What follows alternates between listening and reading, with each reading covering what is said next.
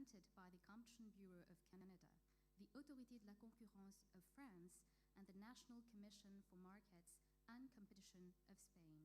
Mr. Jim Sitaram, Chairperson of the Competition Commission of Mauritius, Vice Chairperson and Commissioner of the Competition Commission of Mauritius, Mrs. Devrani Manorama Mator-Debedin, Permanent Secretary for the Ministry of Commerce and Consumer Protection, Dr. Namrata Ritu, Acting Deputy Perm Secretary for the Ministry of Commerce and Consumer Protection, Mr. Vipin Noga, Executive Director of the Competition Commission of Mauritius and Chairperson of the COMESA Competition Commission, distinguished speakers, fellow enforcers and workshop participants, members of the press, all protocols observed, ladies and gentlemen, on behalf of the Competition Commission of Mauritius, allow me to extend our warmest greetings and to wish you all a pleasant morning. And in Mauritian Creole, we would also be telling you bonjour et bienvenue. It is both an honor and a privilege to be hosting the 2025 International Competition Network ICN Merger Workshop right here in our vibrant capital under the tropical skies and warm hospitality that Mauritius is known for. This is truly a moment of pride for us as we welcome an ICN event, not for the first, but for the second time to our shores. We might look no bigger than a dot on the competition world map, but that continuity is a testament to our commitment to strengthening global cooperation, advancing the competition dialogue, and advocating for best practices in motor control and beyond. Looking at the agenda, I think we can all agree. We're in for a rich few days, from investment trends to digital disruptions, non-price factors, and the ever-popular merger simulation. Now, this is the kind of lineup that makes policy wonks and economists genuinely excited. But beyond the content, it's the conversations over coffee, the perspectives from across jurisdictions, and the chance to learn from one another that truly will make this workshop a space not just for learning, but for visionary leadership, where our collective ideas help shape the global future of motor control. And speaking of leadership, it is my distinct honor to invite someone who truly embodies the spirit of leadership and collaboration that this workshop represents. A man of many hats, and I assure you, he wears each with distinction. He is a seasoned legal practitioner, a fine and a sharp competition enforcer, and he currently serves as the chairperson of the COMESA Competition Commission. But this year, we have been especially fortunate to have him steering the Competition Commission ship as our executive director. So please join me, ladies and gentlemen, in welcoming Mr. Vipin Noga as he delivers his welcome remarks. Mr. Noga.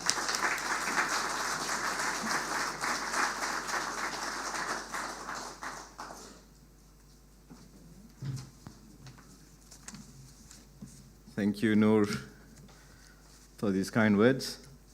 The Honorable Michael Sikuen, Minister of Commerce and Consumer Protection, co-chairs of the ICN Merger Working Group, representatives of the Competition Bureau of Canada, Autorité de la Concurrence of France, and the National Commission for Markets and Competition of Spain. Mr. Jim Sitaram, the Chairperson of the Competition Commission of Mauritius, Vice Chairperson and Commissioners of the Competition Commission of Mauritius, Ms. Devrani Mator-Debedin, the Permanent Secretary of the Ministry of Commerce and Consumer Protection, Mr. Boniface Makongo, representative of the COMESA Competition Commission, distinguished speakers, participants, members of the press, ladies and gentlemen, all protocols observed. Good morning, and thank you for joining us here in Port Louis, the capital city of Mauritius. It is both an honor and a pleasure to address you this morning. As the co-chair of the Merger Working Group, I extend our deepest gratitude to all participants for joining us for this very important global dialogue on merger control. We are privileged to host this event in collaboration with the ICN Merger Working Group, whose continuous leadership and commitment to advancing convergence and cooperation in merger enforcement is very commendable. A special thanks goes to all the co-chairs of the ICN Merger Working Group, the Competition Bureau of Canada, the Autorité de la Concurrence of France, and the National Commission for Markets. In recent years, we have witnessed a profound shift in global economic and political environment.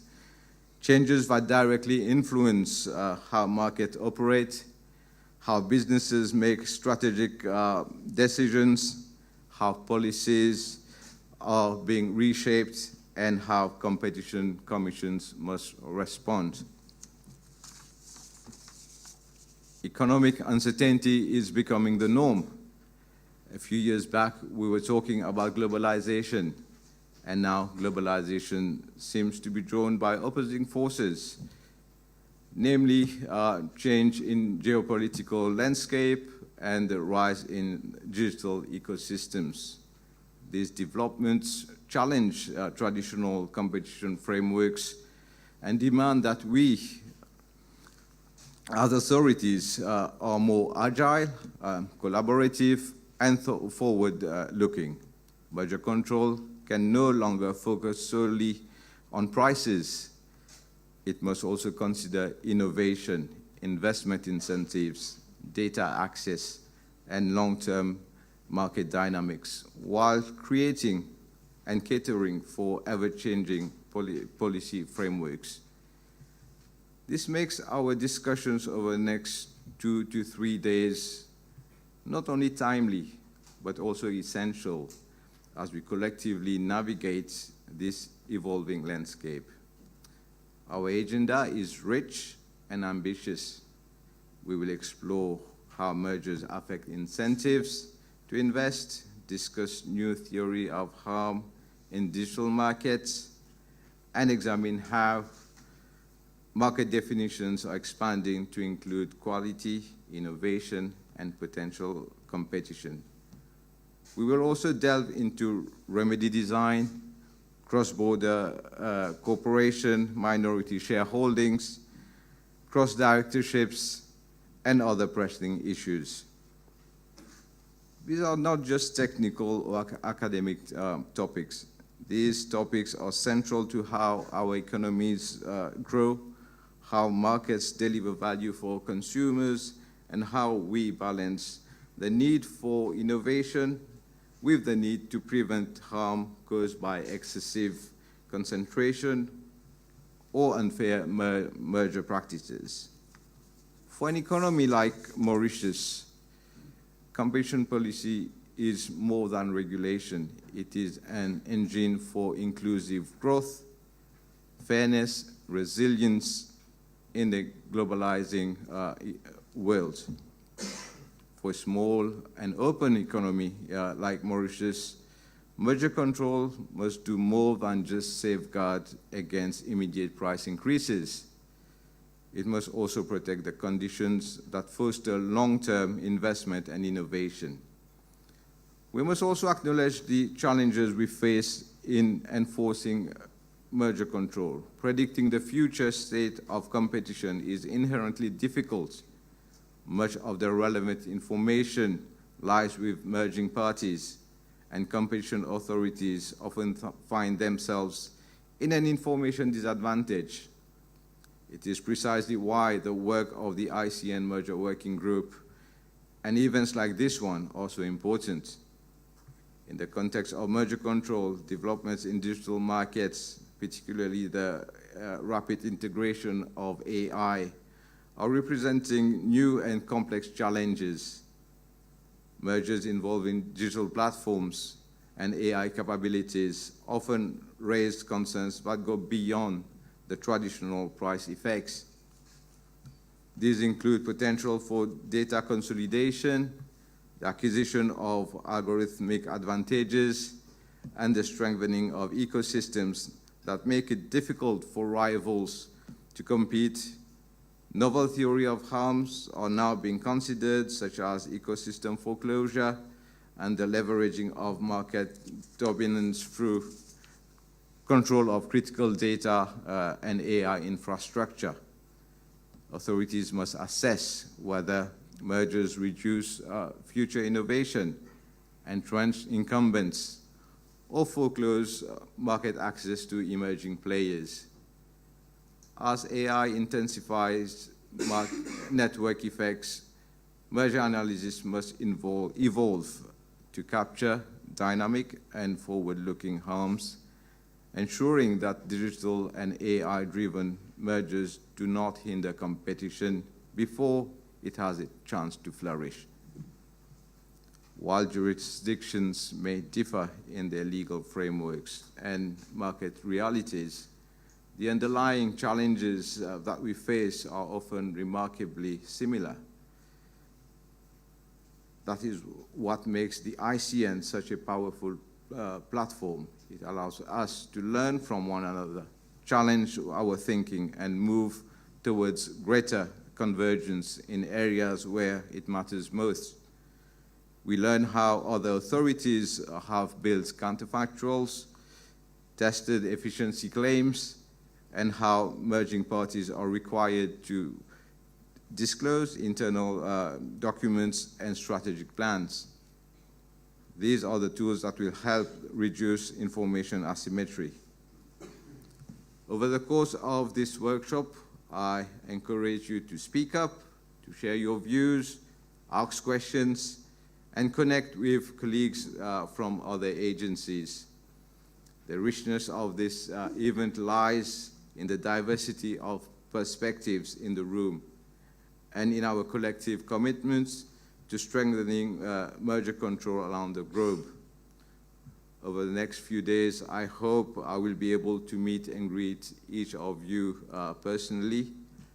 For those who were not able to join us yesterday for the networking event, we hope to see you tonight for the dinner and maybe tomorrow for the social event that we have organized. So with that, I wish you all an insightful and an engaging workshop. Thank you again, and welcome once again to the ICN Merger Workshop. Thank you.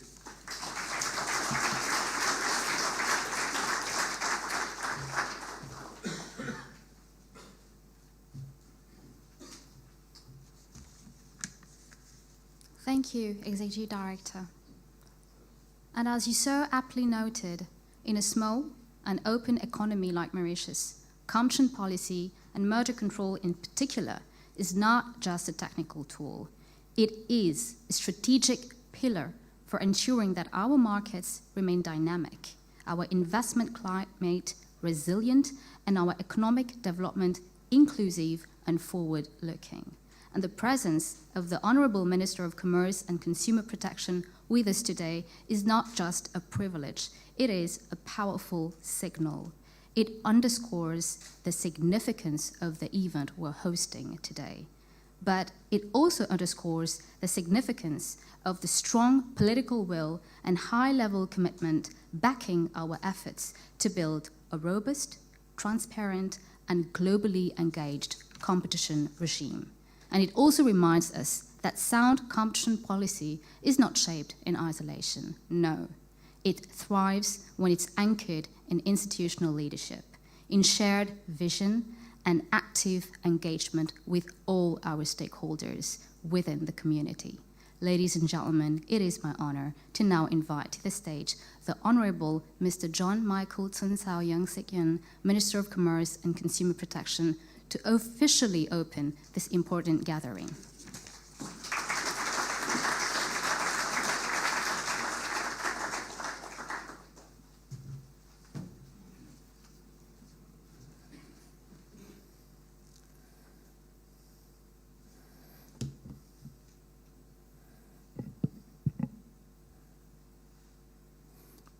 This is Matu, Permanent Secretary of my ministry. Mr. Jim Sitaram, Chairperson of the Competition Commission of Mauritius, co-chairs of the ICN Merger Working Group, Vice Chairperson and Commissioners of the Competition Commission of Mauritius, Mr. Vipin Noga, Executive Director of the Competition Commission of Mauritius and Chairperson of the COMESA Competition Commission, distinguished speakers, members of the press, all protocol observed, ladies and gentlemen, good morning. It gives me great pleasure to welcome you to the opening of the ICN Merger Workshop 2025. This distinguished gathering of professionals, policymakers, academics, and practitioners reflects, phone calls are coming, reflects the true spirit of the international competition network, dialogue, cooperation, and the shared pursuit of fair and competitive markets. It is a great honor for Mauritius to host this event.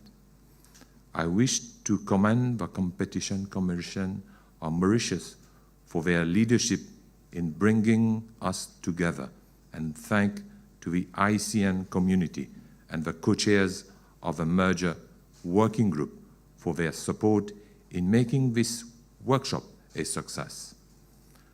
Competition law and policy are not abstract legal concepts. They are cornerstones of modern economies. They ensure that markets function optimally, drive innovation, stimulate investment, and ultimately deliver benefits to consumers through lower prices, better quality, and greater choice. In Mauritius, competition is also a means of achieving fairness, transparency, and inclusive development. Our government program 2025-2030 places strong emphasis on building a resilient, innovative, and sustainable economy. Competition policy is at the heart of its vision. A competitive economy is one in which small and medium enterprises can thrive. Barriers to entry are reduced, and consumers are protected from being locked into unfair structures. Competition also fuels innovation in green technologies, which is indispensable for the transition to a sustainable and climate-resilient future. In this context, the government has embarked on a process to modernize our competition framework. The recent introduction of market inquiries was an important step forward, but we intend to go further. Work is underway on a new competition bill that will not only consolidate and upgrade the provisions of our existing law, but will also integrate the latest developments at the national, regional, and international levels. Our ambition is to design a model that can inspire others, a framework built on fairness, transparency, and equitable treatment. It will respond to the realities of a digital economy, cross-border challenges, and the growing interplay between competition and investment. We want a law that strengthens enforcement while fostering a culture of compliance and accountability across sectors. Over the years, the Competition Commission of Mauritius has reviewed significant merger cases in sectors such as financial services, telecommunications, insurance, and distribution. Our intervention in international cases with direct impact on Mauritius, including in the cement and petroleum markets, have reinforced public confidence in our system and protected consumer welfare. Yet, the global environment is changing rapidly. Mergers are increasingly complex, shaped by digitalization, globalization, and geopolitical uncertainty. The structures of multinational firms are evolving with them. The challenges faced by authorities in small and large economies alike. The international trend is clear.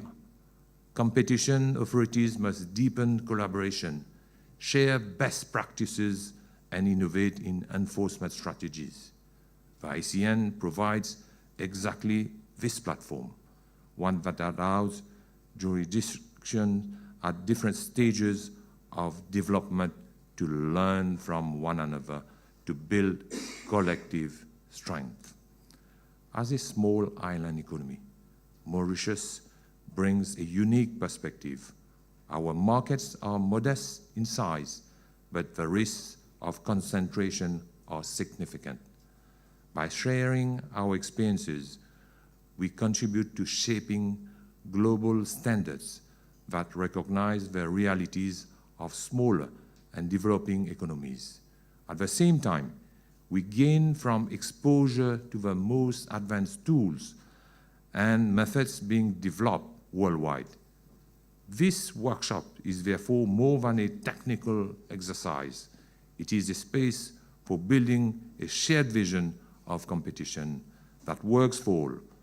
The discussion here on the interplay between merger control and investment, on the challenges of digital markets, and on emerging issues in merger regulation will help chart the course of a next generation of competition policy. I am confident that the exchanges over the coming days will be insightful and constructive. They will strengthen our collective capacity, foster closer cooperation, and advance our common goals of competitive, fair, and resilient markets.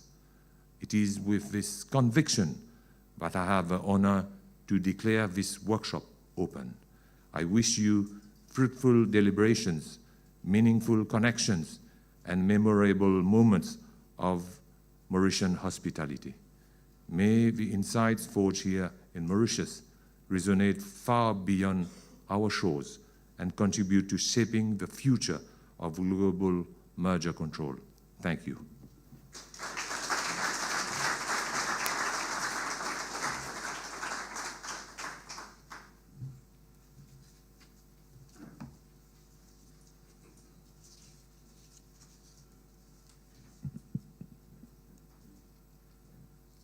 Thank you for your encouraging words, Honorable Minister. And speaking of meaningful connections, there's one connection that's always been supporting the Competition Commission of Mauritius. It's one that transcends our national borders. It's the partnership, the strong collaboration that we've always had and know we can rely on from the COMESA Competition Commission, a valued partner whose collaboration has been instrumental in ensuring consistent and effective outcomes within our common market. As a leading authority on cross-border merger enforcement in the region, the CCC is more than well placed to be setting the tone for our discussion through this morning's keynote speech. Now, although Dr. Willard Mwemba is unfortunately not able to join us on account of unforeseen circumstances, we are honored to welcome another distinguished CCC enforcer who brings deep experience and insight to the table in the person of Mr. Boniface Makongo, Director of Competition at the COMESA Competition Commission. We are grateful to have him with us today to deliver the keynote address on behalf of Dr. Mwemba. Mr. Makongo, the stage is yours. Thank you.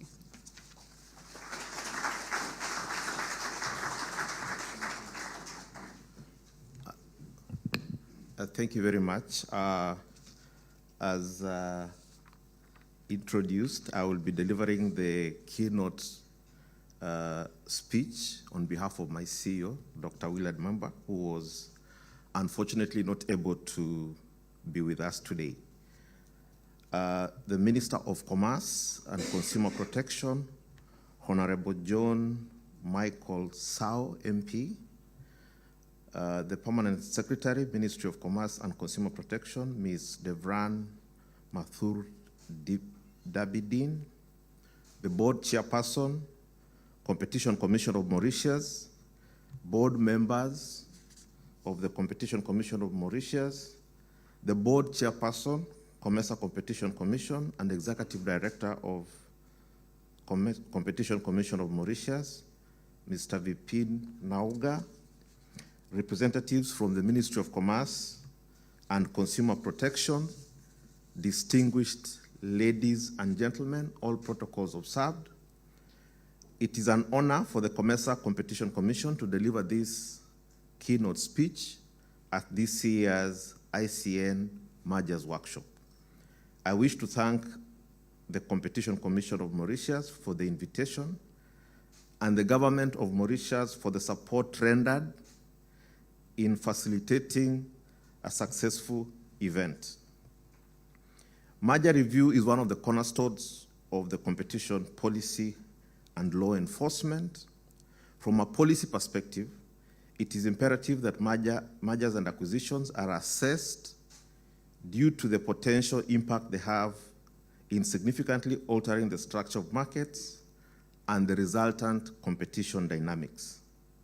This might impede new entrants and negate growth of existing businesses and equally impede innovation.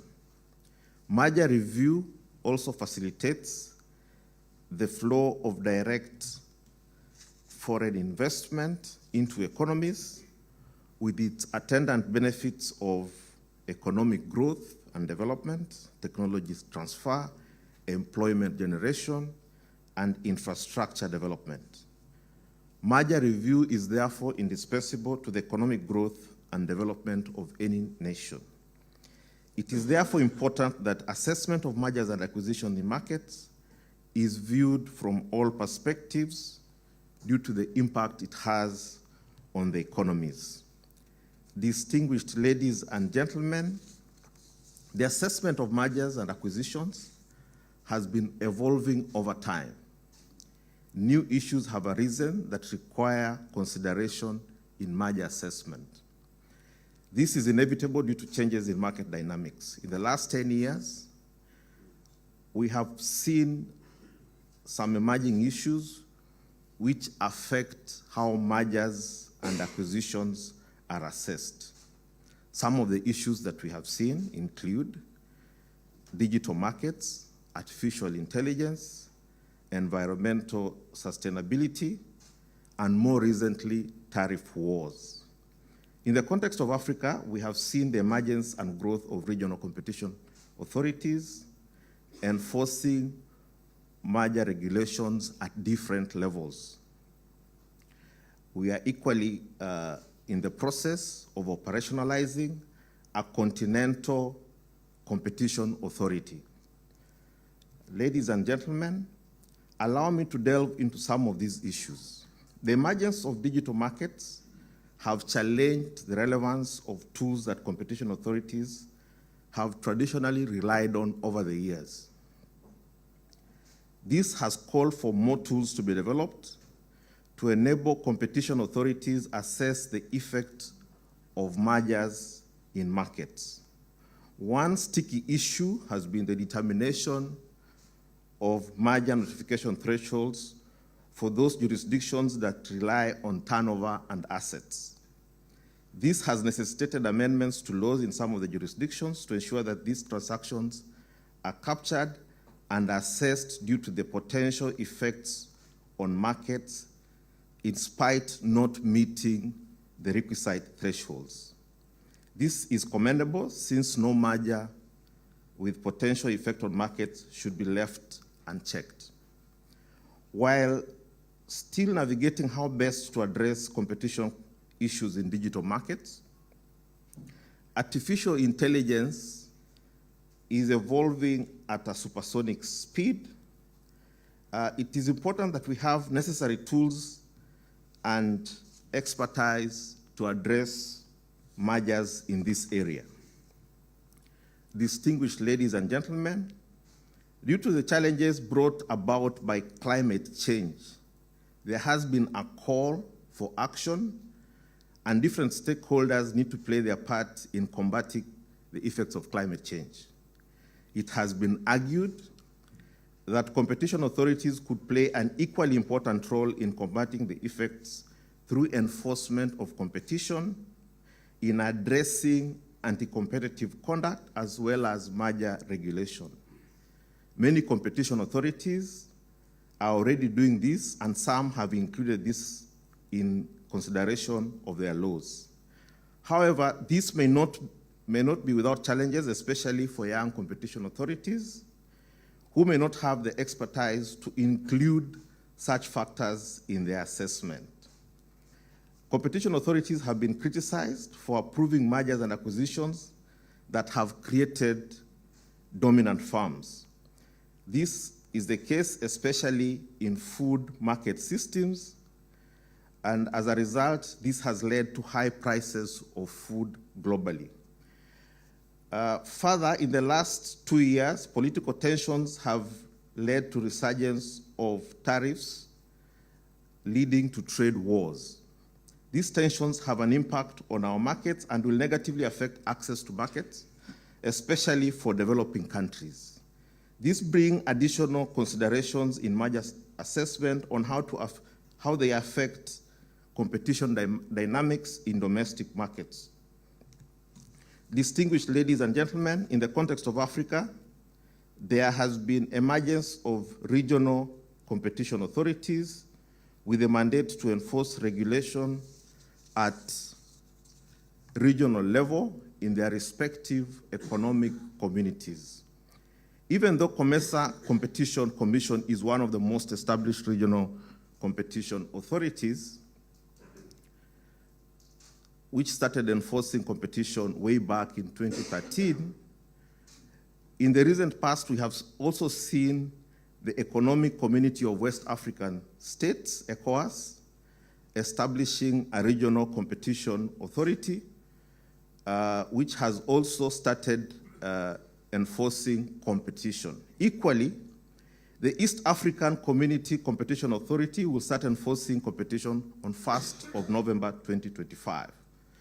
Others have already undertaken merger review, including CEMAC, the Economic Community of West African States.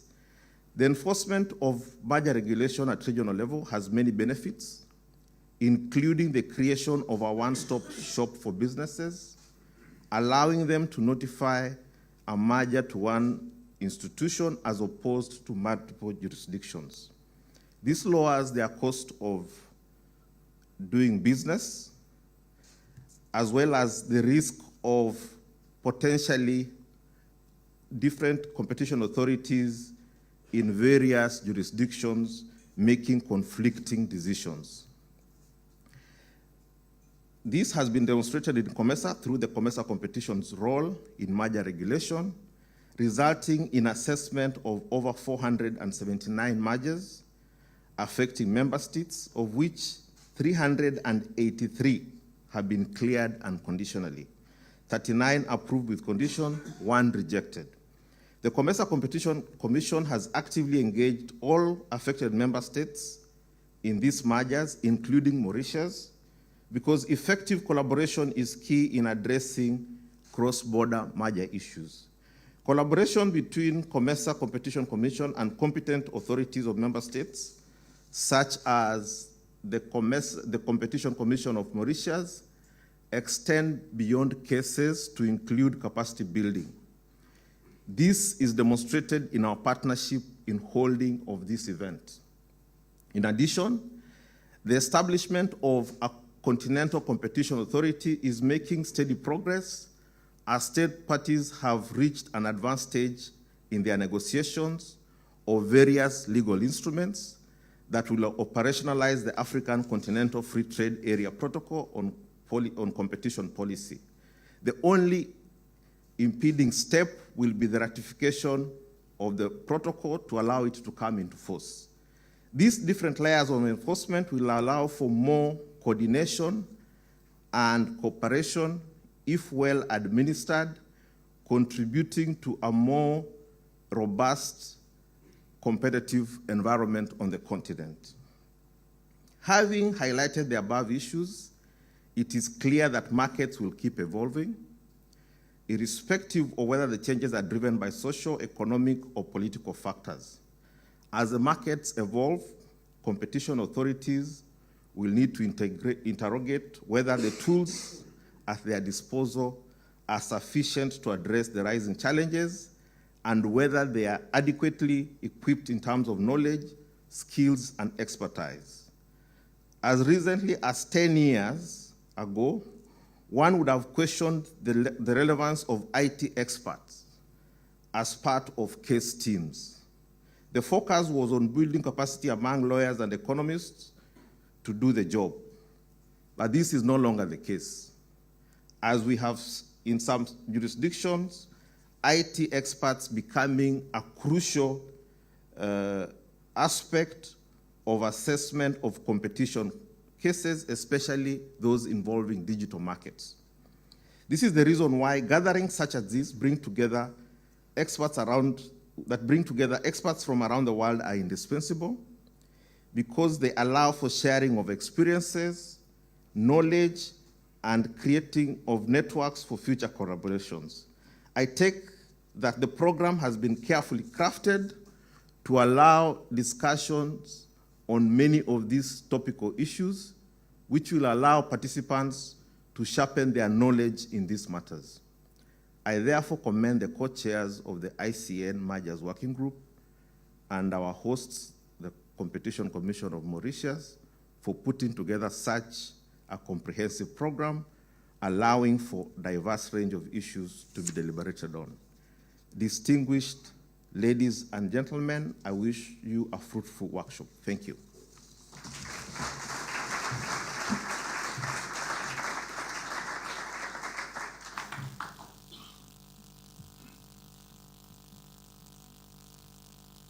For this inspiring speech, there is no doubt that merger review is indispensable for the economic growth of our markets.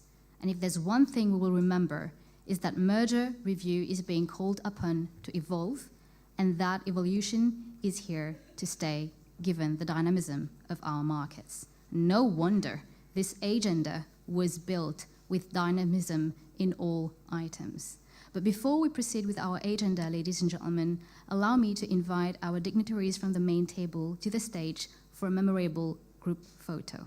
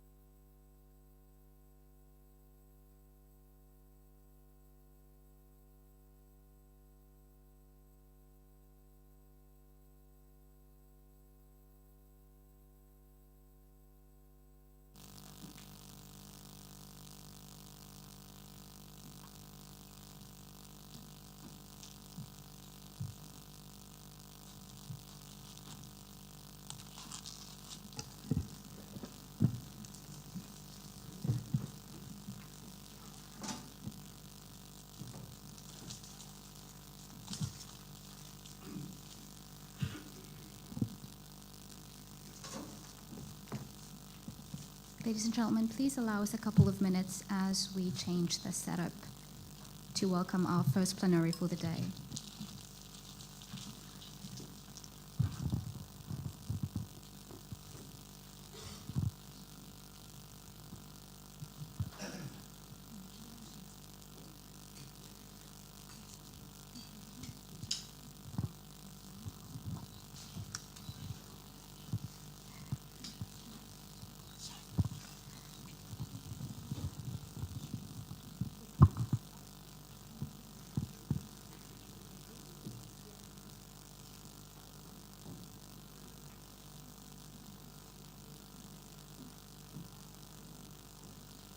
So ladies and gentlemen, let us dive right into the brainwork of mergers with our first plenary of the day, a timely and thought-provoking discussion on merger control and investment, examining how mergers affect the ability and incentives to invest. And this session will be moderated by Mr. Alexandre Barreto de Souza, Superintendente General at CAGE Brazil, and will bring together both NCA and NGA perspectives on how merger review interacts with investment, dynamics in modern markets, and the implications for merger remedies. And joining the panel are Mr. Alvaro Ramos Gomez, VP Legal at Qualcomm in Spain, Ms. Tekla Mwasaru, Senior Analyst for Mergers and Acquisitions at the Competition Authority of Kenya, Mr. Dominic Erharter, Senior Economist at the EU DG Comp, and Mr. John H. Troy, Senior Foreign Lawyer and Partner at Shin & Kim in Korea. Please join me in warmly welcoming this august panel to the stage. Thank you.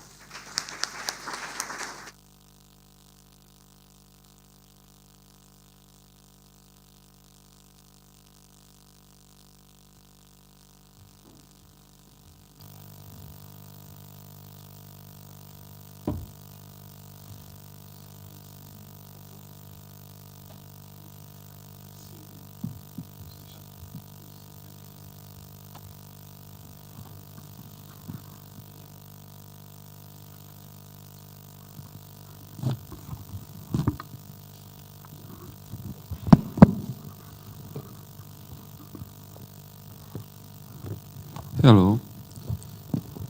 Good morning, everyone. Before we start this, that will be the first discussion during these days. I would like to congratulate the Mauritius Competition Commission for organizing this event. How hard it is to organize and to see that everything is working very well. I know that's very, very nice. Congratulations for the organization. And also congratulate the International Competition Network, especially the Merger Working Group, for the opportunity of, we have kind of conversation, exchange of experience and information. My microphone is not working. Let me change. Maybe I'm not speaking too well. We'll go. Now I'm speaking well. And this discussion that we'll have right now during the next 1 hour is especially interesting because usually at the ICN we focus on tools, methodologies, in resume the ways to perform the work we do in the agencies. We discuss relevant markets, we discuss how to do our job faster and other issues. But the topic of today invites us to step back, give a step back and reflect of how our work is perceived and its impacts on the market. We have here 4 distinguished professionals representing both agencies and the private sector, and we'll have the opportunity to discuss this matter. And interesting to note that it can be viewed in different perspectives. We can we can see this issue, this topic, in the perspective of the results of the merger analysis and how this analysis, the impact of this analysis will impact in innovation, the production itself, or we can see in other perspective. We can see in the perspective of the merger analysis itself and how we do our job, how we do the merger analysis can impact the decisions of the companies of investing. And I believe every one of us are sure that innovation is crucial. Oh, forgive me. Investment is crucial, innovation also. But giving a step back, investment is crucial for economic growing. So when we speak with the private sector, we must have in mind what we can do in the perspective of the agencies to permit more investment. And in this simple thinking, we have a lot of impacts. Speaking about Brazil, very quickly, always when I have the opportunity to have conversations with the private sector, and when I ask what we could do better in the agencies to permit more investment or to give more legal certainty, the answer is 99% will say time of analysis. As quicker we are, as better for the market. Of course, having the basis that the decision is technically correct, but having this basis, time is pivotal for the private sector. But of course, that's not the only factor. We also need objectivity and clarity in our analysis. And of course, evaluating and giving evaluating the real impact of remedies is crucial. So giving the right remedies for the market in merger analysis is crucial. So this is the goal of this discussion, to analyze the relationship between merger control and investment dynamics, exploring how mergers can impact incentive and ability to invest, and this implication in remedies. And we have in this panel, as I have just already said, representatives with different visions. We have here speakers from the business community, from the market, from the competition authorities, and the legal practice. Each speaker will have like 10 minutes to present her initial thoughts, and after that we have more 10 or 15 minutes to give answers from the audience and questions, or even the discussion between the presenters here. So let's start with Mr. Álvaro Ramos. Mr. Ramos is Vice President at Qualcomm, where he leads European legal affairs and serves as Chief Antitrust Compliance Officer. Mr. Ramos, please. Thank you very much. Thank you to the organizers for this event. Let's just take it back from the private sector and think what is the relationship between M&A, innovation, and merger control. Okay, so the first thing to realize is that there is a book called Innovation Happens Elsewhere. The central thesis of this book is that it doesn't matter how smart your teams are. In the most brilliant mind for a certain technology, for a certain innovation, is most likely not within your company. And here's why. You have to think that innovation companies are not great, and this may come as a shock to some of you. Companies are not great at innovating outside of the area of expertise. And growth within a company often happens through diversification. You're very good at what you do, but you can only do what you do for a certain amount of time. At some point, you need to diversify. Look at the most successful companies. Most of them have diversified from a core product to not just a neighboring market. And that is really hard to do with the teams. The teams you have are by nature focused on working on the products you're currently selling. So the only way effectively to grow is through M&A. Now, does it mean that that you're not that you have to always buy your competitors? No. There's multiple ways in which you can grow. Am I saying that organic innovation doesn't exist? Of course it exists, and it is very relevant. But when you really want to diversify, then you find yourself in a situation where you want to do it quickly. Doing it organically, number one, is very risky. It takes a lot of time, and it may never happen, okay? Secondly, when you're trying to develop or diversify, you really want to acquire the right talent. And most likely that's not going to be within the confines of your company, or otherwise you would be doing that already. So that's the first point. The second point is, where does this innovation happen typically? Now, in my experiences, through startups. And who is funding startups is mostly venture capital. So here's what happens. A professor comes up with a university comes up with one idea. That professor goes out and finds funds to start developing that idea, and that idea starts growing. Once it grows, somebody else finds that that idea is very helpful to their company. They can acquire and then take it to the next level. That is a great circle. Venture capital is responsible for huge growth and is behind a lot of the innovation we use every day.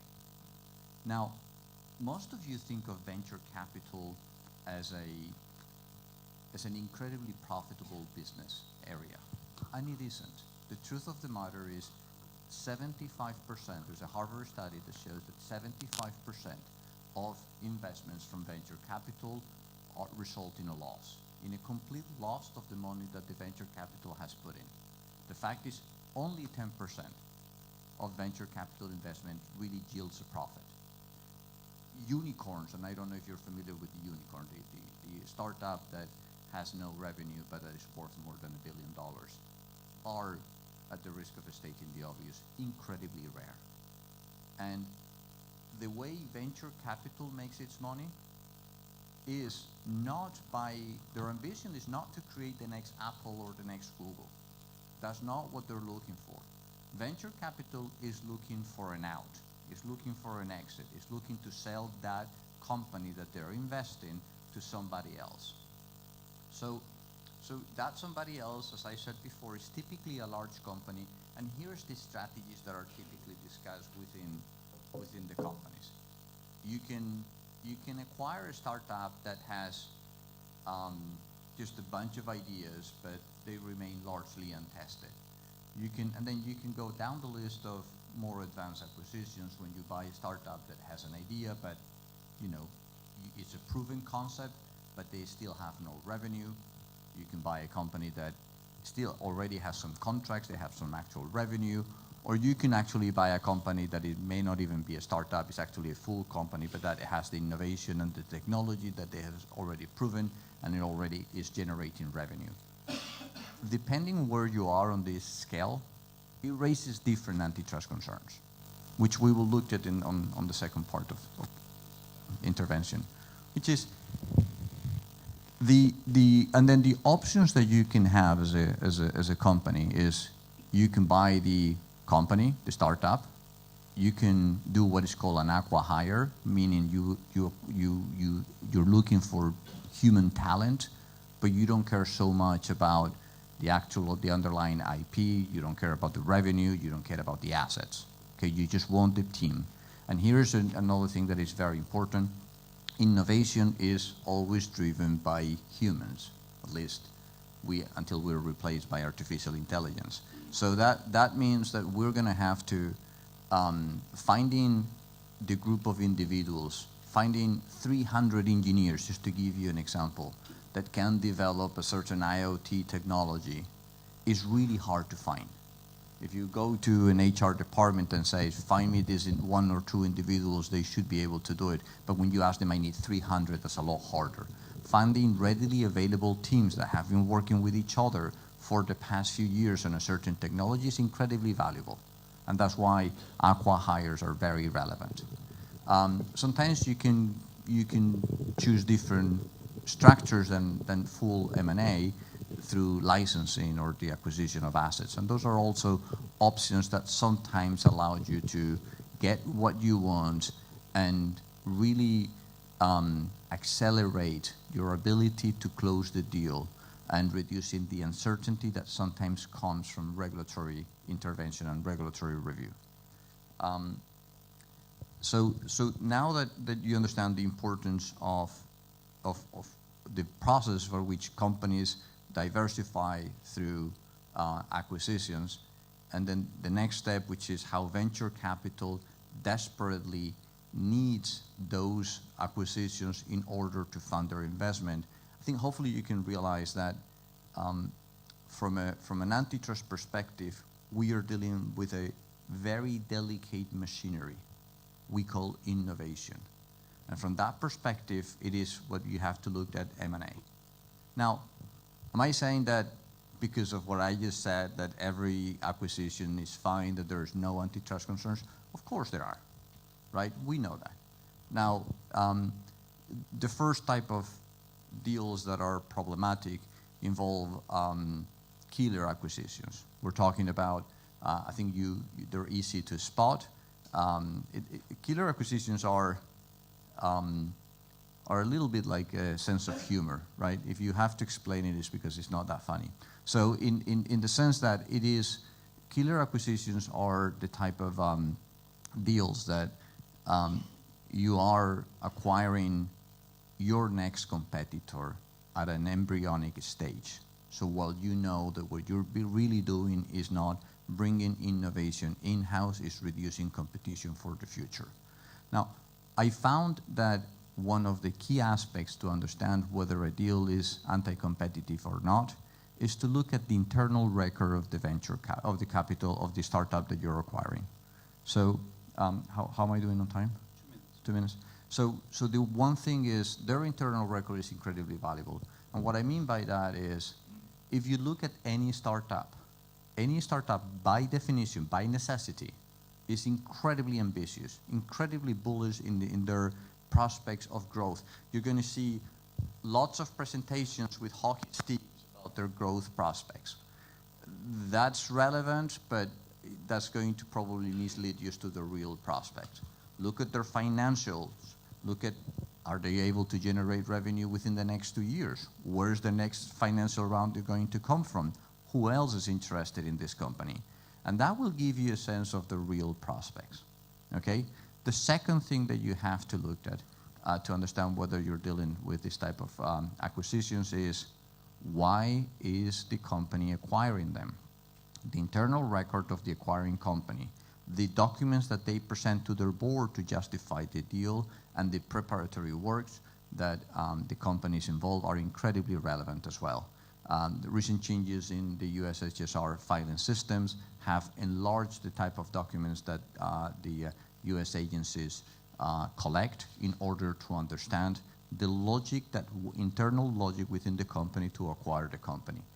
That is incredibly relevant. There is a very famous internal message from Meta CEO, Mark Zuckerberg, that basically says, we are buying Instagram because we want to buy them when they're small so that we can delay their growth of the next competitor.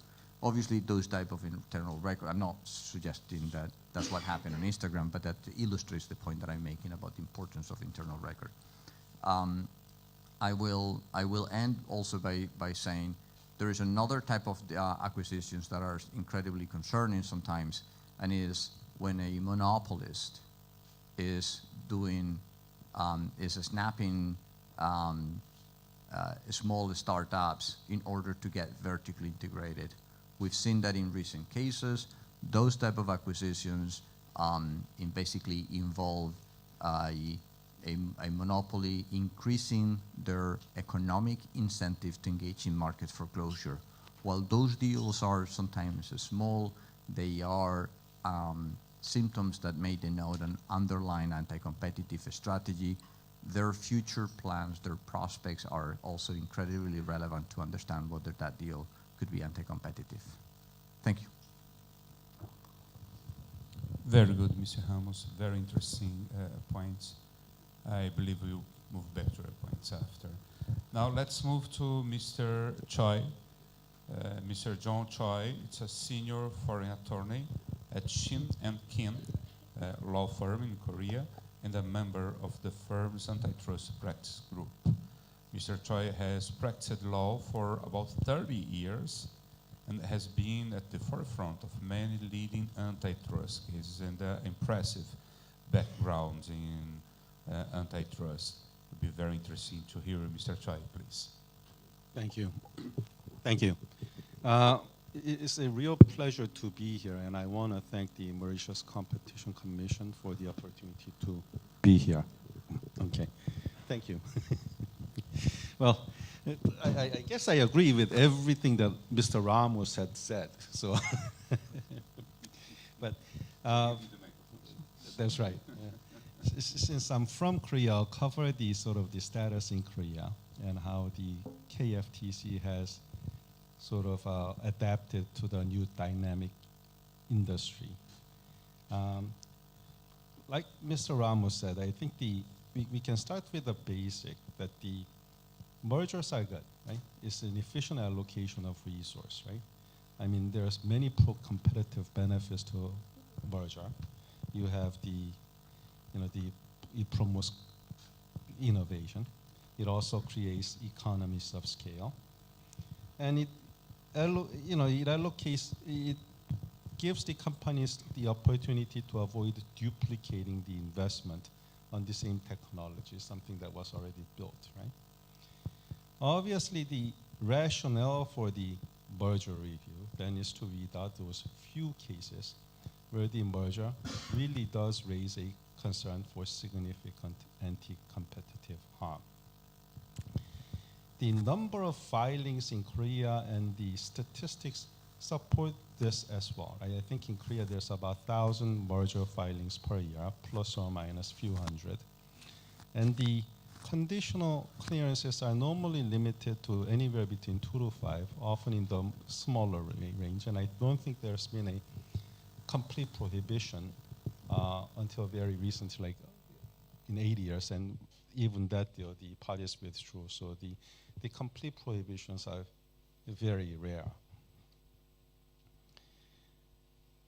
In the problem, the problem that we are facing now is the change in the sort of the industry, the dynamic industry, the digital sector, where some of the review standard of the static sort of the factors that we used to consider are not necessarily sufficient to address some of the issues, right? We have, normally in the traditional industry, we had products that's sold for a price, right? Now we have products that are being distributed without a price, often, right? So the traditional focus on the market share and the sort of the price increase, quality decrease, may not necessarily meet the sort of the requirements that are necessary to address some of these new industry.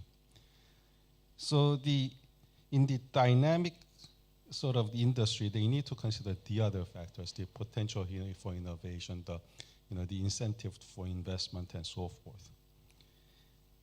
And if we do not address these properly in some of these cases, then we can have a type 1 error or the type 2 error, the approval of mergers that are anti-competitive and approval of mergers that really shouldn't be blocked, right? The KFTC has taken a note of this, right? And I think they have adapted merger guidelines that address these concerns. and take into consideration innovation factors. Largely, the issues with these guidelines were much more focused on the negative side. What does it really hinder innovation, rather than whether it promotes innovation? So it's a work in progress. It's not to say that this is clearly sufficient, but I think KFTC has come some ways of addressing these concerns, right? And I think because these guidelines are written in the way that it addresses the negative concerns, there are rooms to sort of interpret them to be able to address them from the proactive stance, right? Whether some of these concerns can also be addressed as an efficiency benefit in the argument. In actual practice, though, I think in the review cases to this date, there has not been a single case where the efficiency argument was accepted despite the static factors triggering the anti-competitive harm effect. So once that this sort of harm is there, it's very hard to overcome that with the promotion of efficiency, right? Or the innovation. And that might be not because of anyone's fault. It might be just that there hasn't been that many true cases where the dynamic sort of the digital companies had merged in Korea or were subject to a merger report in Korea. So that may really be the case, right? I want to go over the three sort of cases in Korea where the KFTC had acted and had addressed sort of three sort of factors. One is the Korean Air case where the KFTC rejected the pro-efficiency or the investment argument. The other one is the sort of the old case between the Applied Materials and Tokyo, which addressed innovation almost 10 years ago in Korea. And the other one is a case where the KFTC actually required a party to file a merger report in Korea, although it did not meet the merger threshold in Korea. In the Korean Air Asian merger, these are two major airlines in Korea. They basically control the sort of, they are the only two major. There are a few other smaller airlines, but they merged, right? And the arguments, the KFTC came back with both the structural and behavioral remedies. The parties had put in multiple submissions in this case, including a fairly detailed report on the amount of the expected efficiency gains, as well as both in terms of the increase in revenue, as well as in decrease in cost, and the ultimate consumer benefit that can result from this. I think despite all these reports, these sort of studies were rejected by the KFTC ultimately. And I think the core issue was the merger absolutely necessary for these efficiency gains to occur, right? And that's a very hard standard to satisfy when you say, is it an absolute necessity standard, right? It's not the likely standard, is it really necessary? And number two, is there concrete certainty that the very high likelihood that these would occur in a very short period of time, right? That's also very hard to satisfy. So I think, obviously some of these studies had to make certain assumptions, right? And the assumptions were obviously the question as to, because there was assumption, is the result necessarily something that could come out? So I think in these circumstances, some of the standards are harder to meet, right? In the Applied Materials case, it was a merger. I think everyone knows this, right? It was a merger in the semiconductor industry among two major players. The U.S. had opposed the transaction. KFTC issued an examiner's report in this case, and they raised an issue as to harm to innovation. They said if these major companies should merge, right, two major players should merge, there would be a significant decrease in incentive to innovate and a significant incentive decrease in the incentive to invest in innovation, which would cause significant harm. So the innovation was something of a concern in Korea that many years ago, and it still is an important issue. Okay? And I think interestingly, a few years ago, in the Adobe Figma case, the transaction did not satisfy the merger threshold, filing threshold in Korea. The KFTC nevertheless requested the party to file a merger report in Korea based on a couple of sort of issues. And I think one of the issue was the purchase price. They thought the purchase price was excessively high in that case. So raised concerns of the sort of potential killer acquisition. Obviously, other factors were taken into account. Ultimately, the parties withdrew and abandoned the transaction. But I think it was a sort of rare case where the KFTC would review a case, even if it's not reportable, meaning that it doesn't. Okay. Just one last. I think there are cases where we do need to sort of think about where the KFTC should review cases, even whether reportable or not. If the purchase price is excessively high, or a company that acquired dominance based on the contribution of the other parties, then try to acquire some of the startup to foreclose competition and engage in the downstream market. I think in cases where the KFTC should intervene. Thank you. Indeed, very, very interesting, and I always have the point about traditional economy versus digital economy. We'll move back to this topic later. And now we move to the vision of the competition authorities. We will start with Ms. Tekla Mwasaru. Ms. Mwasaru is an economist with over 7 years of experience in competition regulation. She joined the Competition Authority of Kenya in 2018 as an intern and has incredibly progressed during her current role. And now she's a senior analyst in the mergers analysis. Ms. Mwasaru, please. Thank you. Good morning, everyone.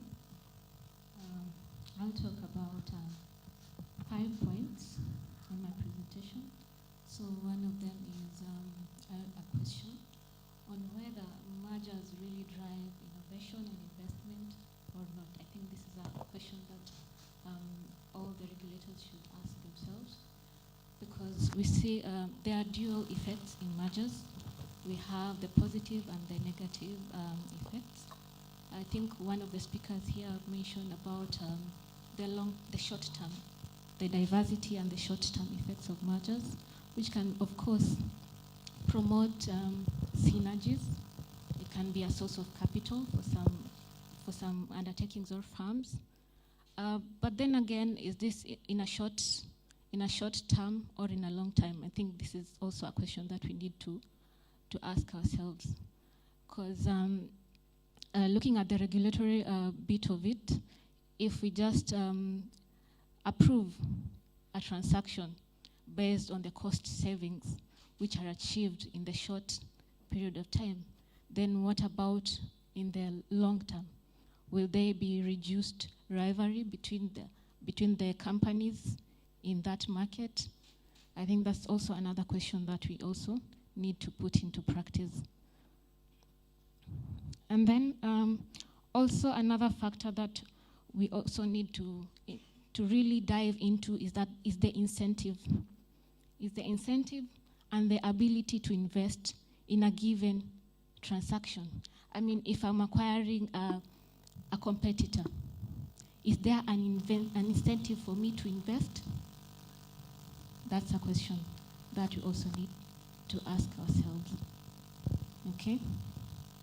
And then also, in the short term, I might have that ability to reinvest the capital that has been pulled through that acquisition. So those are some of the factors that I'm going to address in my presentation. But before that, I'd like also to talk about the regulatory framework at the Competition Authority of Kenya, which is in itself geared through transparency. Transparency, I think it's one of the factors which contribute to predictability in terms of the investors. If you have tools that create transparency in the market, for example, guidelines. We have guidelines. We have in our jurisdiction we have a service charter. A service charter outlines all the timelines, all the processes and the timelines that the agency takes in its assessment, in mergers, of course, and the other aspects of competition. So I think that is a really important step for competition agencies because it creates the confidence of the investors because they can easily and quickly predict the outcome, even if it's not exactly, but they can predict the outcome of the assessment or the determination of a merger. At the Competition Authority, we've also eliminated double notification. I think double notification is also eliminating double notification between the Competition Authority of Kenya and the COMESA has also played a very important step in terms of even cost saving for the merging parties because they don't require to, if their transaction meets the COMESA thresholds, then the parties just file with the COMESA and then we collaborate with the COMESA Competition Commission. Also at the authority, we did crafted thresholds, merger thresholds. These are thresholds for notification. And in our threshold, we've actually eliminated SMEs, small, medium enterprises, through the turnover thresholds. So if parties want to merge, they can merge. And if they have, they are below the threshold, then they can go ahead and merge without notifying the authority, which in itself spurs investments and expansion in the small and medium enterprises.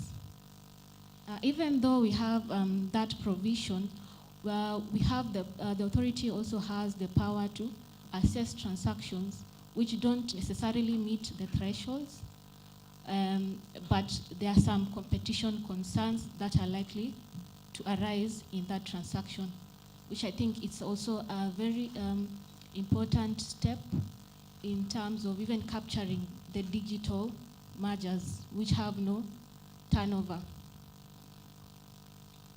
Okay.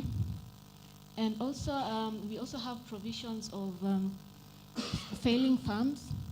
If a firm is failing, the transaction is likely to be approved with the authority with no restriction, because either way, if the company is not acquired, then it's bound to get out of the market.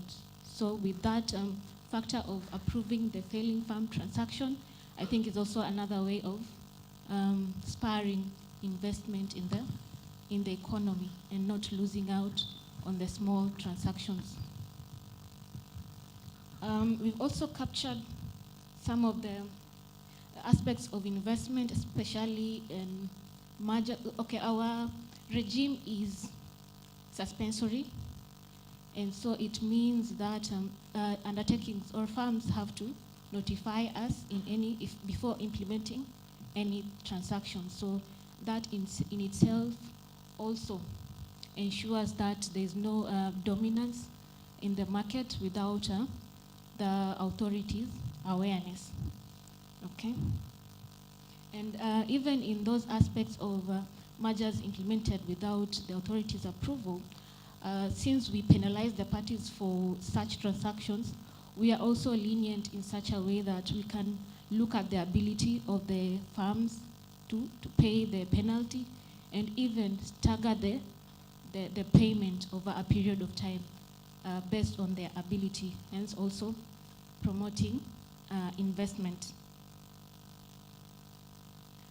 So as one of the speakers have mentioned about the efficiency claims, we also have the efficiency claims in our jurisdiction. And also we've not had a chance to handle a case where the efficiency claims were supposed to play a part in countering the anti-competitive effects of a merger. But even as we're talking about the efficiency claims in our context, I think it's also a question to ask if the efficiencies are static or dynamic. Dynamic now is the issue of innovation. So as we are looking at the efficiencies, we're also considering the two aspects, which I think is very important for the Competition Authority, not just to look at the cost savings that are gained by the merger, but also the dynamic in future, where we have innovation. Is there a possibility of innovation in this transaction? I think that also needs to be addressed. And then even as we are looking at these efficiencies, are they verifiable? The documents that have been provided by the merging parties, are we able to verify after the implementation of the merger that the efficiencies have been actualized? That is also a question that we need to look into. And also the efficiencies need to be merger specific. And then my last point is about remedies. For the remedies that we are imposing as competition agencies, are they effective in their way? For the authority, we also negotiate with parties. If there are any concerns that are likely to that are likely to come up, what we do is we call the parties, we inform them. These are the likely concerns that are bound to happen. And these are, so we allow them first to give us the recommendation in terms of the remedies or the condition that we're going to impose. And then from there now, we come up with the final remedy, but we just give them that chance. At least it also promotes the confidence of the investors when they are planning to acquire a transaction. And we don't stop there. We do post-compliance check to ensure that the conditions are being adhered to. And then lastly is about regional and national competition and how they collaborate in terms of imposing these remedies, because it creates a balance on the national level and the regional level, and also it avoids conflict in terms of implementation, which is also good for the investors. Thank you. Right on time. Right on time. Thank you. And now let's hear Mr. Dominique Erharter. Dominique is an economist at the European Commission, the DG Competition, based on Brussels. He holds a PhD in economics from the University of Innsbruck. Please, Dominique, the floor is yours. So, thank you. Is this working? The mine is working. This one.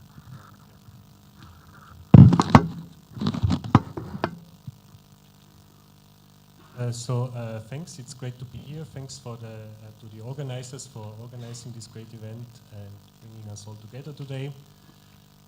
So I want to start by mentioning that the European Commission is currently revising its horizontal and non-horizontal merger guidelines. And we do this with a clear political mandate to review our processes and our thinking when it comes to mergers and investment and innovation. So this panel is very timely for us. And as my previous speaker, Tekla, I want to discuss this in terms of two different aspects, the incentive to invest and innovate, and the ability to invest and innovate.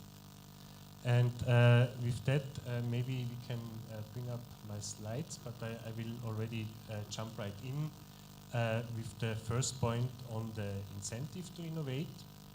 So this is a discussion that in economics has been going on for a very long time, going back actually to the 1930s when Josef Schumpeter was discussing this and arguing that when firms have a higher margin after innovating, then they might innovate more. So there could be an innovation increasing effect.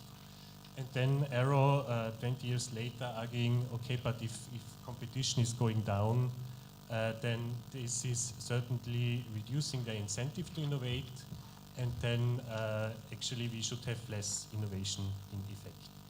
And now it's a coincidence that two of this year's economic Nobel Prize laureates actually were also doing research on this topic, Philippe Aghion and Peter Howitt. And they were positing it's now 20 years ago that there is an inverted U relationship, like there is maybe some area where competition is fostering innovation and then another where it's hindering innovation. But maybe we could go to the next slide, the one after, and then the one after. Yeah, no, so this one, yeah.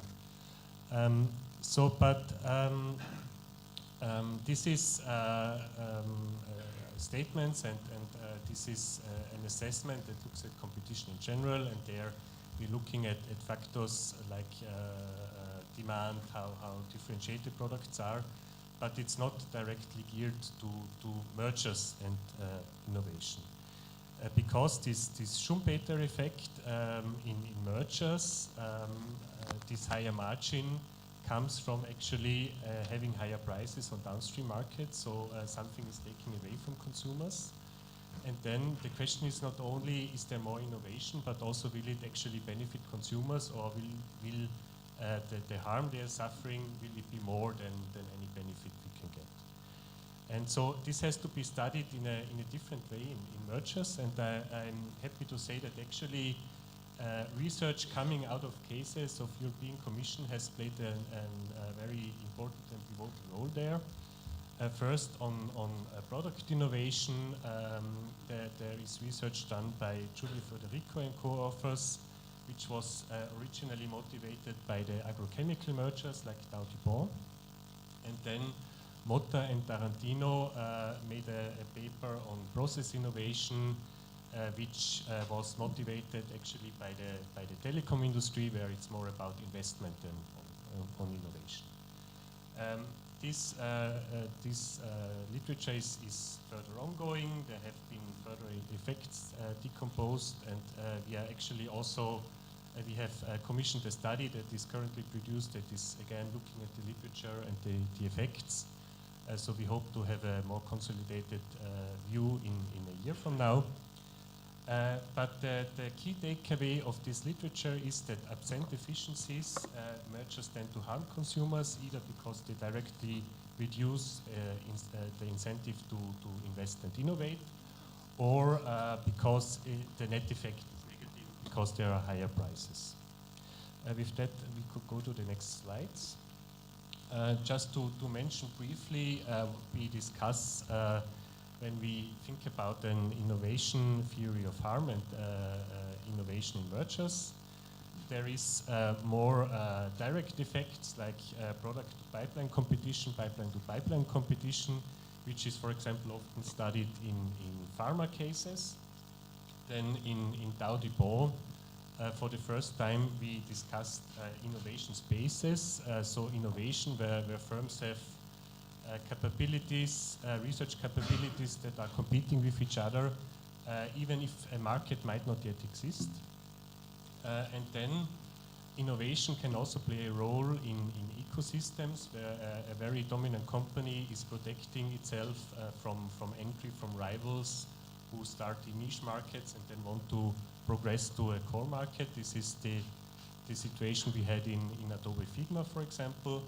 And this was brought as a potential competition case by the European Commission, but actually as an innovation theory of harm by the British CMA. So it's also related to innovation. Going to the next slides, just to mention what we are thinking about in terms of innovation efficiencies. We think there is 3 broad categories. The first being cost synergies in research. So when you have capabilities, R&D capabilities that are complementary, then if you bring them together, this can reduce the cost of innovating, and this can make it more attractive to innovate. However, this is a shift in the cost curve. This is not moving along the cost curve, so by just firing the researchers, you're not going to lower the cost or be more efficient. It's really bringing together stuff that makes it possible to produce more. The other category would be voluntary technology transfers. So here the idea is you can do R&D and then roll it out in a bigger market, because you can sell the same innovation in another market, and then it's more attractive to innovate. So this could be a possible efficiency. The question then is, why can't you do this without a merger? Why not with an agreement where you say we develop something together and then we roll it out in all our respective markets? And then the third is involuntary spillovers. So this is actually also something I believe goes back to Schumpeter. So this argument, if you cannot protect your innovation because it's not fully patentable, then you, by merging, you internalize actually the spillovers, and then you could have a higher incentive to innovate. Here we see an important distinction between investment and innovation, because in innovation you have a development that is not rivalrous. So you invent it once and then everyone can use it and it will not degrade the product. To the contrary, when we think about investment, like a big, say, network, telecom network or similar, then if you build it and you use it, then others cannot use it. So this is a distinction, and here we don't see these spillovers happening for this reason. So there could be innovation efficiencies. We are already looking at them in merger cases. We will continue to look at them in the future. Maybe it's good to mention also that in the end it's about the consumer, so innovation is not an end in itself. In the end it's about benefiting consumers, so consumers also have to value the innovation or the investment that's created, otherwise we are producing overcapacities that then will produce their own problems later on. And a last point I want to mention here is that there is some empirical research, a lot of empirical research actually looking at different sectors. There is some research also looking across sectors, and overall they find that mergers are decreasing innovation, so we have to be cautious and really have to assess it on a case-by-case basis. So moving to my last slide. See, my time is almost up, but it's really the last point. The ability to invest and innovate. So we often hear the argument that if firms can merge and raise prices, then they have higher profitability, and this will allow them to invest more, and investment and innovation is something we should value, so therefore this should be a good thing. Now there is some empirical research on this, actually also on European firms, and what this research finds is that yes, firms can be financially constrained, and then there can be a reason to think that if they are acquired by an acquirer which is financially sound, then they can invest more and can also then innovate more. However, this effect is only relevant for very small targets, and you see here in this sample the mean assets of the target are $67 million, in this case 68, sorry, and then the median assets are 7.6 million, meaning that these targets are very, very small, and then only the smaller of those targets actually could benefit from being acquired and then innovate more. So again, this is something we would consider as an efficiency defense going forward. We also already discussed it in past cases, but it would have to be on a case-by-case basis and on the basis of objective metrics. And here we are also open to suggestions how these metrics could look like. There is some in the literature, but there is certainly scope for more discussion. So this is it from my side. Again, thank you. It's great to be here and great to have this discussion today. Thank you, Dominic. Very interesting points you bring to us. Very interesting. So now we have like 7 or 6 minutes. We'd like to open to the audience. We have so interesting presentations made here. If anyone has a question, I would like to please say your name, identify yourself, make your question, and identify one of the presenters. Sure. Yeah, I'm Alan Scarlett from the Irish Competition and Consumer Protection Commission. I forgot the name of my own organisation there. Thanks to all the speakers for a really, really interesting discussion. I think that was great. My point is my question, I guess, is mostly for Alvaro, but for all of the panel, it's going back to that original point you made about venture capitalists and startups needing a way out, which I think is really, really true and really important to think about, and the potential for stifling future innovation by reducing that prospect of being able to get out. But I just wonder, because I think it's really important for competition authorities to focus on real potential harm, things that might actually happen.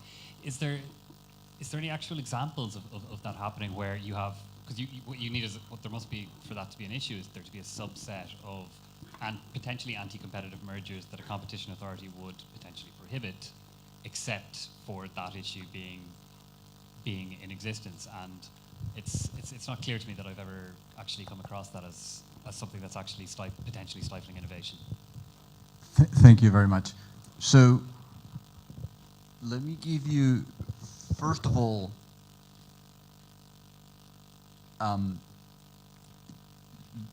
you're putting it as in, there's some middle ground to reduce regulatory uncertainty without, let me take a step back.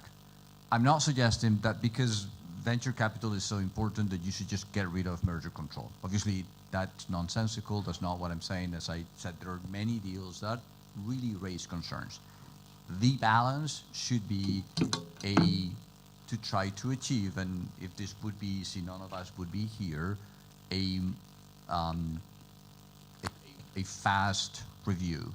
And there are ways to do that. We can talk about those, right? So for example, you can try to reduce the duplicity that sometimes happens in merger control. You can try to reduce the time. You can try to have faster procedures. And I think, as Alexander said at the beginning of his intervention, the private sector would probably agree that faster is better. Now, I know enough to know that antitrust officials cannot handle a baby food merger one day and expect to be an expert in semiconductor industry next one. So it's hard. It's not an easy thing. So, but putting that aside, that is more about reaching a balance rather than advocating for getting rid of merger control. I have personally seen deals that, because of the amount of merger control involved, the deal collapse. So I have seen direct evidence. As a general rule, these are cases that are known and they affect us personally, and I never discuss our cases on this event. But just to say, I do know of cases where that has happened. We can discuss later on if you want. Now, there's one thing that I'd like to well, let me stop here because there's probably some other questions otherwise. So hopefully I'm answering your question. Thank you. That's okay. It's very interesting. We have one more question. I believe we have one more hour. We have one more hour of discussions, very interesting discussions here. but we have the time. We have space for one more question, please. Good morning. Rob van Laan, Saudi Competition Authority. I also have a question on efficiencies and investment. I mean, the relationship there. I think there were some correct points in there. In Korea, you say it never has been approved for efficiencies and so on like that. And if we look at the literature, it's a very complicated relation. And I think econometrically, we haven't really figured out like when do the efficiencies outweigh the negative effects and so on. It's hard to draw conclusions. Now, can this be improved by the parties to the mergers actually providing better information? I mean, as a competition authority, I think I've lost it out now. As a competition authority, you see like evidence based on one case. We expect that this will happen in. Now, if I want to get heart surgery and I go to a doctor, I basically ask them, how many times have you performed surgery? What is your symptom? Would it not be a valid or legitimate questions to ask to companies basically? Okay, you've done like 300 acquisitions over the past years, etc. And how many times have you actually, can you show that there were efficiencies? Because we know from the general literature that most of the mergers go wrong. You know, they don't have benefits and so on. I mean, I know the literature is also divided on that point. But it's very difficult to, I think, to convince an authority if you come up basing again on saying, okay, but this time we know, you know, we will make. But whereas all the evidence is against you. So can the parties not do a little bit more by not only providing a lot of information, okay, this time we think we're right, but also by evidencing we've done this 300 times and actually we've been right 279 times. You know, that would give us a little bit more confidence rather than saying all our previous mergers went wrong. So sorry, long introduction for a short question. I think to the private sector, but perhaps also for scientists.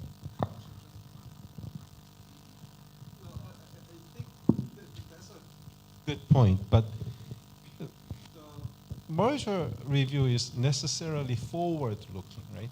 I understand that you're talking about whether the past mergers by this particular company had actually satisfied the efficiency gains that it had sort of put forward in the past, right?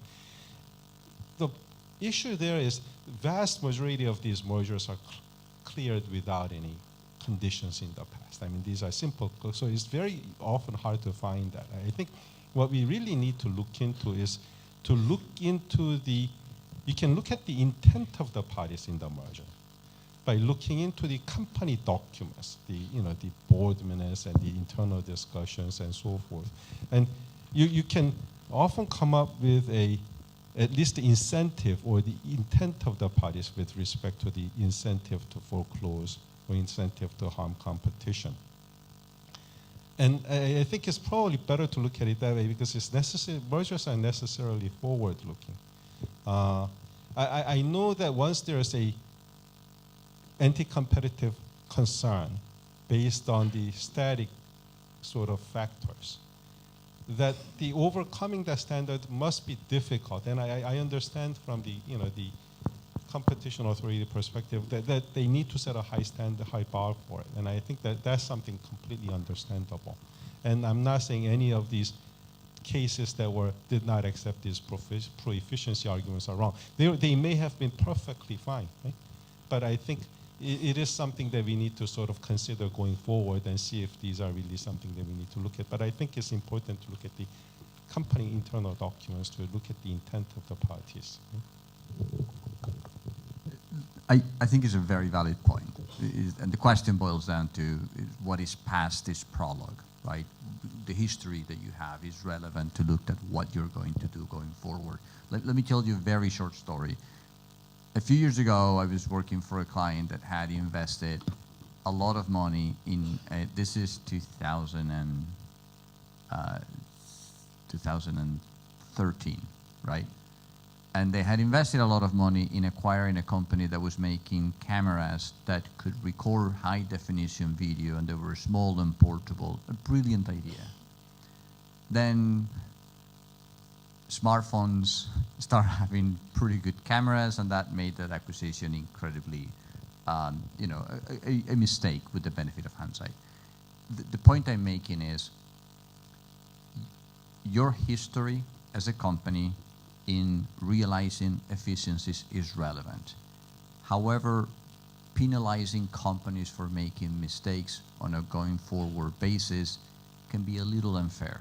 So you are absolutely right that it is a relevant factor, and companies should forward that. John is right that there are internal documents on that deal, and they boil down to one thing I'm sure you all looked at, which is, how are you going to pay for this deal? Let's say that tomorrow I buy a company for $1 billion. I have to go to my board and say, here's how I'm paying for this company, not where I'm getting the money. You know, most large companies have more money than God. That's not the point. The point is, how are you going to finance that acquisition? How much money are you going to make through this acquisition to pay the $1 billion in financing that deal? That shows you how the company is thinking about the deal, and it is, by definition, you don't lie to your board, right? You have to state the truth. So that's, in my opinion, the best source of evidence. Very good, Mr. Ramos. Dominic, please. So, does it work now? Use again, thank you. Yeah, I think this is a bit taking the inside view and the outside view. So what is the base rate on the deals? And I think that's very relevant, and often the base rate may be there is a negative net effect, but I would also agree that it depends a bit on the industry, how fast moving is it, and we would look at all the different evidence that is out there. So that's certainly important. Yeah, I leave it at that.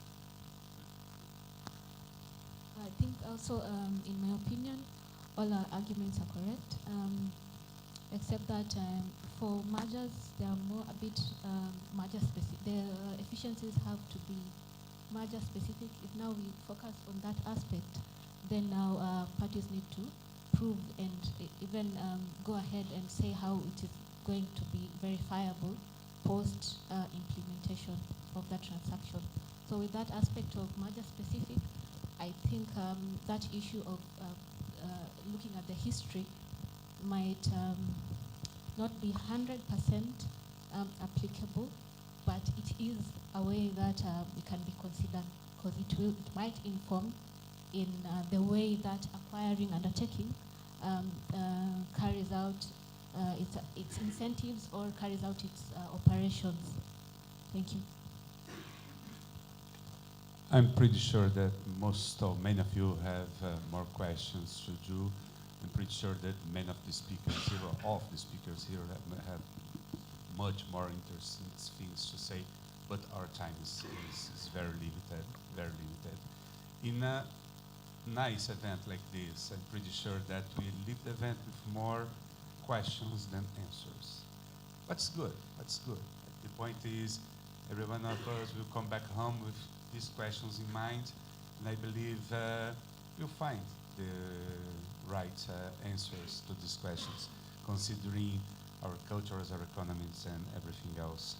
In a resume, just 1 minute to resume, I believe every one of us have in mind that the classical approach, the classical economical approach, will say that less competition means less innovation, less investment. In a resume, what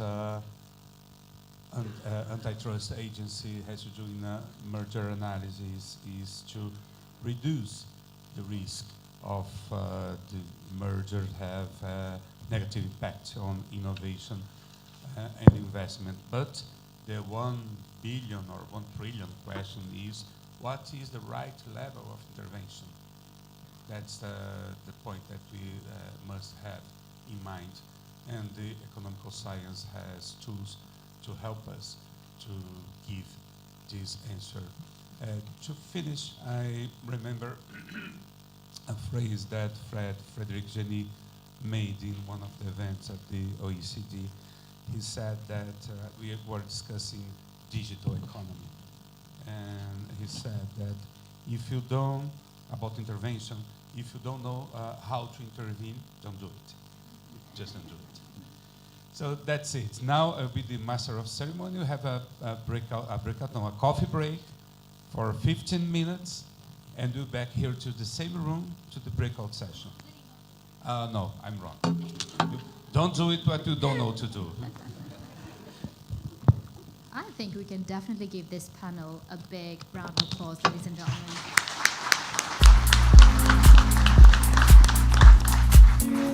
Thank you so very much to our panel chair and all our speakers for the cocktail of perspectives that they brought to this table. We might not be having cocktail during the coffee break, but we'll definitely have tea, coffee, and refreshments. Just before we break for coffee, ladies and gentlemen, a couple of housekeeping announcements. Just a quick reminder that all our sessions that are happening in this room are actually being live streamed. So colleagues from home that couldn't make it in person to this workshop can still join us virtually. You can also connect to our ICN Merger Workshop website page, on the agenda page. The links are all there for joining. And for those of you who would need Wi-Fi, or who need Wi-Fi these days, we've got you covered. The network details and posted on the page, just at the back of the room opposite our entry. So feel free to connect and plug in. So after our coffee break, which will be resuming as breakout sessions 1, 2, and 3, they will be running in parallel for about an hour and 15 minutes, with breakout session 1 taking place right here in this room in La Scala. Breakout session 2 is reserved only for competition agencies, and it's happening downstairs in the Shunya room. And breakout session 3 is also moving downstairs to Olympia and Globe, well, which in keeping with our themes have actually and conveniently been merged. So enjoy your well-deserved break. Resume at 11:15. Thank you.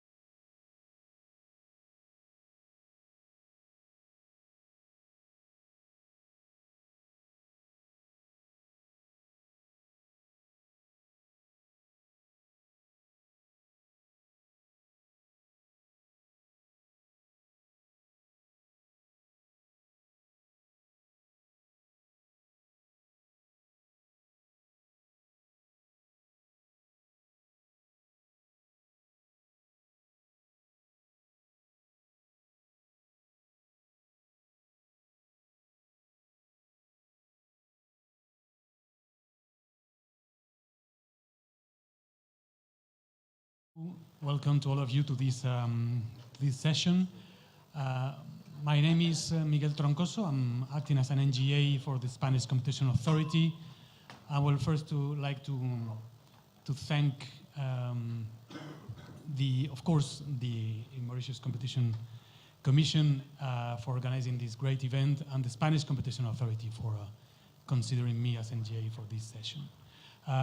This is going to be a working session based on non-price considerations in market definition. So what I suggest is that we set up, seeing how many are we, I would suggest we set up 3 groups, because we have 3 facilitators, all right, to discuss about the topics we were going to propose you. I'm going to present the topic through a hypothetical we have designed, which is going to serve you as a guidance for discussion, but please do not feel stick to the hypothetical. It's just, it's guidance for you. So if you have any ideas then coming from your own experience as authority or NGA, those are more than welcome. Okay, the hypothetical we're going to present you is based in theoretical market with 2 companies and a theoretical jurisdiction also, which is a country we have imagined called Belle-Mer. Belle-Mer is a country in which there's a fully predicate healthcare system with care just from private hospitals and insurers.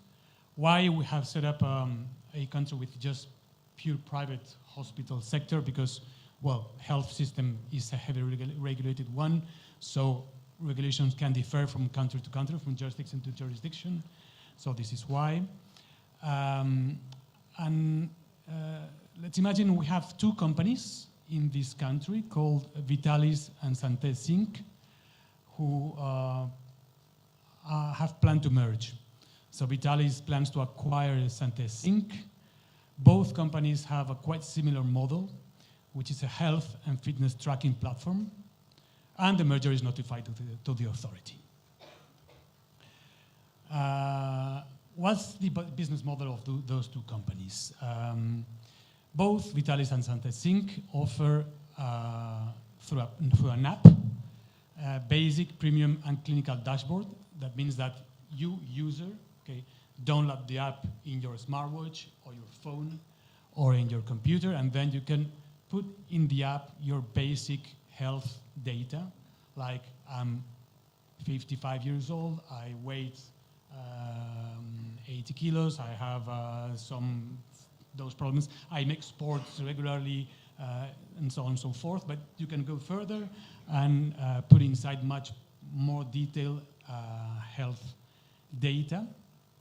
Then those 2 apps use the data and provide you with suggestions on how to carry a healthy life.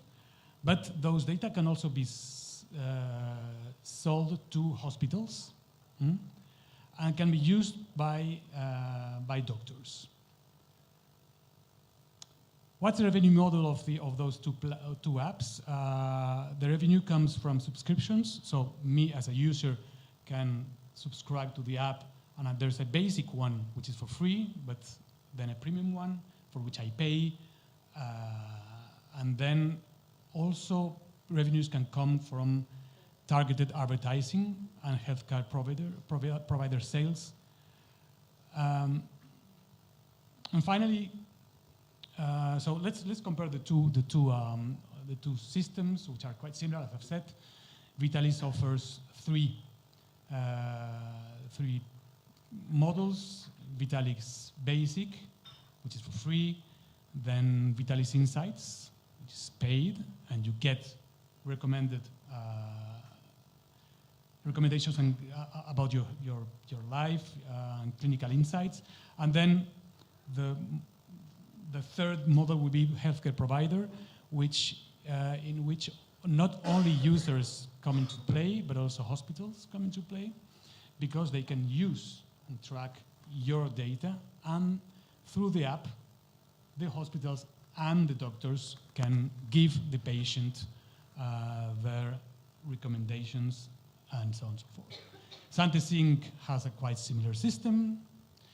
There's a market in which other operators are also active. Vitalis and SanteSync are the biggest ones, but you have also other minor actors in the market, and those are the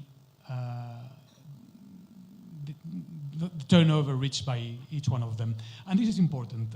Just for reflection to all of you, one of the key questions we need to assess is whether here turnovers is really relevant for assessing first the market and also the weight of each actor in the market, taking into account that monetizing the service, the model for monetizing the service is not uniform and can differ. And of course, users subscribe for most for free. Which are the stakeholders' perspectives and concerns in this market? We have on the one side the hospital group priorities. So the hospitals would like to have an app or a platform helping them to centralize data on patients, and they would like also to have interoperability between their own systems and the platforms. Patients have privacy concerns, of course. You know, they're not happy with sharing their private data with third parties. So we'd like to, okay, I'm happy to share my data in the platform, but those are health data, which are delicate. So I don't want them to be shared, I'll say, in a crazy way. On the other side, we have the advertisers, for which data are important, you know. If I want to advertise through the app of the platform, for example, I sell vitamins, for example. I sell vitamins, and so I would like to know if users are searching for vitamin D or vitamin A or magnesium, whatever. So and so I'd like to know how, if there's a huge amount of people in lack of magnesium, so my targets can be, my advertise can be targeted. And of course, we have the competitor challenges. Sorry for that. Yeah. That's it. Okay. It is as you have imagine a multi-site market in which we have, for on the one side, an interaction between patients and healthcare providers. Okay, patients communicate their health data to the app, and then the app to healthcare providers. We have also an interaction between the parties and the patients, in which, okay, I receive data from the patient, and I can build recommendations about his or her healthy life. I recommend you to run 5 kilometers a day. I recommended you to take vitamin C. I recommend you to have, you know. And then another data flow will be between patients and advertisers, as I've told you before. And of course, between, on the other side round, between advertisers and patients, because the more targeted the ads are, the more efficient will be, or more profitable will be for advertisers. And so that hypothetical, which is, as I've told you, an instrument of guidance for you, raises several questions. First, which is, I think, one of the main questions you all have as jurisdiction, or as competition authorities in this kind of cases, is whether do we have to consider a single market, or do we have to consider nested markets depending on the flow between each side of the market. Then, of course, we have multi-site platform interactions. We should analyze which are the interactions among patients, because as I've told you before, the model for monetizing the app is different. So how do we transform monetizing and so price into market definition? Is it so relevant, or is it not? Or is it less relevant? Which leads us to also non-price factors impact. So we need to assess in order to define the market issues as privacy, interoperability, data portability, influencing, user substitution, and market boundaries, but also issues like, for example, number of users, rather than turnover reached through the app or the model. And finally, also data quality, for example, or service quality provided by each platform. If in terms of quality of the data provided or the insights provided to the patients or to the hospitals, do they compete? Are they in the same market or not? So quality issues. And finally, which are the markets dynamic and technology? Those are the key themes and questions to discuss about. So what we invite you is to discuss about, I would say, half an hour from them in groups. And then let's feel free, then afterwards we'll finalize discussions, and feel free to provide us with your own insights, thoughts, reflections, based also on your own experience, not only on this hypothetical. Yeah, Alvaro, you had a question on that? Can you import the data as a user or as a practitioner? Yeah. Sorry. If I'm using one platform, and whether I'm a doctor or a patient,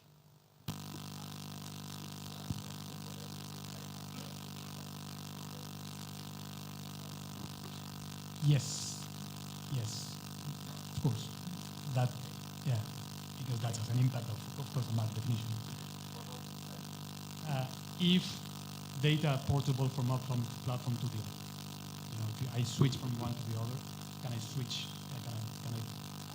Are those data portable? We will be 4 facilitators in this exercise. So Clara from the Competition and Consumer Protection Commission from Zambia. Clara is there. Okay. Then Vincenzo from the Autorità Garante della Concorrenza del Mercato in Italy. Vincenzo is over there. And Nahida from the Competition Commission of Mauritius. Nahida is there. So we will be turning around the tables, throwing questions, taking answers, and guiding you if you wish. And then in half an hour, we'll share your views. And I will invite you, of course, to feel free to intervene directly then once the discussion is over or the reflection is over, based also, as I've told you, in your experience. Thank you very much.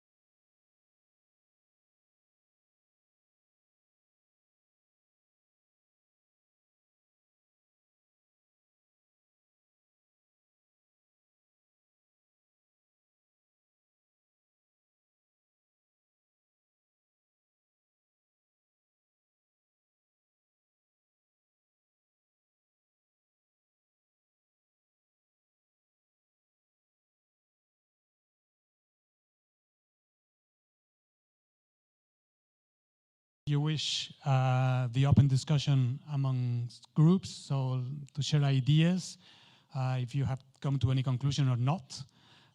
Maybe you have been reflecting the other way around, as quite often competition authorities do. Say, okay, I'm going to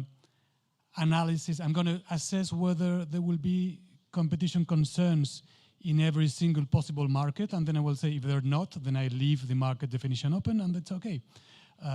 This is one way to do. Or maybe as it happens in some jurisdictions, which is the case in Spain, for example. I don't know if you know, but in Spain, market definition is part of the jurisdictional analysis because, in fact, we have a market share threshold. So that means that we do not have only a turnover threshold, which is a classic one, and that forces the competition authority to define the market ex ante before entering into the competitive assessment of the transaction. So we have 4 groups, and so maybe the first, I will launch the first question, but feel free to jump over other questions you deem or you consider that could be worth to discuss about. First is the classic one, is whether we define a single market for the whole business model developed by the parties, which I think will be the idea of the parties because they will feel much more comfortable saying the fact that there are many competitors in similar business models, or do we define different markets per relationship between each side we're facing here. So if I will say table 1 just here.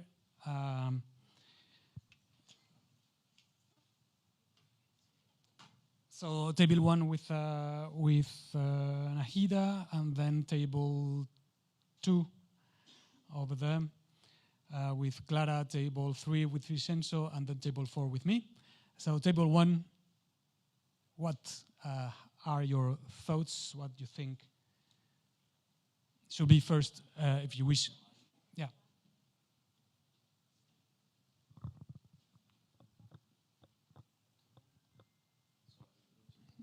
Yeah, Enrique.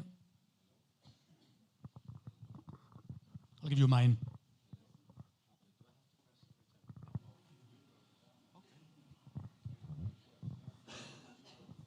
So we have agreed to disagree in our discussion.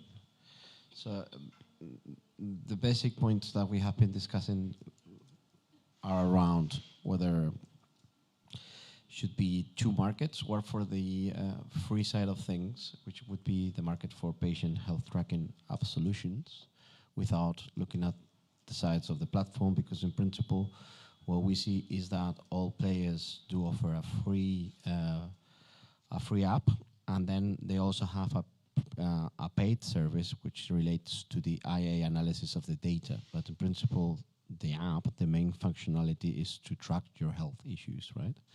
And then if you want to pay more, you can do that and you get recommendations. So since all are doing the same stuff, basically tracking health issues, the market would be, in principle, one covering that part. We have also discussed the possibility that the nice-to-have optionalities become another market, right? And that would be possible to the extent that you would be able to transfer the health data to one to another. So, for instance, you had your health issues tracked, and then you bring this data to another app, and you get the different recommendations, or the recommendations you get from the other app are better. And that will be what we're discussing, right? So Alvaro has disagreed in a number of points, so I will give the mic to him. So the majority of the table, we believe that there is indeed a market for free apps that is separate from the paying apps. That free app offers basic functionality and they provide a service to consumers. From a consumer perspective, there is value in staying with the free app that gives you good enough functionality, similarly to the use of LinkedIn as a free version. And if hypothetically parties will merge and then end the free version, that we believe would be inherently anti-competitive. And therefore, there's got to be a market in which that type of anti-competitive effect will take place. And therefore, we think it would be inadequate to define a broad market that doesn't allow us to separately assess the impact of the deal in that segment. Good. Yeah, that was quite similar thought we have in Table 4, in which we've been discussing about whether the range quality of product offered was similar or not, and that they could define two different markets, one for the free app or the free version, and then another one for the premium one, which is, and also so the monetizing model comes into play too. Yes, one, we stop short of completing the discussion as to whether there is supply side substitutability that will merge both markets into one. So we didn't get to that. We're still debating as to whether that would have an impact on the market definition. All right, thank you, Alvaro. How about Table 2?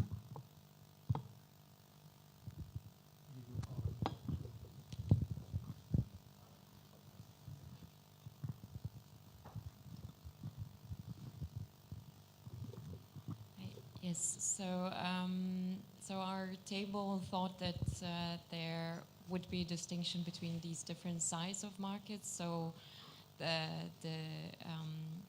health tracking platform that is used by the consumers, individuals or patients, then the platform that would be used by the healthcare providers and the hospitals themselves, and then a potential separate market for advertising space on such apps. And we consider that based on certain maybe non-price considerations, you could look into potential sub-segmentations depending on demand and supply considerations.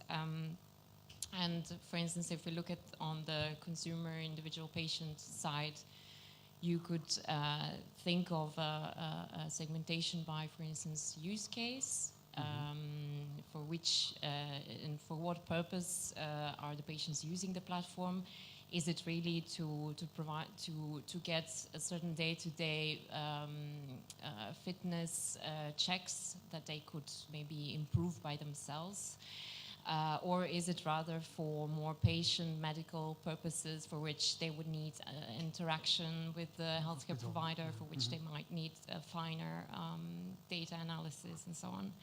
And then you could also consider maybe a sub-segmentation based on functionalities that these platforms would offer, such as the AI embedded analysis. I think on the payment models, I think it's interesting to hear that some groups would find separate markets for free apps, for instance. We thought that maybe this element could play a role in when looking for specific or most appropriate metrics for calculating the market shares in such cases where maybe looking into turnover alone may not reflect the competition in this free space, but whether you would rather need to look at the user base and the number of users in such cases. I think.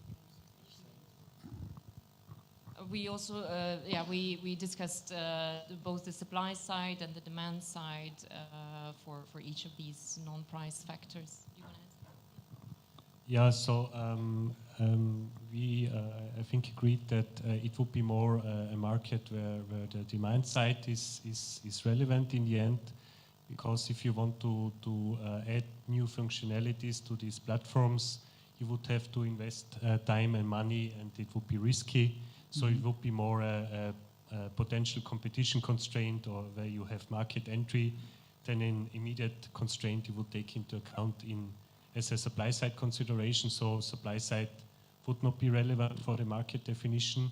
So we would focus on the demand side and then on non-price parameters like quality, and see whether from consumers' perspective these different offers on the wider market are substitutable to each other, starting from the very narrow market with the offers of the parties, and then seeing what the other firms are offering and whether they provide effective competition.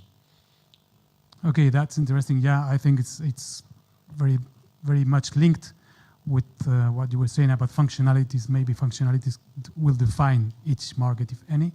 And also the fact that maybe turnover is not so relevant here in order to define the weight of the parties in the market that would have been defined. And so maybe a number of users is a metric which is much more relevant to define the weight. Vincenzo, table 3. So.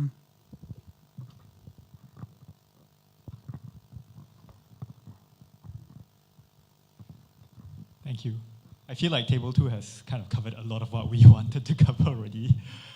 We pretty much agree with how Table 2 had looked at the market segmentation in terms of splitting it into patients on one side and clinics on the other, and the third one, advertisers, because we do see potential competition concerns coming out from each of these segmented markets. So I won't repeat the points that the Table 2 has mentioned. I think the only additional aspect of our discussion that I would add is we went into some detail about non-price competition, in other words, competition on quality, and that included the issue of privacy and whether or not we could run a market definition test based on a substantial lessening of quality, right? And to see whether or not consumers change or change out of the product. So if one platform decides to decrease its quality in terms of privacy, what's the impact of that? That's part of what we were looking at. The other part was looking at different competitors that were in the market, and another aspect of non-price competition would be the actual product that's being offered by the competitors. For example, Colare Care has this much superior teaming kind of arrangement for the healthcare providers, and that again is a non-price aspect that could determine whether they are part of the relevant market or not. The third aspect we talked about, which I thought was quite interesting, was a discussion about potential competition, right? Mm-hmm. And whether, for example, Activian, even though they're focused on sport now, whether they could potentially pivot to doing health, right? And if they could, is there some argument to say that actually they should be part of the market? So we haven't landed on that, but that's a point there. Quite interesting, because in fact what we see, and I'm talking about my own jurisdiction, is that the Spanish authority, well, the Spanish authority is not present, they could not defend themselves. But I think they're quite reluctant in general to consider potential competition in order to define them, in order to define the relevant market, or whether new potential entrants could enter into the market in an easy way or quick way. They're quite often reluctant to that. I think an interesting thing, if I understand well, is that one of the analytical issues you could use to define the market is in a similar way to the classic price-driving SSNIP test. You will use a qualitative SSNDUQ test. So if there is a small reduction in quality in the products offered by one of the platforms, will lead to a switch of platform to another one. So that would mean that both will be part of the same market. That's interesting. Okay, thank you very much. 4.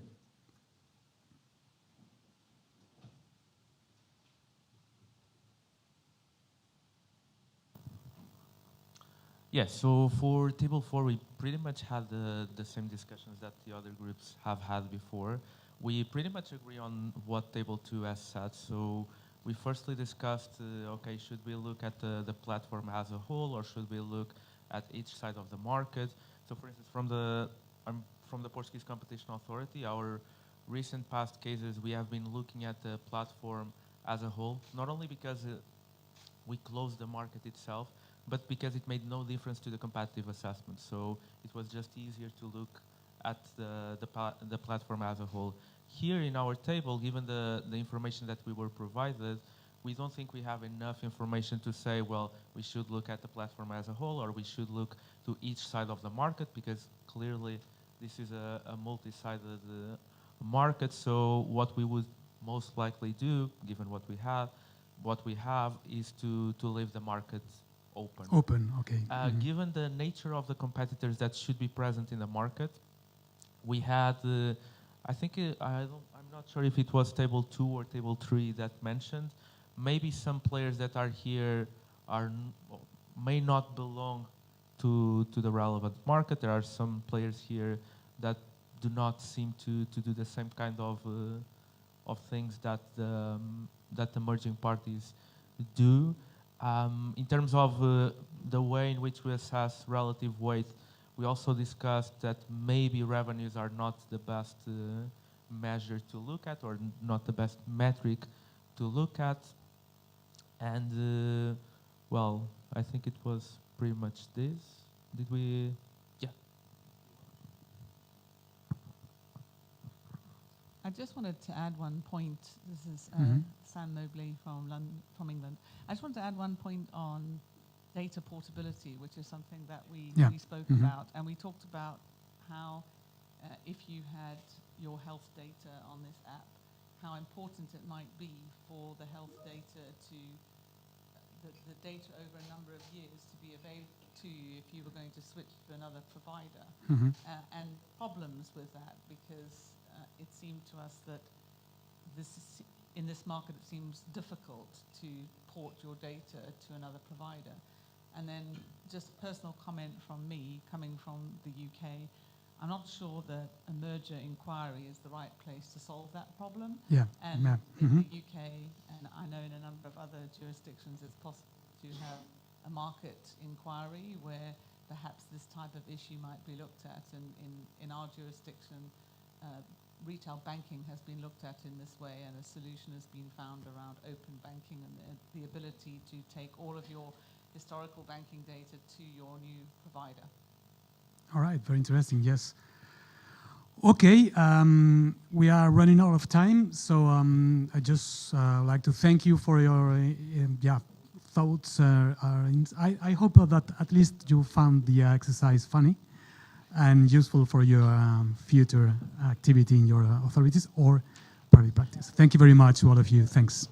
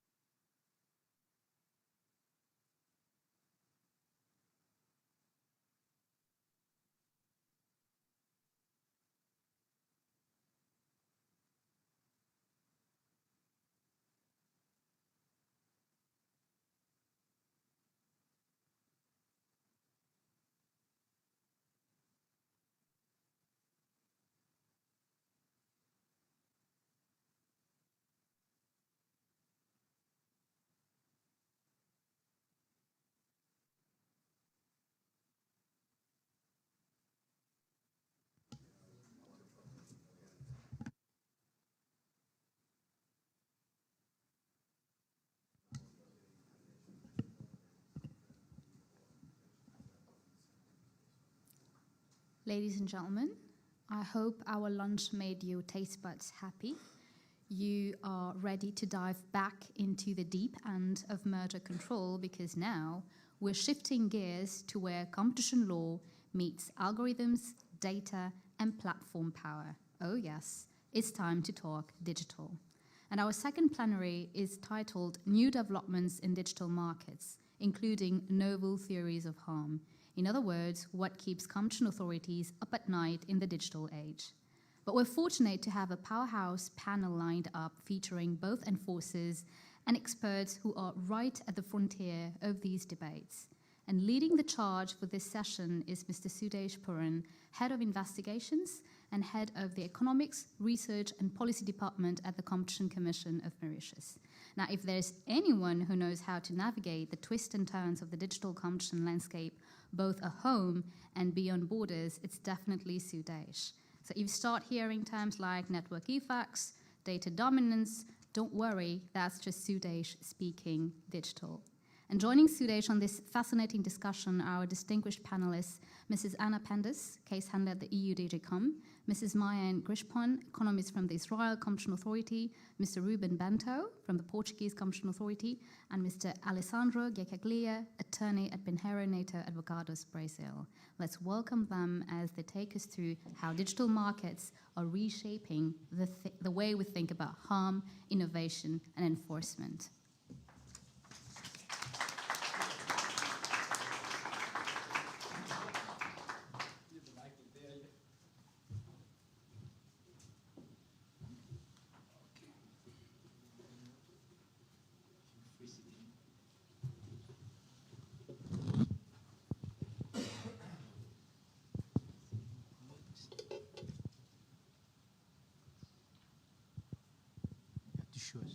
It works. Yeah. Thanks, Noor. I had already digested the lunch, but I was still digesting the very complimentary words towards me, and I'm not too sure I'm that much of a knowledgeable person on digital. I thought that I'll be among you, among all the distinguished participants, to learn more about digital. But that's a pleasure for me to facilitate this session. As Noor indicated, that we have among us practitioners from the private sector. We have a representative of the Regional Competition Authority from European Commission, DGCOM. We have National Competition Authority practitioners from Israel and from Portugal. So it is really a pleasure for me to moderate this session.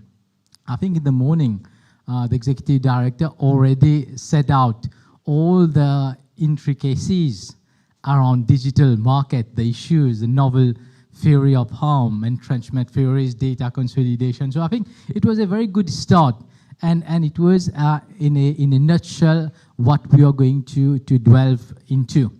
But I think this session is more about getting into technical, because we learned from the earlier panel that we also need to have a broader mind of looking at the things merger from a different perspective on investment, right, innovation.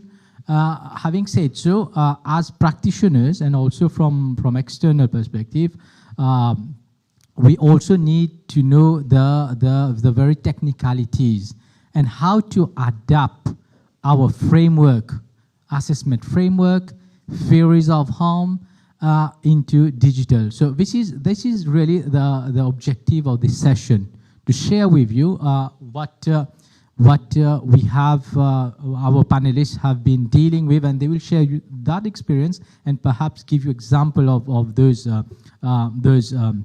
technicalities. So how I intend to proceed with this session, I will first introduce, but just before that I introduce the panel. I have with me Alexandro Giacaglia. Is that Giacaglia? Oh, sorry for that.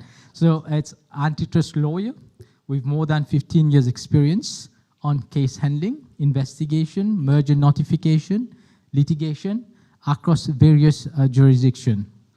I have Ruben from the Portuguese competition authorities, an economist, and working for the time being in the merger division. I have Anna Pendus from a case handler at the Digicom, also an economist. A lawyer, sorry for that.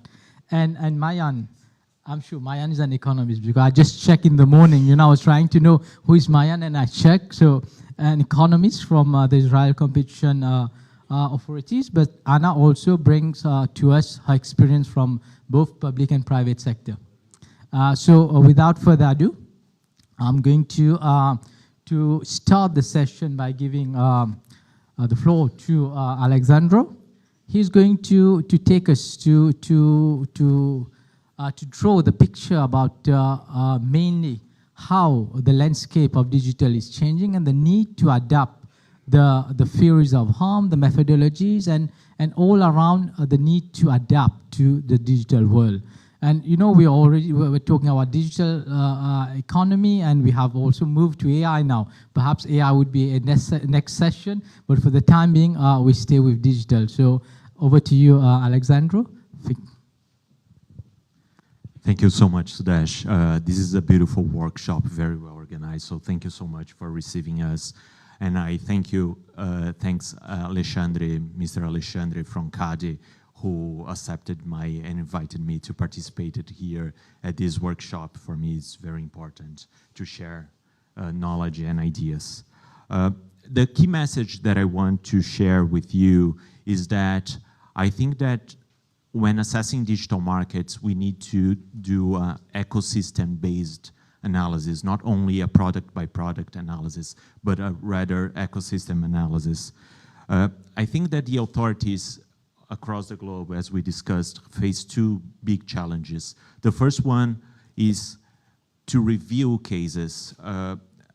Usually those acquisitions in the digital market does not meet the thresholds for mandatory filing to the authorities. So this is, to give you an idea, GAFAM, Google, Amazon, Facebook, you know them, they acquired over 1,000 companies in the last 15 years, these 5 companies alone. So we are talking about over 1 acquisition per month from these only 5 companies. And most of them were approved and approved in a very swift proceeding. But we know in one of the panels, one of the speakers mentioned the Instagram case. Looking in hindsight, we know that perhaps the authorities had to do a different review of those type of cases. And we also acknowledge that the lack of revenue today does not mean the lack of antitrust concerns in the future. So I think one of the difficulties is related to the merger filing submission. But this is not the topic here. The topic is when the authority is assessing the merger filing, what should they analyze? And traditional reviews often examine a single product and ask if there is an overlap between these products. I think this must be done, but I think more than that, the analysis should assess the connections between those products and how they are connected and how these reinforce market power. So if we can go to the next slide.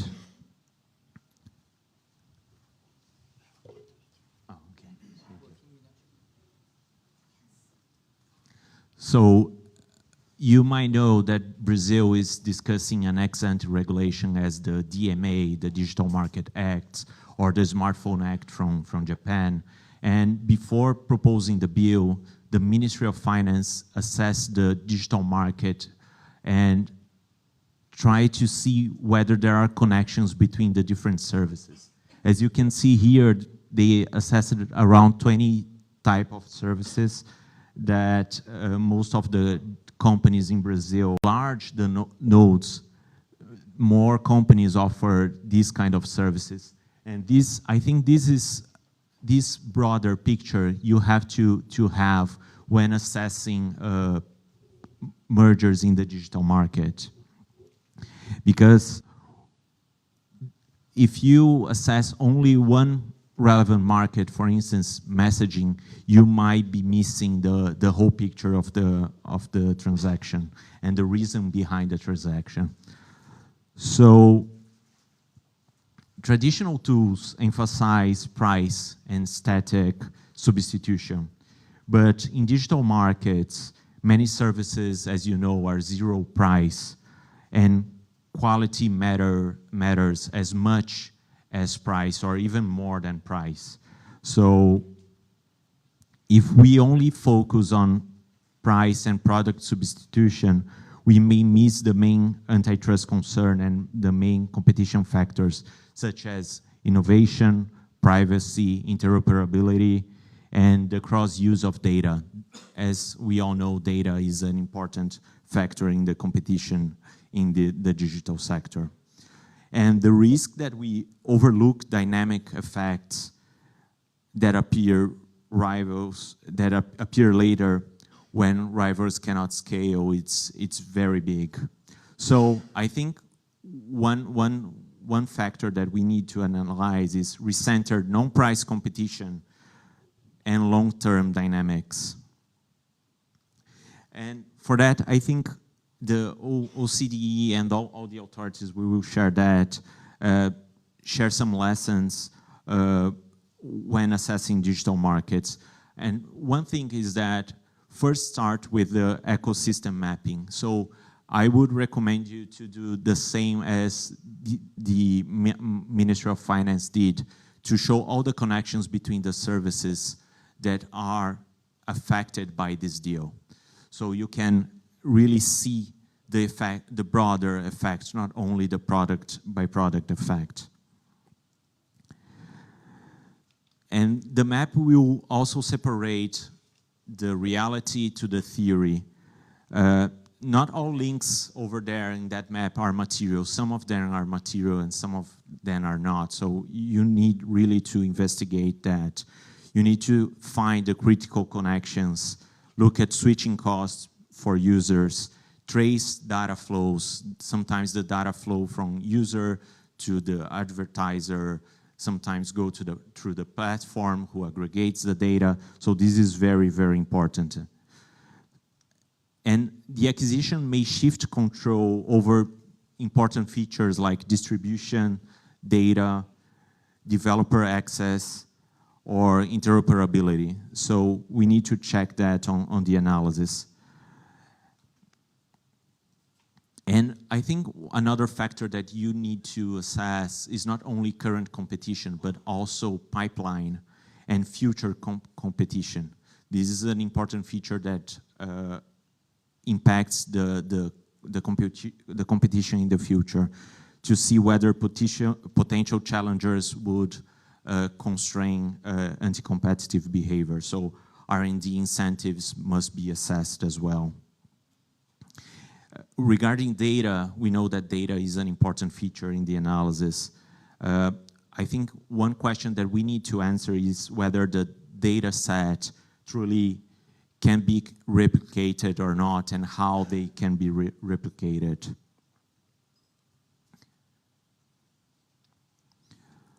So as I said, map the ecosystem, do a pragmatic market definition. We discussed in the previous panel how sometimes it's difficult to define the relevant market. Sometimes it doesn't work to define the relevant market. So perhaps not spending time with that, but really understanding the effects of the deal would be more efficient for the authority. And I think one last point before going to the theory of harms that the authorities are assessing. I think that if the authority identifies an antitrust issue, I think the remedy must be very, very specific. And for instance, behavioral remedies, they must the authority must control and monitor very intensively this kind of remedy. And coordination between the authorities, I think it is also an important feature. Usually platforms do not apply these remedies across the globe. they limit to certain jurisdictions. So coordination is very, very important. So I think the right response here to assessing the digital platforms is to upgrade the evidence-based analysis. So I know that companies are really concerned about timing, but I think they must collaborate with the authority as much as they can to provide sufficient data so the authority can assess as quick as possible these kind of mergers. So if I can give you one key message here is really map the ecosystem, analyze it, and analyze product by product, but really see the whole picture so you can identify antitrust concerns and apply the novel theory of harms that the authorities here are applying. That's the key message that I want to leave. Thank you, Alexandro. Without me setting time limit, so you have limit yourself to 10 minutes, so that's very great. I think other speakers will have also 10 minutes to present to make their points, and then follow up by we'll have 10 minutes for question and answer. So I think my job is becoming very easy. So it's not that. So thank you very much, Alexandro, for highlighting the need, and I think that's a very important tool that we can adopt, and the message is to map out the ecosystem. And by mapping out ecosystem, we will better understand the interlinkages that we have. We would understand who controls data. We'll understand how the system, we can make the system operable, interoperability, right? And then, you know, also the need to have coordination. And you highlighted on the need that when we are crafting merger remedies, we need to coordinate because most of the time that the same issue might arise across jurisdictions. So the need for coordination is very important. And that's goes along the same line that we're here, we are sharing our knowledge, and I think this was very interesting for us from a practitioner's perspective to how to look at theories of harm and to understand the ecosystem and to shift our assessment to adopt a pragmatic approach both for market definition and for assessment of the theory of harm and competitive assessment. So now I'll invite Ruben to share his experience, and he will talk about the distinct features of digital market and the need to adapt theories of harm and the challenges in so doing. Thank you. Yeah. So thank you very much for the introduction. So as Sudesh said, my goal for today's session would basically be to present a little bit the experience that the Portuguese Competition Authority has on the analysis of digital mergers, but also the way in which we see these digital markets.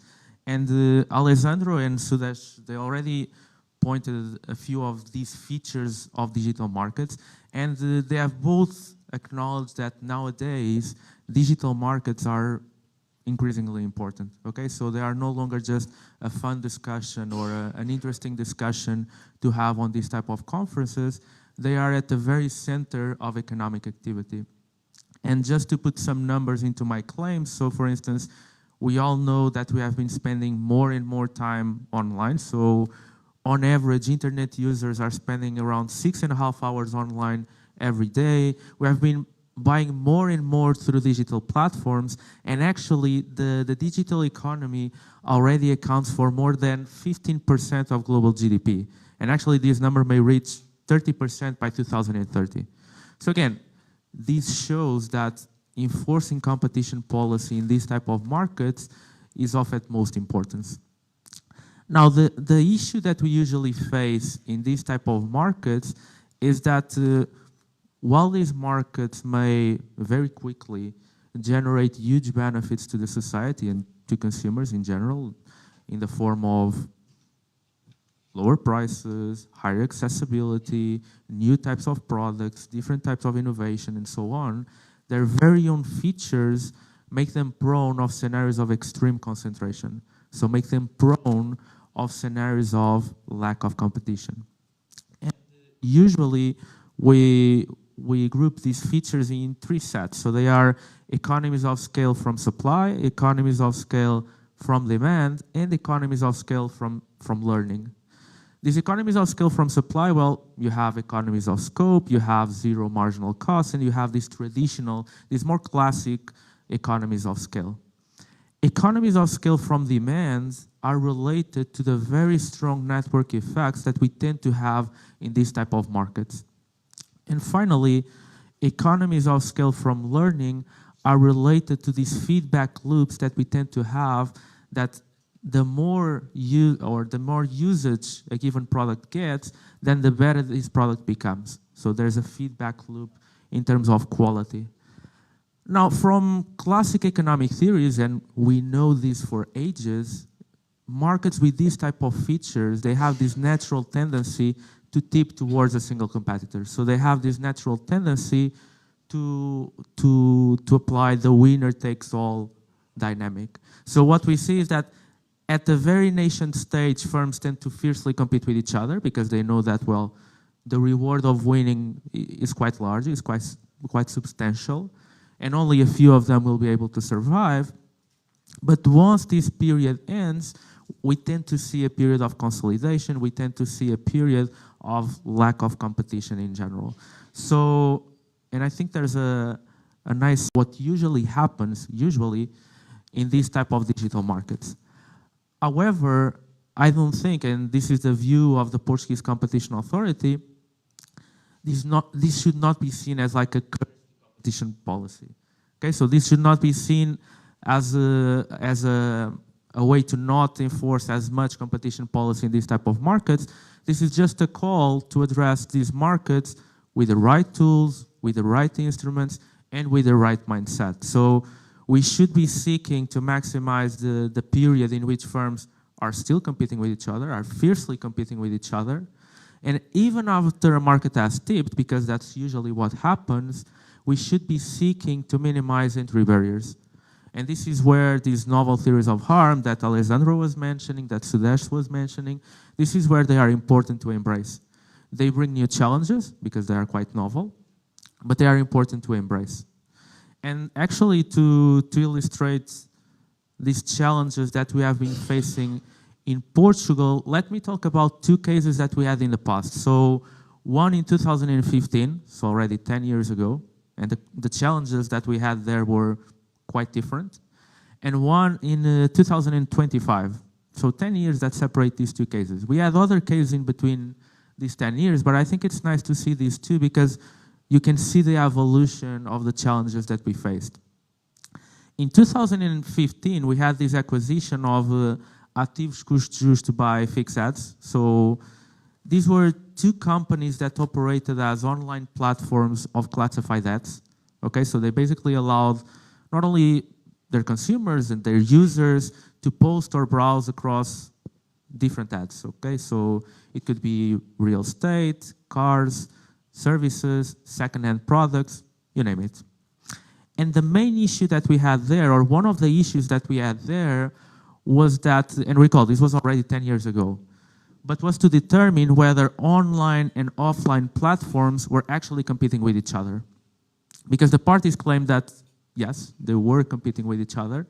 And one of the biggest claims that they had to support this was that they basically performed a snip-like test. So they asked, or they made a survey, and they asked their consumers, okay, would you change to an offline platform if the price of our online platform increases from 0, which is the price of usual online platforms, to like, let's say, €1?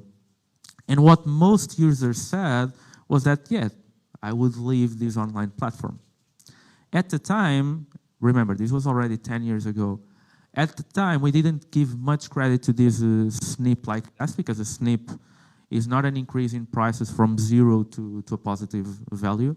And we gave more credit to internal documents. So we look at the internal documents of not only the merging parties, but also from third parties. And we're actually able to conclude, preliminary, that online and offline platforms, they were not really competitors, they were complements. So they didn't belong to the same relevant market. And I say preliminary conclusions because this case was withdrawn before a final decision was issued. But only focusing on the online segment, this would virtually be like a merger to monopoly. So these were the two biggest competitors. In 2025, so earlier this year, we have another case which was also withdrawn before a final decision was taken. And this was the acquisition of Portal 47 by Idealista. So both firms operate again as online platforms of real estate. But here, while Idealista focused on selling Portuguese real estate to Portuguese buyers, Portal 47 focused on selling Portuguese real estate to foreign buyers. So here the issue was not really the horizontal overlap. Here the issue was that by acquiring Portal 47, and this links well with what Alessandro was saying, by buying Portal 47, Idealista could reinforce its ecosystem. Okay, so Idealista was already very dominant in the national segment. So in the segment of selling Portuguese real estate to Portuguese buyers, and in the past few years, it had been developing a range of complementary products. So even before the transaction, Idealista already had a quite important ecosystem. So, but by buying Portal 47, you would basically reinforce the ecosystem of Idealista with an important piece. So you would further raise entry barriers in this type of market. Again, we didn't reach final conclusions, so this was withdrawn by the parties a couple weeks ago during phase 2. So these are just preliminary conclusions on both cases. We had other cases, again, in these 10 years, but from these two cases and from others that we have, I would highlight 4 lessons from past merger cases. So the first one would be keep in mind the features of digital markets. Okay, so keep in mind these economies of scale from supply, from demand, and from learning, because these will help you not only on your market definition exercise, but also on guiding you in your market or in your competitive assessment. Second, the market definition exercise is a complex exercise. So the tools that we usually use don't really work in this type of market. So the SNP test is not really well fitted to be used in this type of market. And even the boundaries between products, they tend to be quite blurred. So two products may be super similar to each other, but they may not belong to the same relevant market. It depends on the relationships and the way in which the product is used.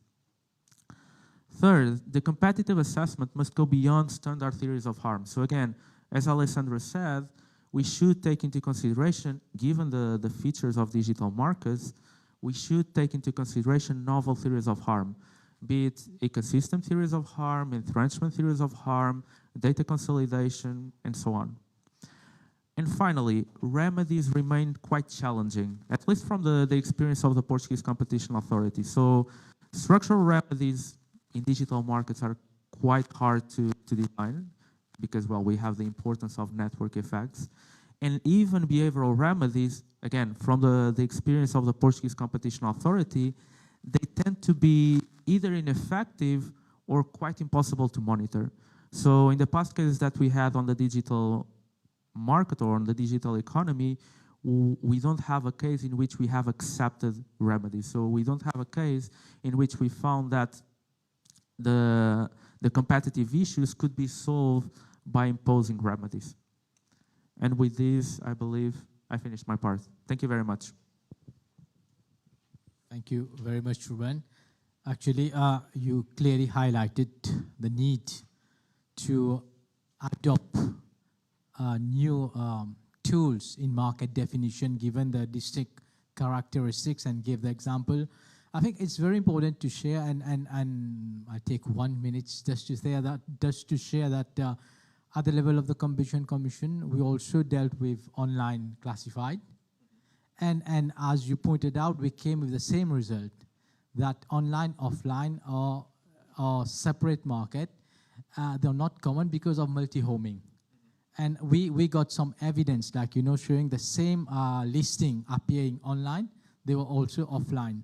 And most of the listers they were using. So that was very, very clear. And in that case, we also, I think if we had listened to Alexandro at that point in time, we would have drawn the ecosystem, because we failed to identify there was an issue with interoperability, because it was one of the competing, it was an abuse of dominance case.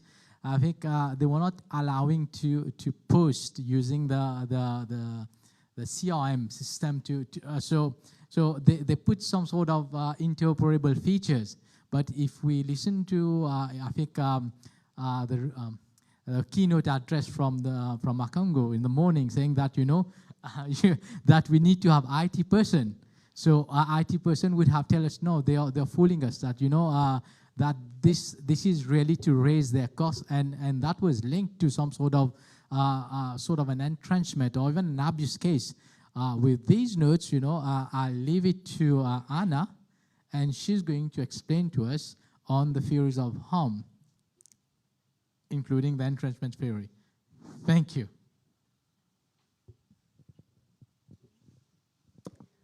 Thanks a lot. So good afternoon, everyone. It's lovely to be here to share experiences. I think, as Dominic mentioned in the first panel, we are at the European Commission currently undergoing the review of the EU merger guidelines, and so sharing the experiences is very timely and critical for us at this stage. So let me dive in. What I will try to explain is our experiences that we've recently had during the past few years in digital mergers, particularly in non-horizontal theories of harm. And then I'm going to go through the one that keeps us up at night, which is the strengthening of a dominant position, or entrenchment, if you will. So as I already mentioned, over the past few years, we have had some experiences with acquisitions between complements. And I think it was mentioned also in the first panel, and I think that's our starting point as well, is really to understand the internal logic of the acquisition. So is it the rationale of the acquisition? Is it really to expand to neighboring markets by leveraging market power? Such cases we considered both restriction of access to certain inputs or hampering, so degradation or full restriction of interoperability, such as in Broadcom VMware and Microsoft Activision Blizzard's. Or rather, is it indeed the rationale of the merger protecting the current market power or dominance and basically increase the barriers to entry and expansion for everyone else for that purpose. Now we have a very clear framework for assessing the elimination of potential competitor, as well as the foreclosure through vertical integration, such as restriction of access of interoperability degradation. But what we have come to realize is that there are some situations that may lead to strengthening or entrenchment of a dominant position through an acquisition of a complementary asset when there is no potential or actual horizontal overlap, and when there is no actual foreclosure conduct that would amount to a restriction or degradation of interoperability. And in our experience, this may have been the case when the transaction basically raises barriers to entry and expansion, and as a result, reduces the contestability on an already concentrated markets. And in our experience, this has been the case, for instance, when a dominant company would acquire complementary assets such as data or a customer acquisition channel, but it can also be IP, know-how, and certain other assets. And so in some circumstances, this may reduce contestability and raise barriers to entry, and through that, reduce the ability and incentive of actual and potential competitors to expand, to invest, to innovate. So let me guide you through some of the cases where we may have seen such effects coming to pass. So the first case I want to show is the acquisition of eTraveli by Booking, which we ultimately prohibited. And so in this case, we thought that the proposed transaction would lead to strengthening of Booking's dominant position in the online in the market for online travel agencies for hotels, because Booking would acquire what we call the customer acquisition channel through eTraveli Group, which was a player in the online travel agency market for flights. And together with this whole travel ecosystem, the rival hotel OTAs that were competing for Booking, they would not have found sufficient alternatives to compensate for that loss of customer traffic. And so the entrenchment would have reduced their ability and incentives to challenge Booking ultimately in the market for the hotel OTAs. And not only that, we found that in this case in particular, there were already strong network effects and consumer inertia present as market dynamics that would have been exacerbated by the transaction as well. The second case on Google Fitbit, so there we concluded that by acquiring the health and fitness data by Fitbit users, the Google would have strengthened its dominant position in online search advertising. It would have used the data to enhance the personalization of the ads that it could offer to advertisers on its platform. And so the conclusion was again that none of the Google's competitors would have been able to find a sufficient alternative to compensate for the type of data that Google would have received and for the ad tech ecosystem that Google had.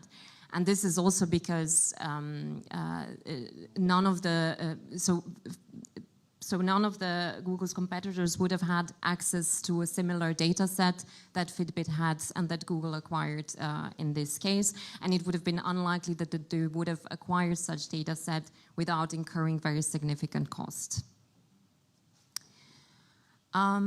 But I also want to use this opportunity to discuss a little bit about how the framework should look like, or how we should frame this theory of harm, because I think the main challenge is, of course, finding certain principles that would result in a sound theory of harm, which would need to be supported by strong evidence.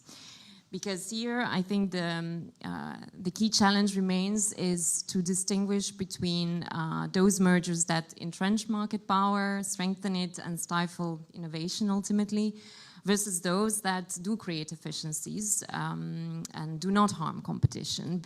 So in the short run, as a short-term effect, the acquisition may well contribute to a better product for consumers. And in the long run, it may become more difficult for rivals to challenge the dominant firm. And this is, for instance, we found that this would be the case if the rivals do not have sufficient counter strategies available to overcome this increase of barriers to entry.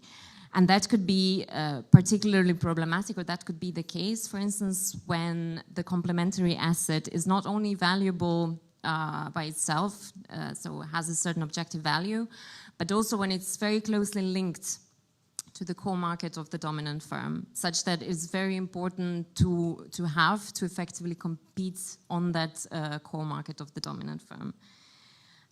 This can also be this can also be if the asset, as we've seen, cannot be easily replicated or cannot be easily accessed to as an alternative for to effectively compete. And this is, of course, where we also need to look at it more in a dynamic way, what would be the rivals' counter strategies, again, what kind of alternatives they could they could use and other ways in which they could ultimately challenge the dominant company. Market dynamics is also a very important factor, as was seen in the cases I've just explained, that may exacerbate the identified effects, and that may already make up for a very problematic setting. So when there's a combination of dominance, including the existence of network effects and customer inertia on the market.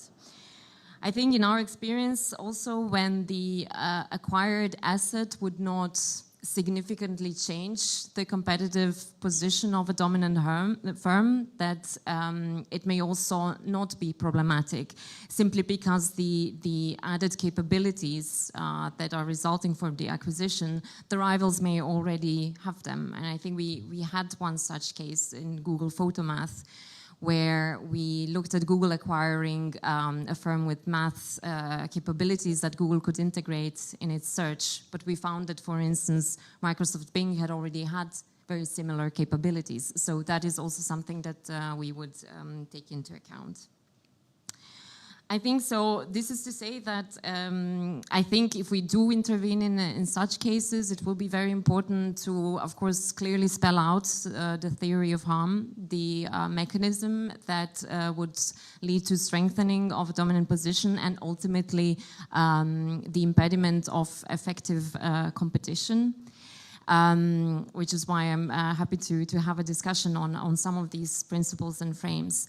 But I think it's also important to go back at the beginning and think why in such cases we do want to intervene, because it is entering the efficiency offense territory a bit.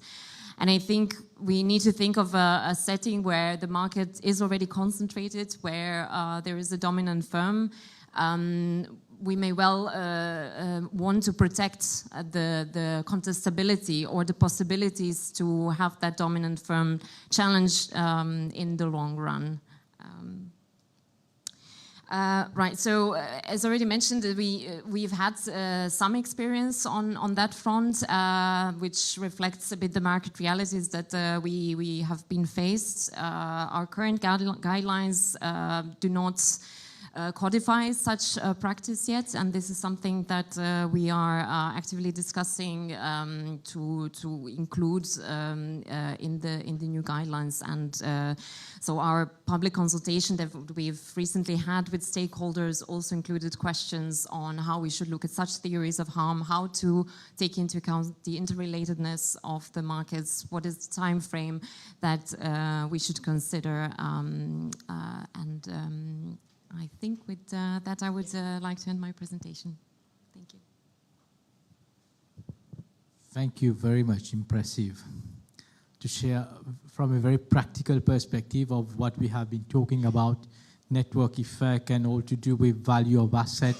And I think you put it like what should be the counterfactual in merger analysis in digital. So we have been talking about counterfactual in traditional market when you look at it, but when it comes to digital market, so what is a counterfactual? And I think everything is interrelated, the concept, the principle that we have been talking since in the morning. So it comes down to what is the value of the asset within the ecosystem?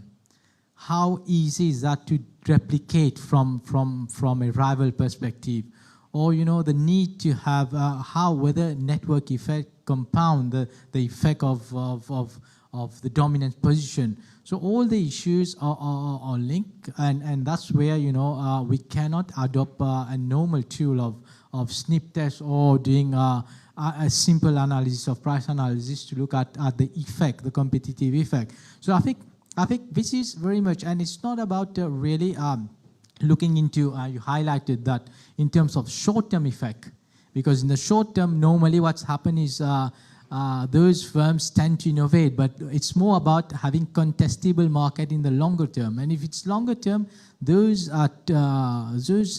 could be naive merger that is taking a small company, but in the long run, that is to reduce the contestability of the market and to weaken competitive pressure. And you know, and once, and I think If the market has tip off, that's another issue. And then, that it become completely difficult to replicate. But even that, the markets are very dynamic. And I think you highlight that very, very well. So thank you. I think there will be questions. So we wait for questions for all speakers.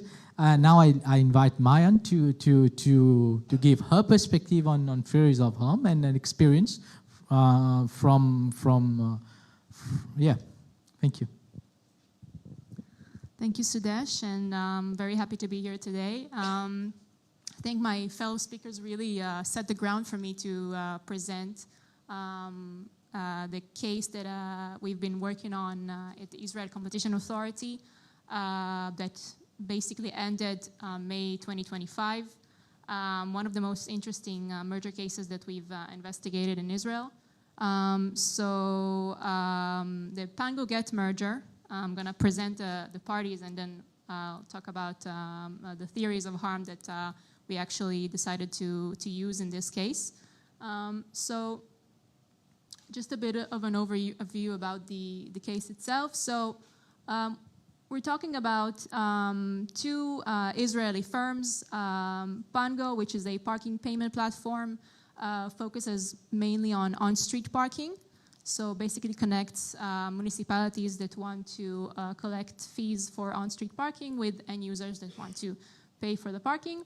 And Pango wanted to acquire 100% of Get, which is a taxi hailing platform, connects taxi drivers with end users as well. So both two-sided platforms, very dominant in their respective markets. So Pango holds about 80% market share of the on-street parking market, has only one much smaller competitor called Celopark.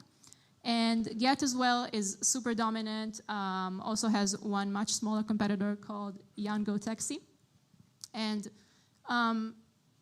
because we're talking about two digital two-sided platforms, we're also talking about really strong network effects, specifically in the taxi market.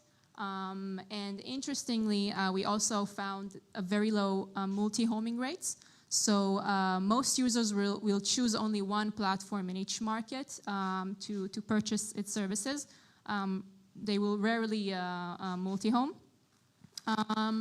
And we're talking about the parking market and the taxi market, and I'm sure all of you are starting to think, what's the overlap here? So there is, of course, no horizontal or vertical overlap between those two firms. So we have a conglomerate merger, but we're really talking about the mobility realm. So if we're talking about the parking and taxi products, they're not economic products complements. So if we're talking about the more traditional economic definition, they're not really complementary products. But we did find out that these are companies that operate in a very closely related markets. So the mobility realm. Also, what we found is that there is a substantial overlap between parking and taxi consumers. So there are a lot of people that are used to pay for parking and also order taxis. It sounds counterintuitive, but that's the way it is. And we at first thought about our first theory of harm as the foreclosure theory of harm, which is a more traditional one. And because we're talking about two very, very dominant firms, we're talking about market power. So the first theory of harm was basically leveraging both parties' market power into the other markets in order to foreclose competitors. And the idea of how those companies would do that is by bundling or tying products. So for example, if we're talking about conditional offers, for example, pay order a taxi and then you get a $5 discount for your next parking payment, and vice versa. And if we're talking about bundles, it could be by offering a subscription that offers features from both parking and taxi platforms. So pay $10 a month and you will get the ability to pre-order a taxi or the ability to pre-book your parking or something like that. Of course, we didn't think about all the possibilities because the possibilities are obviously endless for those merging parties. And we figured out that the bundling or tying would convince consumers that this bundled offer is relevant for them to purchase their services from the merged entity. So what would eventually happen, it could happen, it's plausible that there would be this effect that we call the death spiral, that users that the offer is relevant for them would choose to purchase their services from the merged entity, not from its competitors. Competitors will gradually lose their end users. And if we're taking, for example, the taxi market, when users leave a taxi platform, taxi drivers will also leave a taxi platform, and it's just one big death spiral, which can conclude in even pushing out of the competitors of the market. Could really come to a point where it's no longer profitable for them to operate. So that was really the first theory of harm that we thought about. And you know, the parties, of course, really disagreed with our analysis. They claim that parking and taxi are products that are unrelated, and people that have a car will park and they don't need taxis because they have a car, and vice versa. And as I mentioned earlier, this was not what we found. And when we looked at user data from the parties themselves and competitors, we found out that there is a substantial overlap of customers that use taxi and parking. So we, of course, disagreed with the parties' arguments. But this led us to think about another theory of harm that we could potentially use to strengthen our case against this merger, because we had a sense that this merger is quite problematic for competition, and we couldn't really pinpoint why was that, because again, as everyone here at the panel said before, it's non-traditional to look at conglomerate mergers as problematic for competition. So then we thought about those companies' data assets. So if we're thinking about Pango, for example, Pango has about 3 million users. And just to put it into context, there are 9 million citizens in Israel. So about a third of Israel's population probably uses Pango. And the amount of data that Pango probably collects on its users is huge. And Get also has a very large customer base. So also a lot of data points from the taxi operations.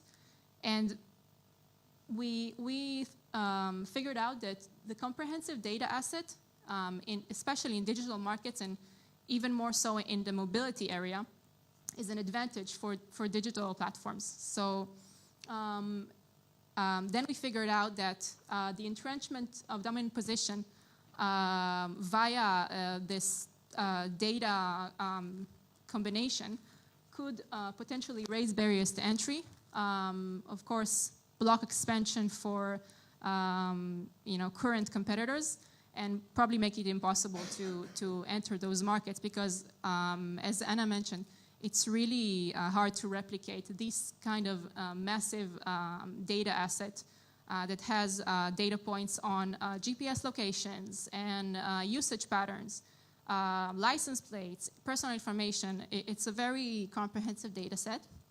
And we decided to combine the entrenchment theory of harm with the foreclosure theory of harm in order to make a really strong case against this merger. And ultimately, we decided to notify the parties that we're going to object, and indeed they withdrew their applications. So I would say this merger and analysis is a great example for the use of novel theories of harm in digital markets. And just to say that about a month after they withdrew their application, Get found another buyer, and everything went smoothly. So we saved the competition. Yep. Thank you very much. I hope, I think the earlier panel just highlighted on the need to balance enforcement, whether type 1 or type 2 errors.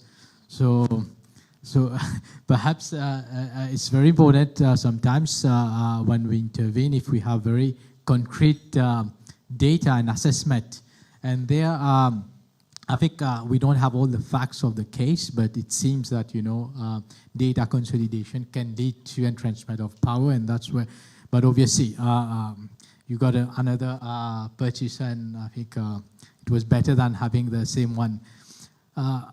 So I think we have gone through the various issues that we wanted to highlight in this panel. And now I think I'll open up the floor to the part. Yes. For any question, we'll take a few questions. We have like 5 to 10 minutes, so. Yes.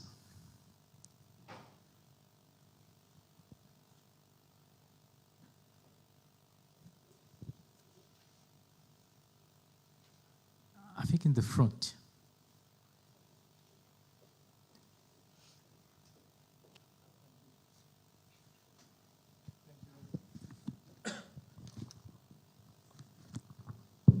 Thank you very much. My name is Eduardo Senian, and I'm an NGA based in Brussels. I was just wondering, and Anna pointed a little bit to it, but the focus on the consumer perspective in the first place. That when you were discussing the limits to the new theories and when you would apply it. I was just thinking, if you take, for instance, the booking example, you said there were consumer inertia. Maybe that was because the consumers like to be with Booking and they don't really want to move, and the more options they get to do other things, it's an experience enhancing.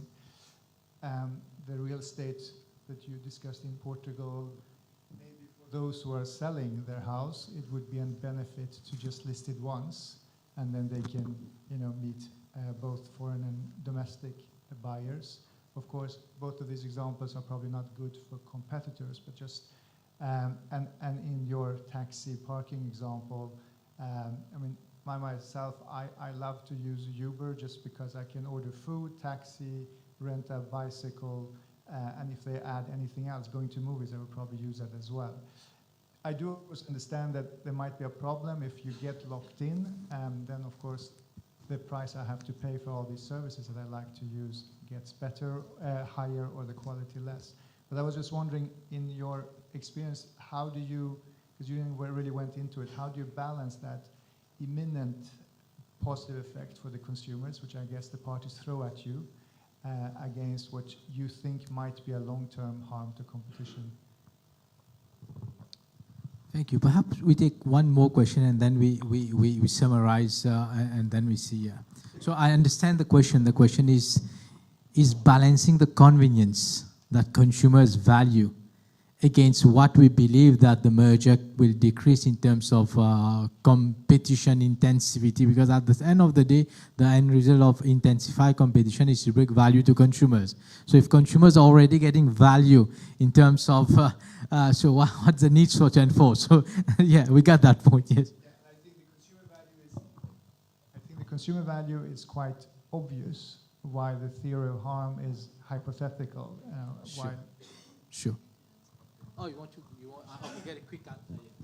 Yeah, of course, you're talking about efficiencies. Of course, the merger could potentially give some efficiencies to those markets and be very nice and smooth use for end users to have those two, for example, taxi and parking services bundled up together. But that's the short-term effect of the merger. The long-term effect of the merger would be it would be plausible that the very few competitors that we had in those markets would essentially vanish.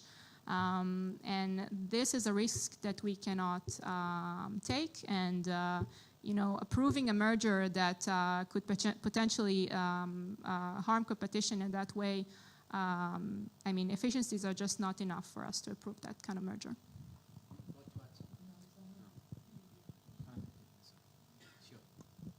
No, thanks for the question. I think I agree that it's really also about considering long-term effects. I think your question is also, I mean, there are two sides of it. The second is how do you balance the two, and that I think it's tricky. But I mean, it's also one of the questions that we ourselves are posing during this merger guidelines review.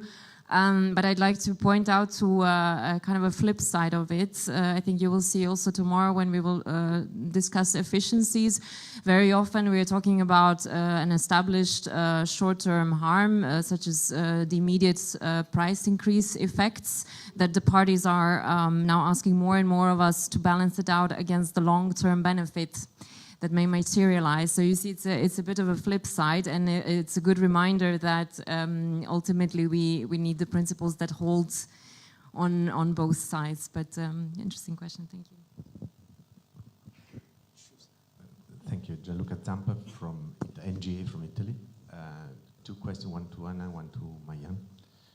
To Anna is more a principle question, is where you draw the line of what relevant, significant entrenchment effect is, because that's the ebook Travely case seems to be a case in which you know the target of the acquisition had a very small market share in its own airline booking market, and that could have been replaced by also starting organically to do the same activity, and you would have had the same effects, or roughly the same effects.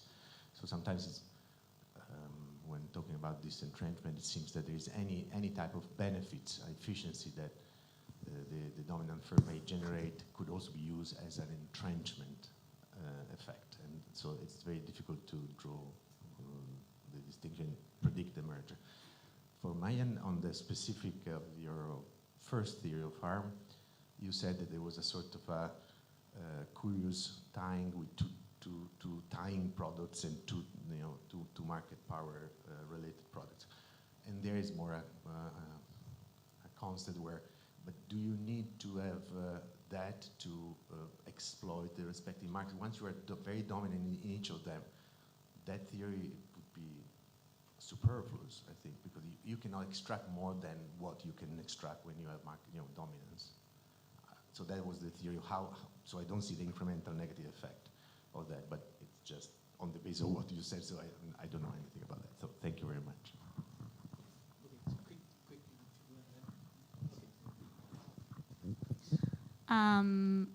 Well, it's true that sometimes we think about market power as a condition in which the dominant firm is using up all its market power already, and I mean there's nothing to do with within the market, so maybe we'll just approve the merger and that's it. But we still saw that those very small competitors somehow put some competitive pressure and constraints on the dominant firm, although we didn't really see within price changes a lot of movement between the competing platforms. So we figured out that this merger could be the extra mile or the edge that would give the dominant firm the winner takes it all scenario. So the smaller competitor would eventually just disappear from the market, and the little hope that it had to put some competitive pressure on the dominant firm will be gone with the merger. This is what really guided us. But I think that we really needed the entrenchment theory of harm to strengthen the case, because it's true what you said. It's true, and we had it in our mind that it could be maybe confusing, or it's not strong enough to really object to the merger in itself. So interesting, more questions than answers. I think she tried to carry yes, just do it. Okay. Yeah. No. Yeah. So on booking, I mean, I'm just going to start by saying that I should have mentioned it already. The case is currently under appeal before the European courts. So we are looking forward to getting the judgment and possibly some guidance from the court. So it would be interesting to see to get response to some of those questions, such as yours, for instance, of where do you draw the line. I think, I mean, that's how in my view, I perceive that's for me the guiding line in these entrenchment theories of harm is really, again, a long-term effect of the possibility to challenge the position of the dominant incumbent. I think if I look at booking, so through eTravelI, the flight OTA, they acquired a very significant customer acquisition channel. And they were dominant in other travel OTAs elements, such as car rental, taxis, including the hotel. Now, through this acquisition, they would have effectively closed off all the possible avenues for other rival hotel OTAs to challenge the booking. Challenge the position of the booking, or new entrants to possibly enter and expand in the market, because they would have, the theory is that they would have never been able to compensate for the loss of customer traffic that would have resulted in after the transaction, because the booking, including with its ecosystem of products, would have essentially sucked out all the oxygen from the market, so to speak. I'm being told that time is over, but we started 10 minutes late, so perhaps I'll take one more question. Otherwise, I got 2 questions from NGA, so it won't be fair. So I take 2 more questions. I have one from our own commission. Hi, Sandran Reddy from Mauritius. I was just wondering, coming from a telecom ex-ante background, how easy or how difficult it is to translate certain of the ex-ante regimes, like access regimes, equivalence regimes, into conditions upon merger. So once the merger is approved, there are certain conditions translated into the merger approval. So how easy or how difficult, and has it been, assessed or evaluated or tried to be implemented?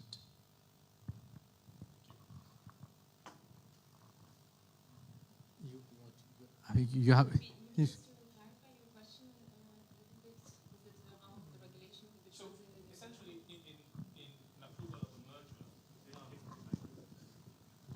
merger, when a merger is approved, has there been any attempt to try to impose certain conditions that have been used in ex-ante regimes, like in telecoms, for access to infrastructure, essential facilities, into the merger approval conditions?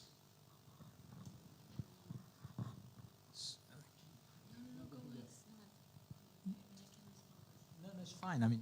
You have experience, so But I think the question is, when you mean ex-ante conditions of licensing, you mean, or from other jurisdiction, or is it very specific from? Perhaps if you get the question clear. Yeah. So if I take an example of telecoms, dominant operators would need to give access to essential infrastructure on equivalent terms or on non-discriminatory terms, and at cost price, or sometimes close to cost price. So, for example, if we have a merger, like let's say eBooking and eTravelI, would it make sense then to impose a condition on the merger that access is given to competitors to that platform?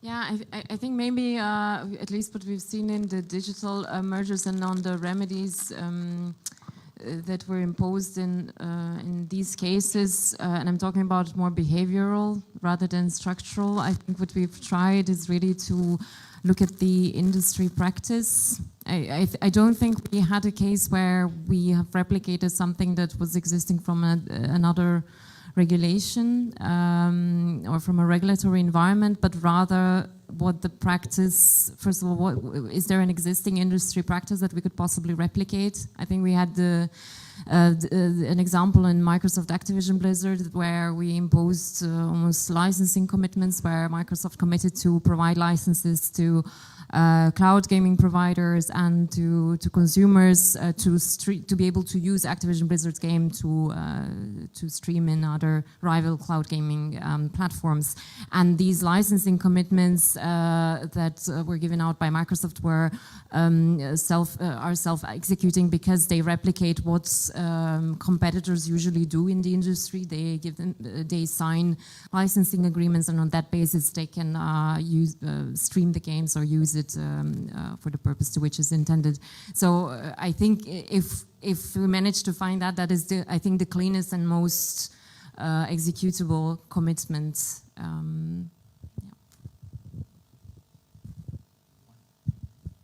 I think one point that I would like to add is that, as Ruben mentioned, it's very hard to establish remedies in these kind of mergers.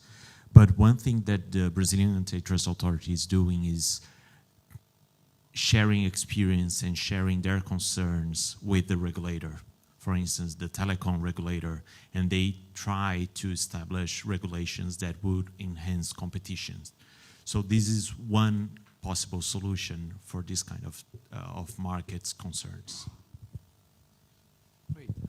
I think that our session is over. Unless there is a very pressing, someone wanted to ask a question. So I'll take only 1 more minute. Otherwise, anyone? My friend saying, okay, coordinated. So okay, so we don't want to leave this place. We're feeling very comfortable here, but I think our time is over. So we have to hand over the panel to us. So thank you very much for your attention.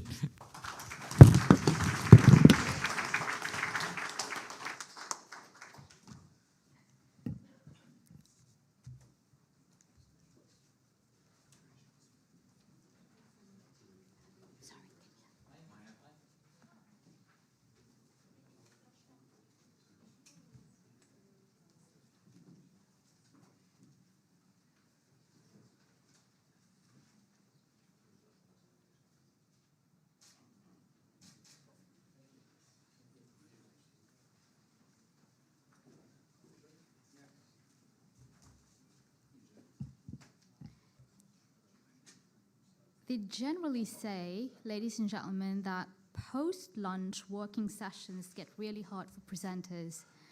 But I think this panel certainly excelled at keeping us on our toes and unraveling really pointy aspects of this incredibly challenging topic of digitalization. And they also say that the best announcements should be saved for last. But honestly, who really wants to wait all day to hear about an incredible dinner, especially when it involves a view by the marina, amazing food, and not a single PowerPoint slide in sight? So let's break that rule early. And on behalf of the Competition Commission, it's our absolute pleasure to invite you to join us this evening for dinner with a Mauritian touch, starting at 6 p.m. at Le Suffren Hotel and Marina. So think nautical charm, great food, and maybe even a sunset worthy of its own merger between your palate and dessert. And don't worry, getting to Le Suffren would not take more than a maximum of 6 to 7 minutes. And for those who may be directionally challenged, just as I am, after full-blown merger talks, we've just popped the Google Maps pin on the screen right now. And you may also want to revisit the pin location that was emailed to all of our delegates as part of their information pack with the link to the pin. But here's the best part.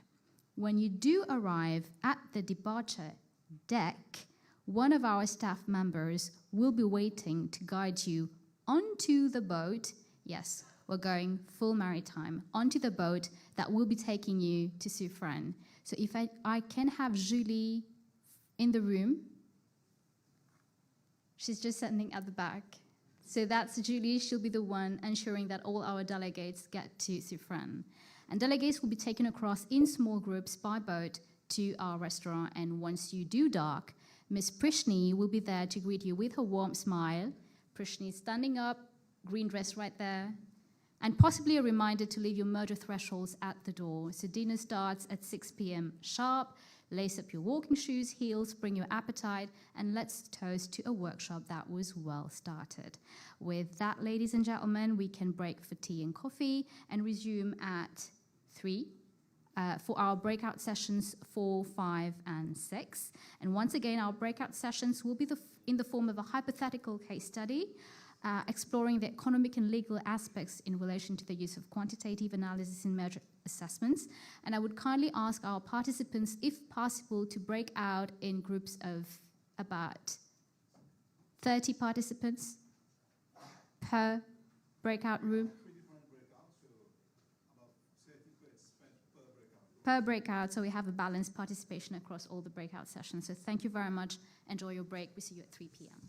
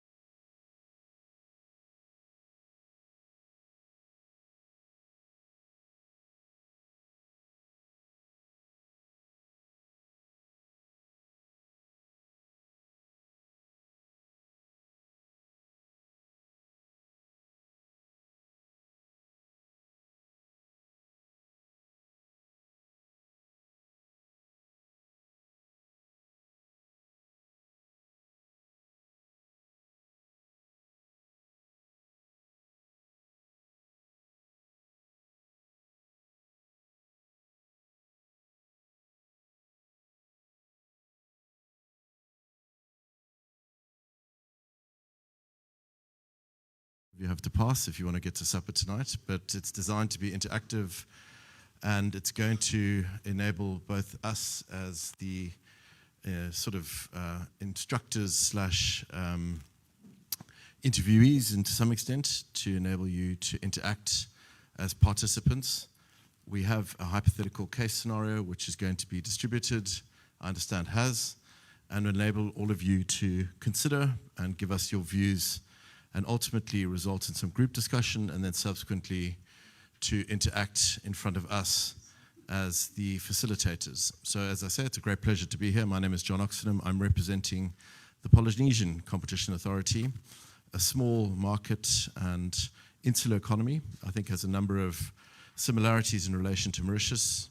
For your benefit, I've done a lot of advocacy work in Mauritius over the years, and some of the previous commissioners I was intimately involved in, helped with some of the guidelines which ultimately are rolled out in Mauritius today. The subject of discussion is, as you know, merger control. From my perspective as a practitioner, and equally I think from an authority perspective, there is a necessity for obviously objectivity, but more particularity in relation to how mergers are filed and then subsequently assessed from an agency side. The exercise is designed to give you some insight in relation to that process, hopefully to enable discourse, discussion, and to touch on the fundamentals of merger review, and then to come back to us as the facilitators, and we'll ask some questions. Structure is the following. You have a scenario to consider, which we ask that you review. I think it's 20 minutes for the groups, respective groups. I think you're all in round tables, to have an opportunity to consider the case example, then to have and engage in some group discussion, and then we ask that you put together, and I think my colleague will give you some more insight in relation to that, a couple of individuals to address those scenarios that we're going to run through you, and also the questions that we're going to ask. So why don't you just take this mic? I think it's going to be easier. Thank you, John. So as my colleague has just discussed, we will split into groups, and each group will have to choose 5 persons, one for each question. That person will write down the answers, what have been discussed in the group, and afterward we'll share with everyone. So the groups must have at least 5 persons. Good. I hope that's clear. If there are any other questions, then please raise those. But we have the clock starting now for the next MasterChef demonstration. So you have 20 minutes to consider the hypothetical, and then I think after that we're going to engage in group discussions. Yes. Please identify 5 individuals to address issues that we as facilitators will raise, and I think they are to some extent traversed in the hypothetical example. And again, welcome to everyone, and thank you for joining this BOS.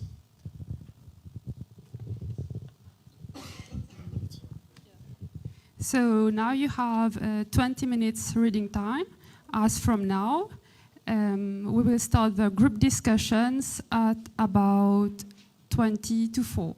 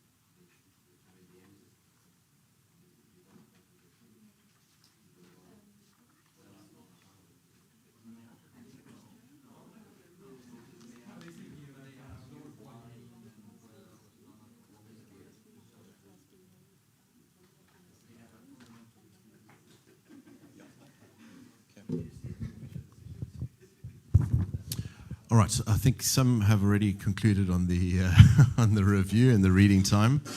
But I'll just explain, once everyone's completing the reading, what we will then engage in is the group discussion among the participants at the respective tables. I'm going to identify probably about 4 issues per subject. So you'll see they're listed there. There's a relevant market as the first. And then I think what would be appropriate is, in the respective groups, if you identify an individual to address each of the topics. And obviously, again, this is singing for supper, but we'd be most grateful if you could identify one person per topic. And quite fortuitously, it's discussing the beer market, given the fact of where we are. So I think there's a lot of similarity and issue to deal with. So once you've finished digesting the fact sheet, I'll then read the issues we're going to discuss as facilitators. And if you identify an individual per topic, that'd be great.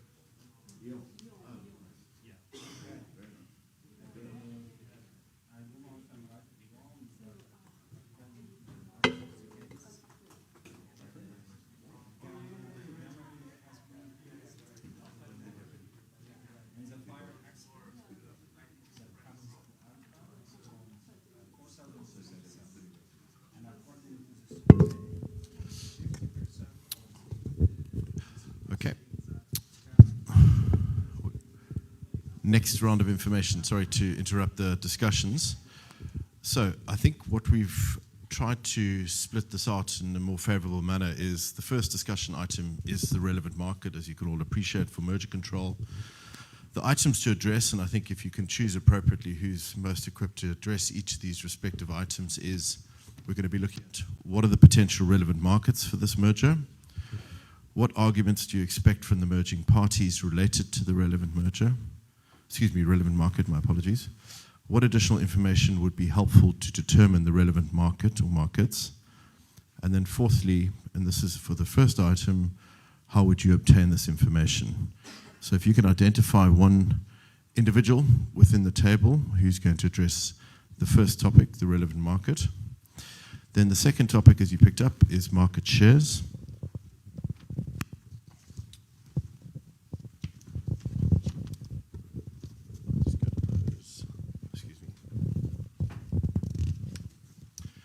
And in relation to that, we're going to be asking what are the market shares of the 4 companies concerned in the exercise? How did you calculate the market shares? Is there another method that could be used to calculate the market shares? Which method is preferable and why? And what arguments do you expect from the parties related to market share? Is there any additional information that would be helpful in determining the appropriate market shares? And then finally, in respect of market shares, how would you obtain this information? So again, just to be clear, an individual within the table will address that as to the first one, which is relevant market, and my colleague will deal with the next. Yes, so for the third question, you will have to get your calculators. It will be about the HHI calculations. And what we will be discussing is firstly, using HHIs, what is the concentration level in the market of beer produced and sold in Cambodia? Based on your HHI calculations, what is your assessment of the concentration levels? Is this a highly concentrated market? What is the change in concentration levels based on the proposed merger?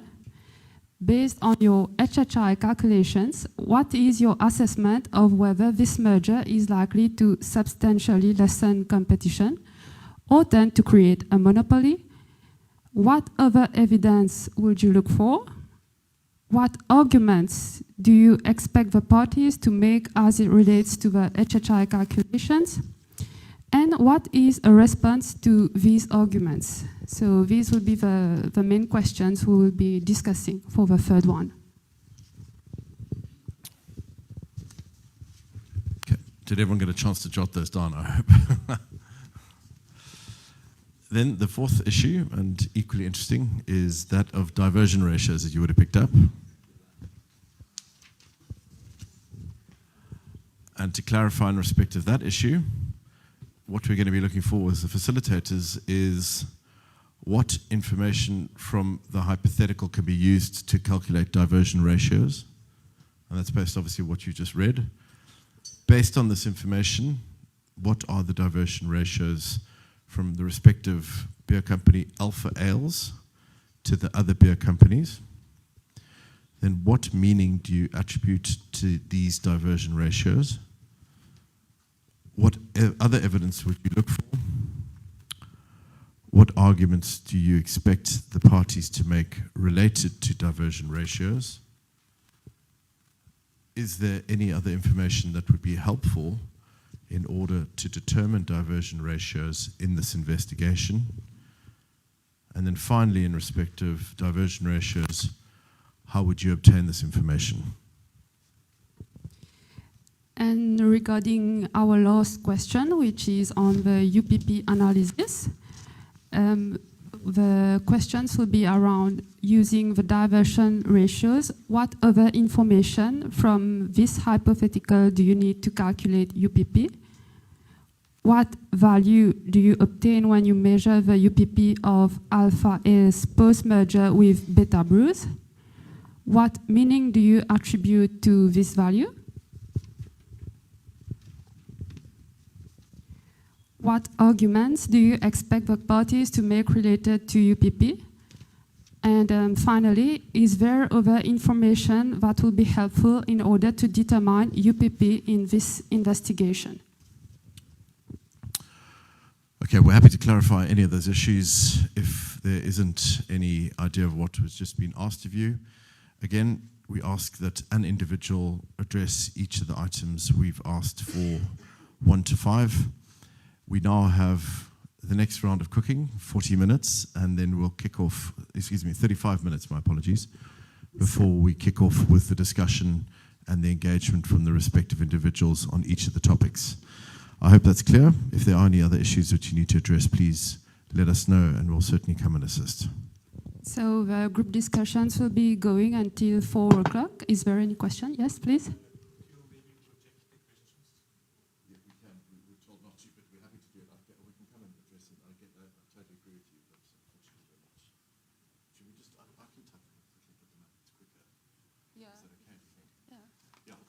Yes.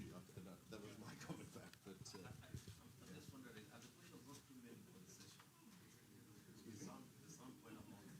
Too many questions. Too many questions. For the session. I mean, I think it's going to be There's 5 tables, one table and one question. We could do that. I'm happy to do that. Yes. That's easier. Are you happy to do that? We can split it up. We can split, yes. Okay, so you can discuss more than one. It's fine. I think we're just trying to give everyone an equal chance, but what is the preference? Because we want to make sure we get the responses through.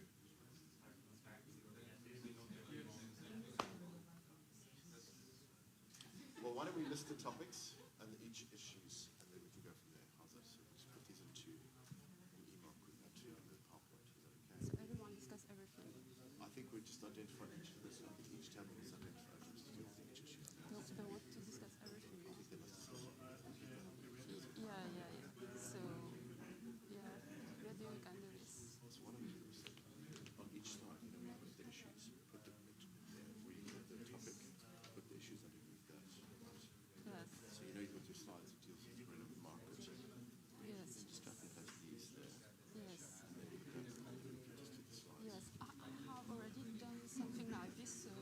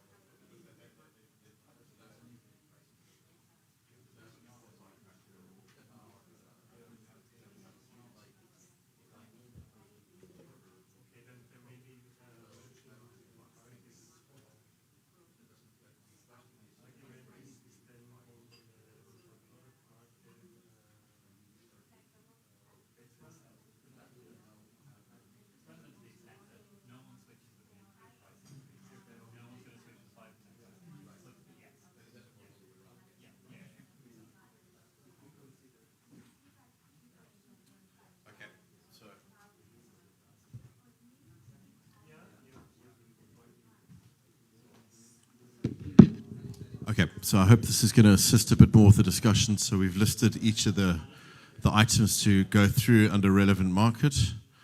So that just repeats what I said earlier on. And everyone wants, so we'll go through that quickly, give everyone a chance to digest it, and then move through the respective ones.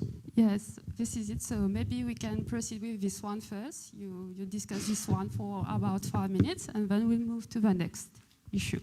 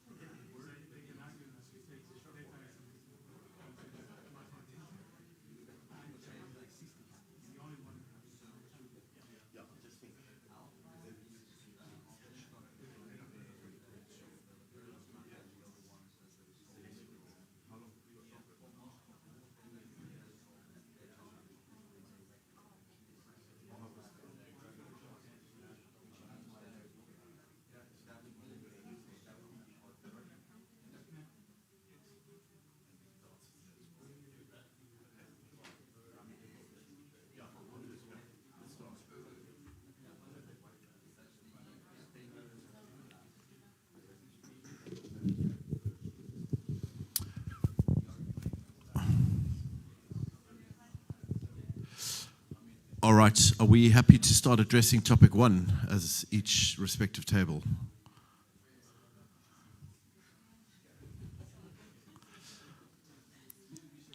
Do you want to? I'm actually working for Phoenix. I didn't want to say that directly, but okay, ready to kick off with the first.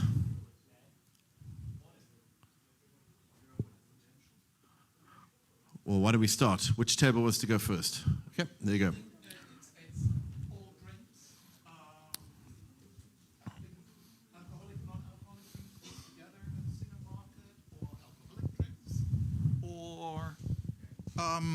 Alcoholic drinks be including wine and beer, or it's beer only, or it's premium and sort of mass market beer. Right, so perfect. From a product perspective, a slightly narrow market would be beer in the jurisdiction which is Competria. Broader would be alcohol beverages more generally. And we haven't in the sort of discussion scenario given a geographic dimension, but you're absolutely right, we could conceivably do there. So that's to address the potential markets for this. Who wants to take the response from the private sector? What do we anticipate coming from the private sector? To the next table. Mike?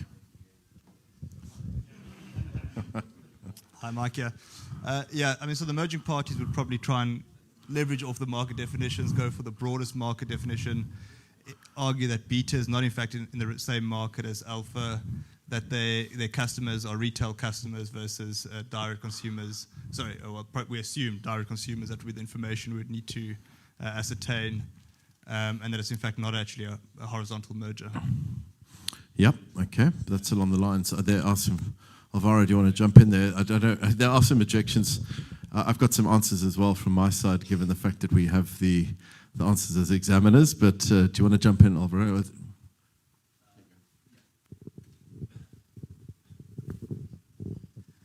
So broadening the relevant product market certainly will contribute to dilute the market share. So that's one strategy. We, however, think that the parties are more likely to define very narrow markets where they say that Betta's beer is greater quality distributed through their own branded shops, and therefore there isn't an overlap, a horizontal overlap between the two types of beer. So and the support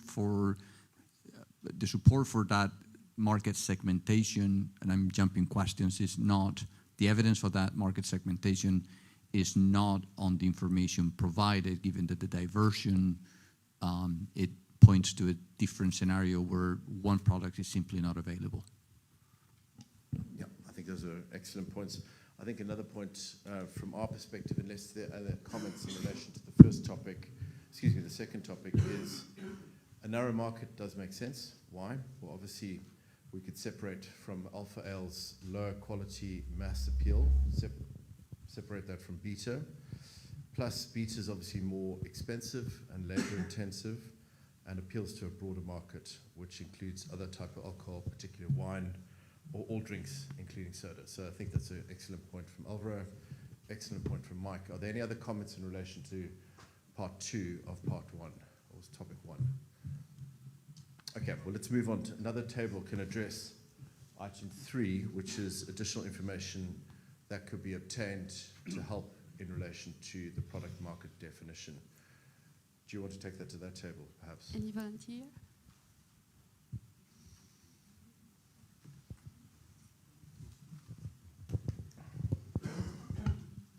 Thank you. I think we might also need additional information in terms of why did the non-alcoholic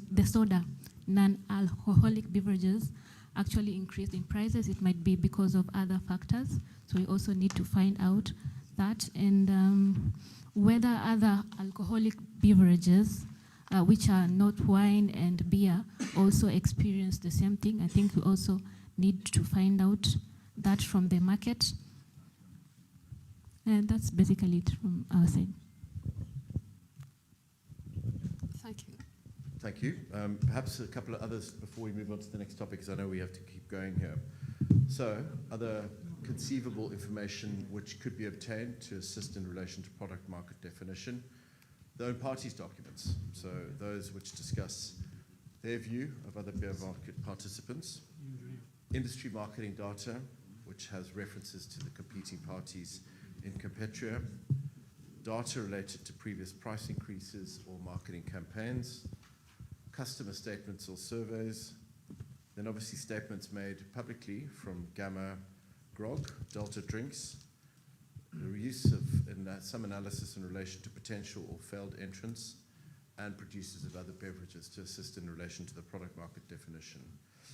And then item 4, I think we'll go to the next table there for purposes of addressing how we go about that and utilize the full scope of an agency's powers.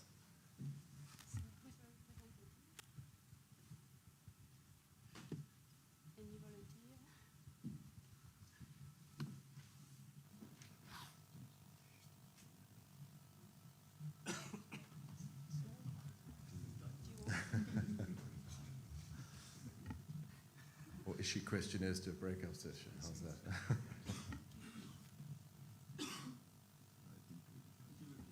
Excuse me, sorry. So what I'm asking for in relation to this issue of going about the product market definition is what other information could an agency obtain from the parties to the transaction in order to assist in the product market definition, or just getting more insight in relation to the product market.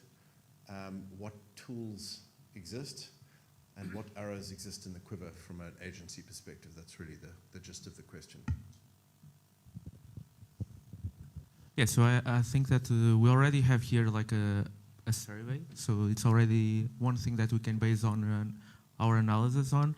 Internal documents could be quite important, so the way in which the parties perceive the market, so not only from the merging parties, but also from potential competitors, okay? So I would think about internal documents, so surveys that we already have.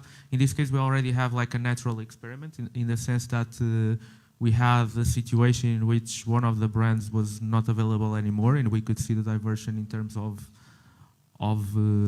sales, and this could help the market definition. Of course, the type of beer can help us define the market as well, and you already discussed that. I think it was on table 1 that discussed this type of issues. Not sure. Do you have anything to add?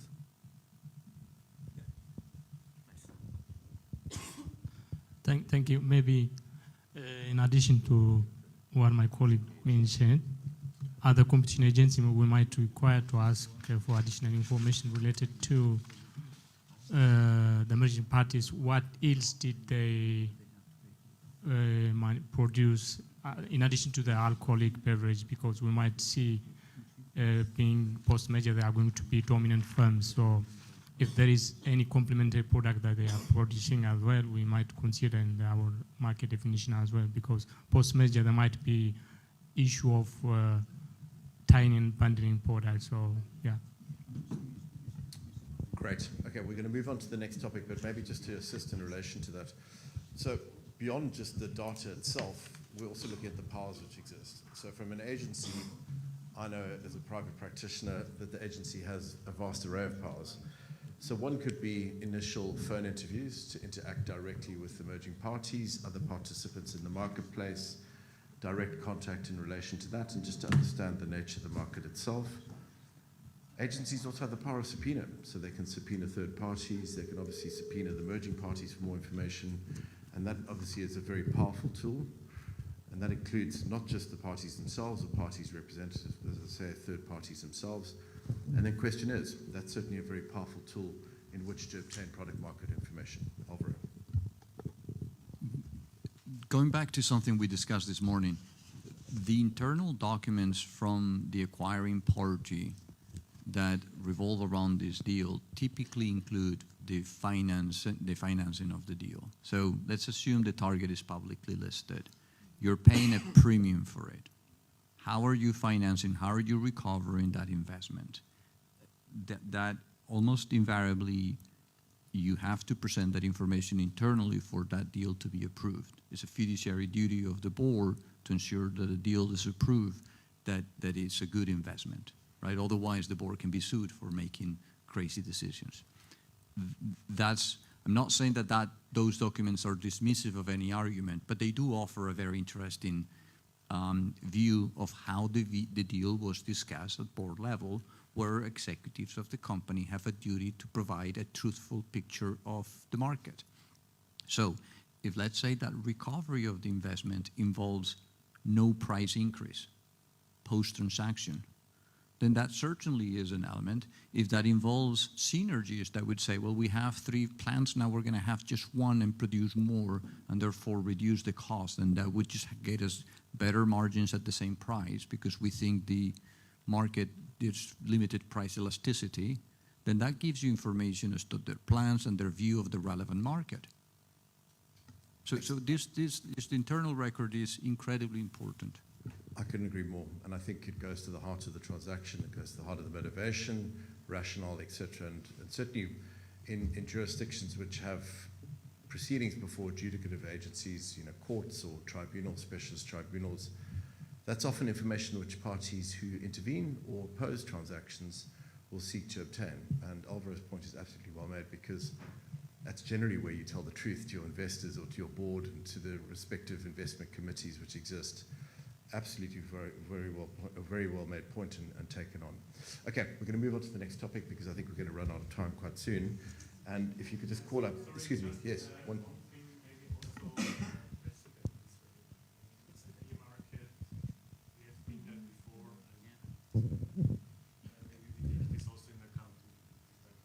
Good point. Thank you. And I think that does help with the products themselves and the definitions of the products. Any other points there? Just a quick one. On the last one especially, I heard you talk about subpoena, and I'm just intrigued because I think one of the major challenges we've been facing as an authority is how to get third-party views, how to get them to respond. So you will write to them, you send questionnaires, and you have to keep following up, and in most cases, the information doesn't even come. So sometimes you're forced to actually go into the market and speak to competitors and try to get meetings, of which even when you write, they'll probably not respond in time to do the assessment request, accepting the request for the meeting. So I think that's been one of the major challenges that we've had, and looking at ways in which we could, what functional ways could we use as an authority to get third parties to actually see the relevance of their views on the transaction in informing the decision. Because we've had scenarios where years later, third parties come and say, oh, there's this and restrictive practice in the market. And you're like, but we did write to you on this transaction, and if these were potential views that you could have given us, that could have probably even assisted in changing the outcome or the decision ultimately. So the subpoena was something I would have been interested in hearing a little bit more about. Sure. Yeah. Look, I think it's an excellent point, and I know we've got to move on, but there's always an issue about the legitimacy of an agency, particularly in smaller markets, and something we're actually writing about in relation to small and insular economies, because that is where there's either political pressure to dissuade the efficacy of the authority, or equally there's certain groups within an economy which hold a lot of sway. So as responding to RFIs is sometimes taken as something which is not addressed by third parties, and it's a very technical challenge or conceivable challenge. The use of subpoenas is something which exists in the arsenal of agencies.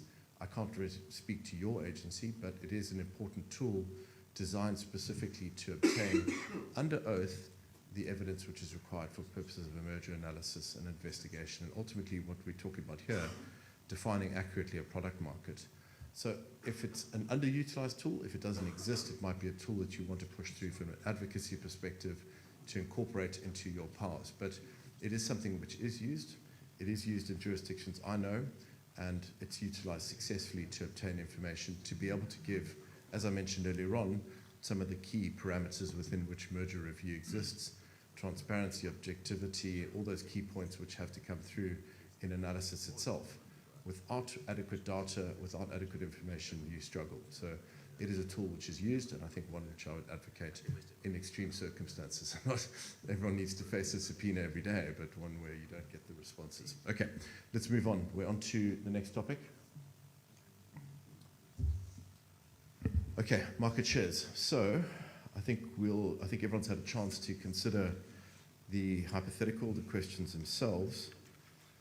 Let's start with another table. The first item is, what are the market shares of the 4 companies, and how would you go about giving those market shares based on the figures which are provided in the hypothetical example? Who would like to go? So maybe we give them a few minutes to go through this one. Should we just go? Yeah, okay. Should I go through it?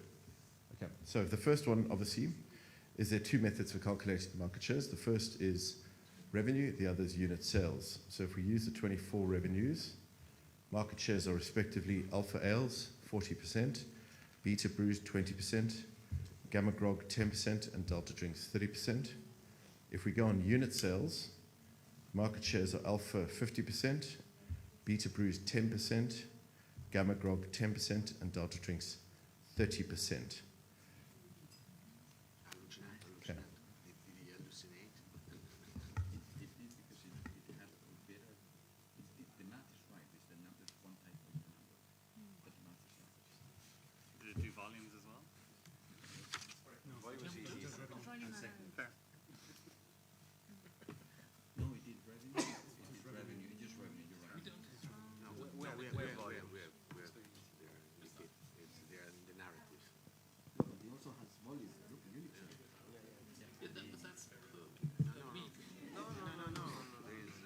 There's annual volume. It's done both. Okay. Yeah. And the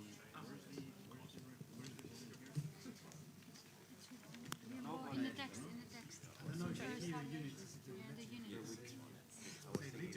But actually, so the volume is beta from the market. Fair point.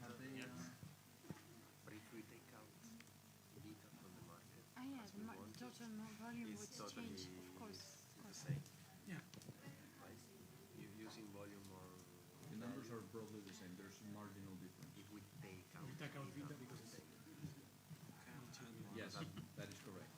This is what I was saying. That is, but if it's from an authority perspective, you want to see the value here because it gives more weight to the target, and so you can capture whether there's a problem. No, not that you are biased, but you look at the worst possible case scenario, looking at the value, and the value, to me, incorporates really some market power in whoever is able to raise the price above the others. Yeah, but Maybe that's just a niche product can have a high revenue stream, but it be very limited. in volume.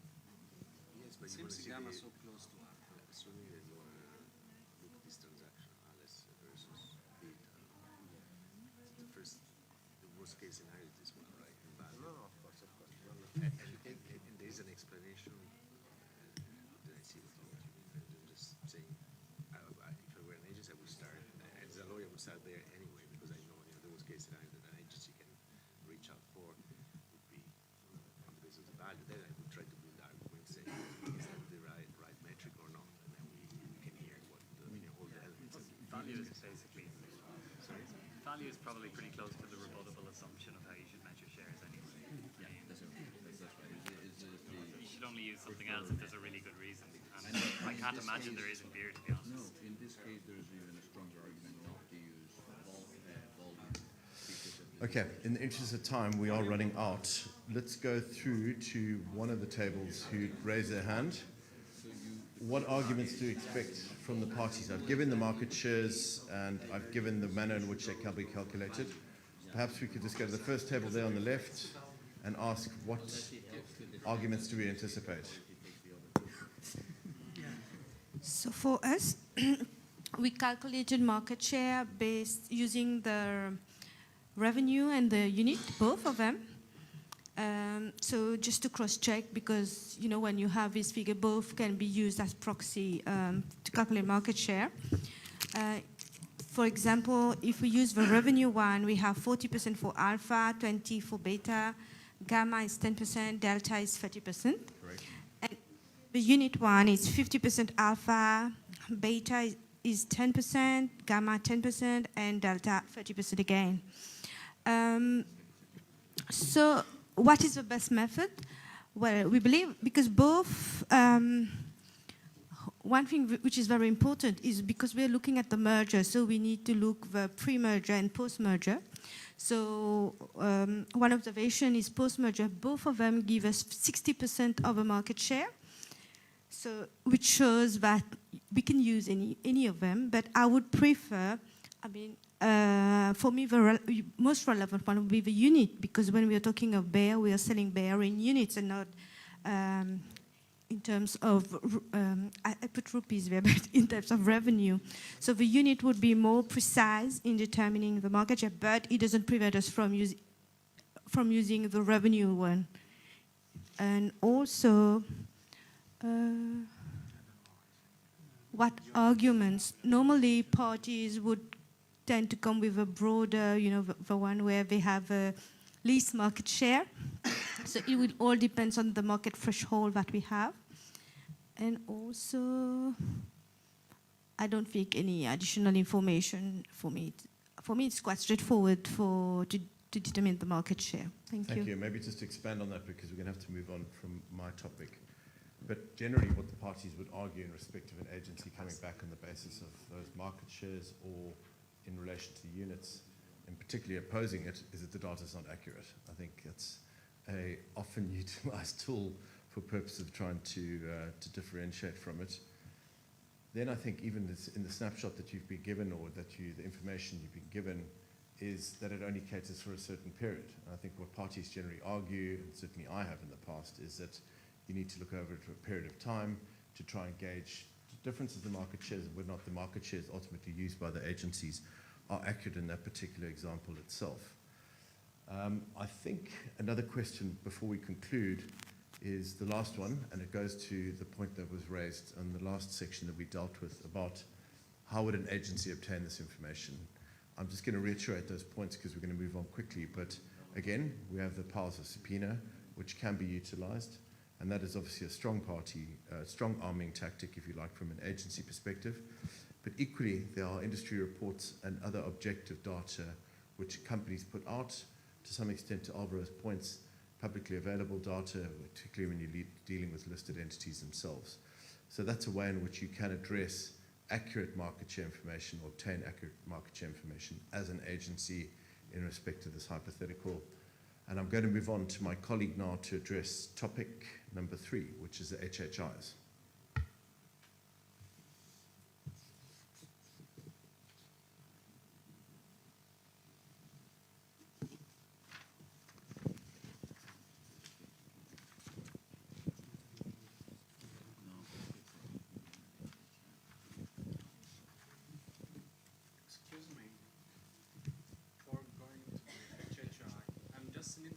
About the right way to calculate market share. Is the value or the volume of the party? Look, I don't think there's a right way of doing it. I think it depends. I think obviously market shares are utilized more frequently than not, but at least from our perspective in terms of the hypothetical, it's whatever gives the most accurate assessment from the agency's perspective in that particular time. Yes? Just a quick question. Sure. Does it matter that Beta are actually generating their revenues on the end user level, whereas Alpha are generating their So there's a differentiation. at least partially on the wholesale level? Yeah, absolutely. Does that not need to be, if we want the market shares to reflect the value which customers give to the products, wouldn't you need to adjust that somehow? You would need to adjust that, there's no doubt. And I think it would have to be reflective in relation to that, there's no doubt. Yeah. Okay, should we sorry, I know we're running out of time here. Thanks. Thank you. So now we will move to the next question with HHI. We see the HHI calculations.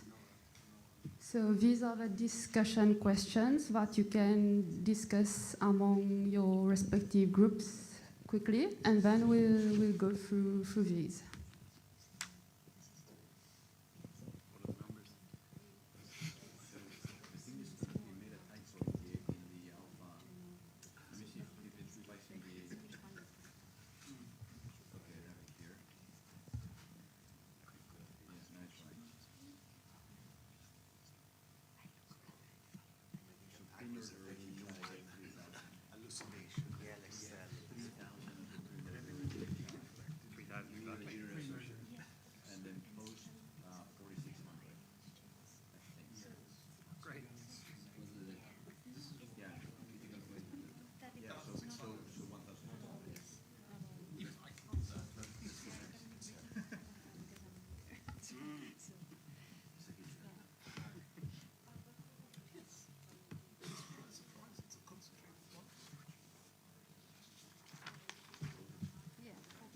Both the pre-merger and post-merger markets are considered highly concentrated, about 2,500. Merger results in significant increase, 1,600, which would raise legit concerns on that.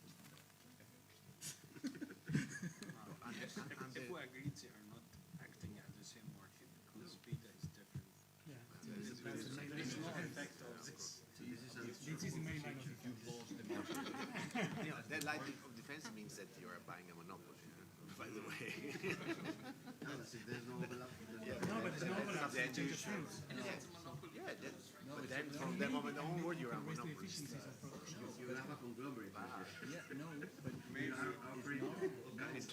cannot be conglomerate if you have different distribution channels. The conglomerate in food and drink is only if they're distributed in the same channel. No, but it's not, you're just creating a trend. I mean, for future references, you are saying, you are confessing that that is a monopoly. Yeah, well, it is what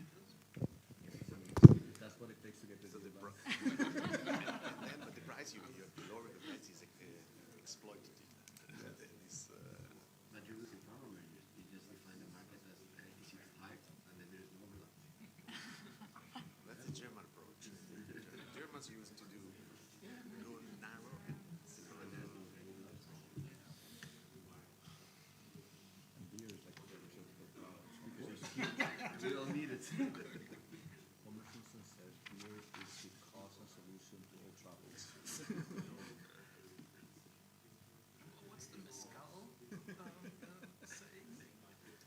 To the small mezcal. Something like that. Todos mal mezcal, todos bien también. That's very funny. What does it mean? If everything goes wrong, take mezcal. When everything goes right, take it too. But it rhymes in Spanish, so that's the...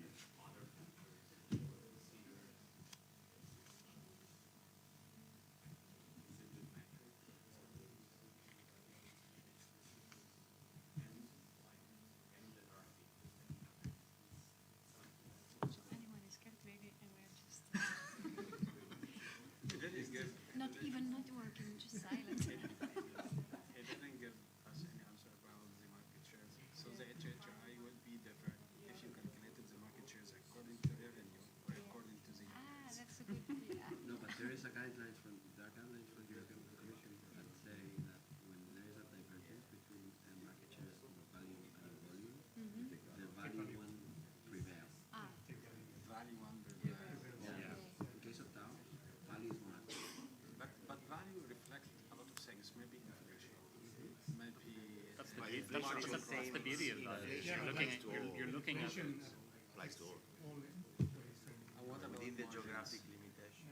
Margins of companies. The higher the margin, What you're the higher the ultimately market interested in power what you people have, pay. and that is an irrelevant information. Not market power. We are talking about the market shares. Yeah, but the value The reflects value more may market power. reflect the market shares according to the value. From my point of view, I am a lawyer at the end of the day. Maybe it reflects the... It's not like this. I'm a lawyer. To reflect the accurate calculations. No worries, well, The accurate calculations of the parts market share, because there are different margins between companies. As a case, there is a cost of $6 per unit, and there is a cost of 3. Yeah. So One makes a dollar, the other one makes $4. But what's your point? my point here is the value doesn't reflect the accurate market There share. is one thing on the margins that are calculated here, which is that I believe these are marginal costs. It doesn't take into account that the premium beer has an overhead marketing cost. It's probably not factored. Well, I can see that there are very interesting discussions going on. In the interest of time, I think we'll start to discuss the HHI calculations.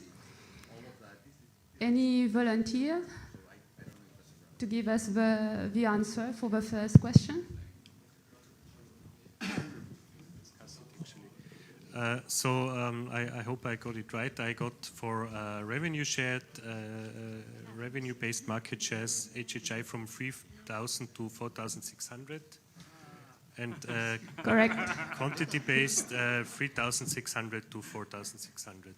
So it's already concentrated beforehand, getting even more concentrated afterwards. So I think in many jurisdictions it would be a big problem.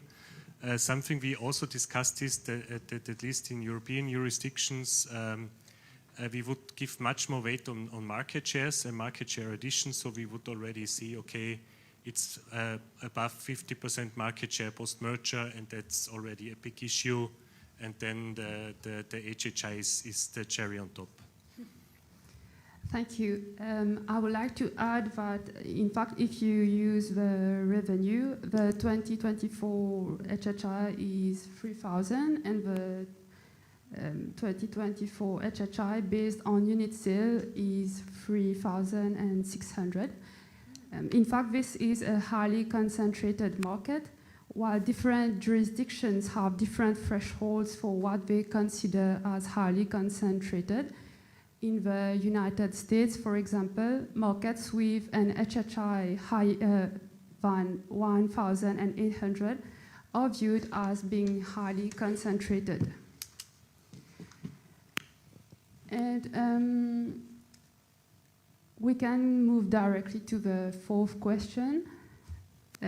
Based on your change in HHI, What is your assessment of whether this merger is likely to substantially lessen competition or tend to create a monopoly?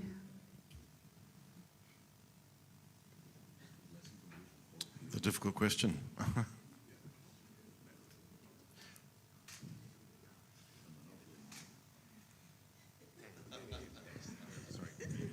It's likely to substantially lessen competition. Yeah.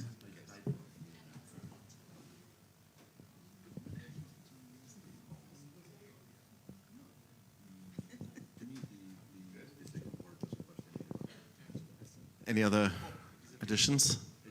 There you go.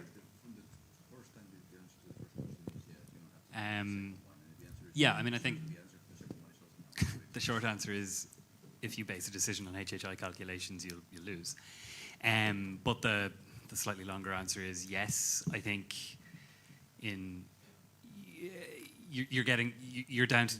you're at the point of looking for countervailing factors if you've got a market structure that looks like this, and you're looking at like, is entry or expansion possible?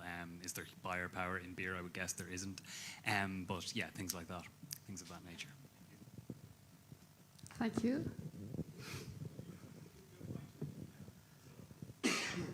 So in Singapore, I'm from Singapore, and with two other officials from the commission in Singapore, in the guidelines, they don't actually reference HHI, so there isn't that like high concentration, medium concentration, whatever. But instead, the measure of concentration is CR3, which is the top 3 companies in the market. If they consist of 70% or more, then we consider that to be more problematic, right?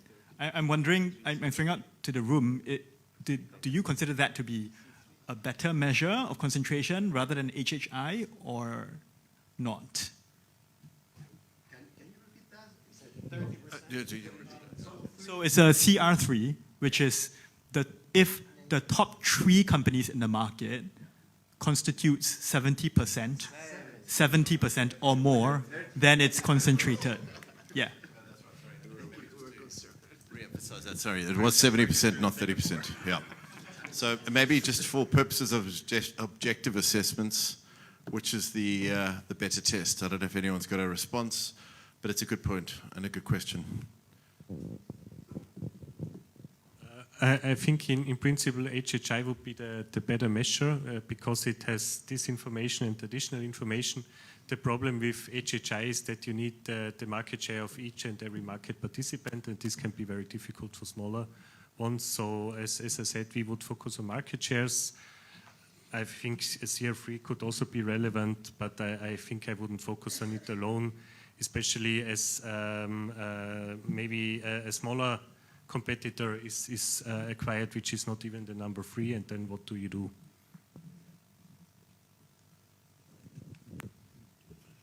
Yeah, thank you.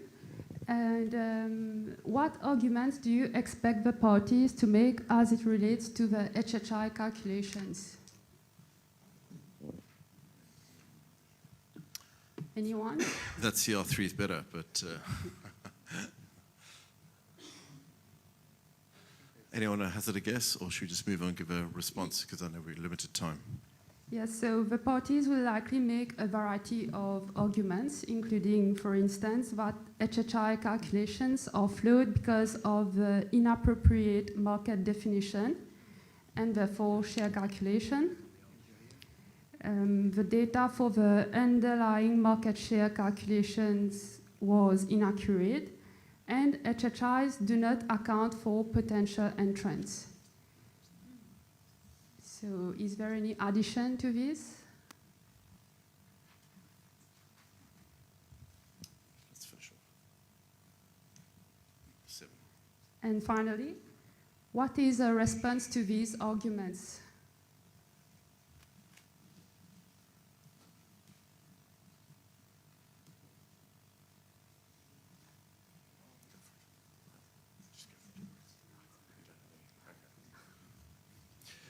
Well, that's the last question in that, so we'll leave it there. Do you have another? Yeah.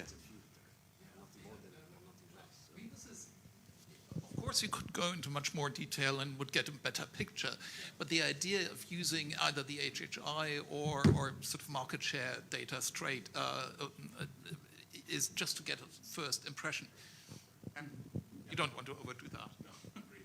Thank you. Thanks, Mark. Appreciate that. Absolutely right. So I think for the hypothetical, that's right. So let's move on to our penultimate issue, which is that of diversion ratios. So I think everyone's familiar with that, and we've given to some extent in relation to the hypothetical, the ways in which there is substitution, the manner in which that would unfold.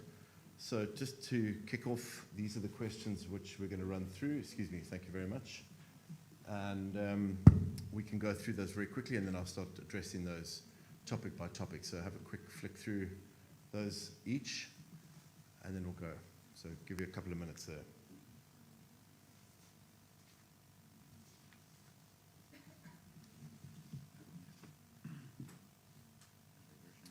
And please pay attention to the actual case scenario for addressing these items.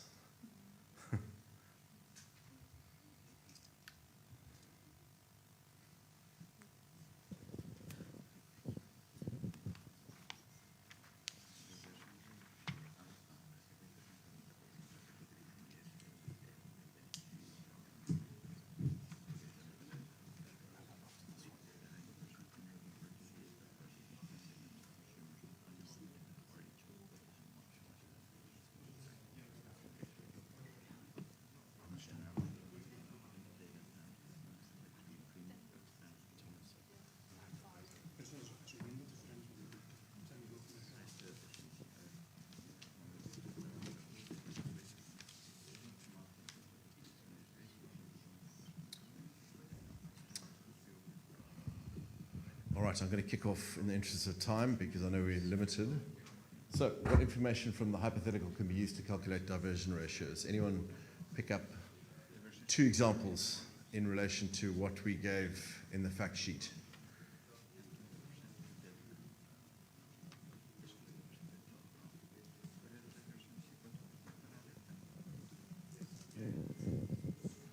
In short, the consumer survey and the event study of Alpha's brewery burning down or whatever it was that happened. Perfect. So first, the natural experiment, and that was the fire at Alpha's facility, and the advocacy group survey. Absolutely right. So next on to, based on the information that we've given, what are the diversion ratios from Alpha to the other beer companies?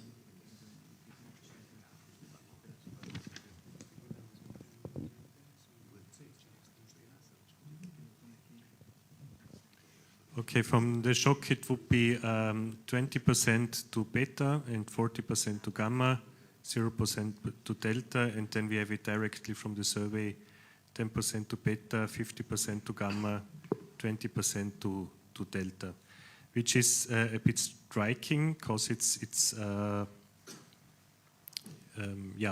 quite different. I think we would give more weight on the natural shock than on the survey. But what's striking is that in the natural shock we get 0 diversion to one of the competitors, which is in the intermediate range in terms of price. So that's a bit weird. But we would have to work with that. We'll probably also compute the other diversion ratio and use both. I didn't think these answers were made publicly available, but thank you. That was an excellent response. Absolutely right. I don't know if we need to add anything more to that in the interest of time, but let's move on to the other question. What other evidence could we look for?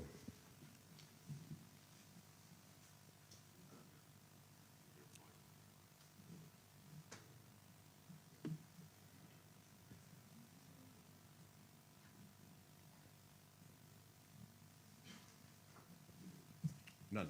Okay, well look, I think what we can... Yeah, sure, there we go, excuse me.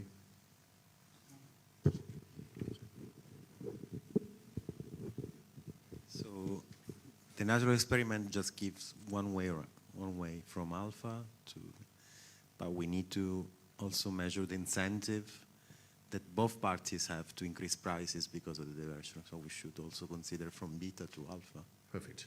Which is an information that is not contained because the natural experiment didn't show up. Exactly right. I think that's clear. I mean, one thing that is clear is that there is competition within the beer market and there is substitution which occurs. So that's an issue which could be picked up from an agency perspective and explored in more detail. whether or not we could pick up in relation to this, whether one party is more of a competitive constraint is another issue which would be picked up by way of the analysis itself. And certainly these natural experiments and the customer surveys does tend an agency to look into this in more detail, but it does give an illustrative example of what can be done by way of merger control itself. All right, let's move on. What is the party's likely response in relation to all of this? How are they going to address this? What would you anticipate as a regulator? How would they come back? I mean, I can already think off the top of my head, without even looking at the answers, how I would address this as a private practitioner dealing with these issues before the agency. But let's open up to the floor. If I was the acquirer, I will say that as the diversion ratio towards beta is the lowest one, that means that beta doesn't compete at the same level that than the other brands. Perfect. I would say the same thing in a slightly different way and argue that actually the closest competitor is Gamma, and therefore it's not a merger between close competitors, and we should have no concerns. Excellent. Thank you. Maybe just to add to those points, and certainly if we look at the two examples, obviously you've got the natural experiment, which was the fire, and then the customer survey. As a party's representative, what would you tend to do? You would say that the data is inaccurate. You could say the period utilized for purposes of assessing the diversion is limited in scope, so it's not lengthy enough. So if we picked up in the fact sheet, one of the points which was raised there was it was limited to the summer of a particular period, which is generally 3 months, not sufficient enough to give a clear example of what takes place in reality. And what would also be a potential point to add in for an agency is that, against an agency would be the following, that the natural experiment, which is the fire itself, demonstrates that there is actually broader competition in the marketplace. So that could be an argument which is utilized from the party's perspective. Equally, another point which external counsel might very well make is that the survey itself is outdated. It's conducted in 22. The assessment itself is 25. And that's something which I would certainly look to utilize as external counsel. And maybe perhaps that it's a biased investigation or biased methodological tool. And then another point is the advocacy group survey is unreliable because only a certain percentage of individuals chose to respond. And that means that it's not evidence or broad-based evidence sufficient enough to be utilized for purposes of the merger control assessment itself. So we have another 5 minutes left, I think, and I'm going to hand over to my colleague to conclude with UPP.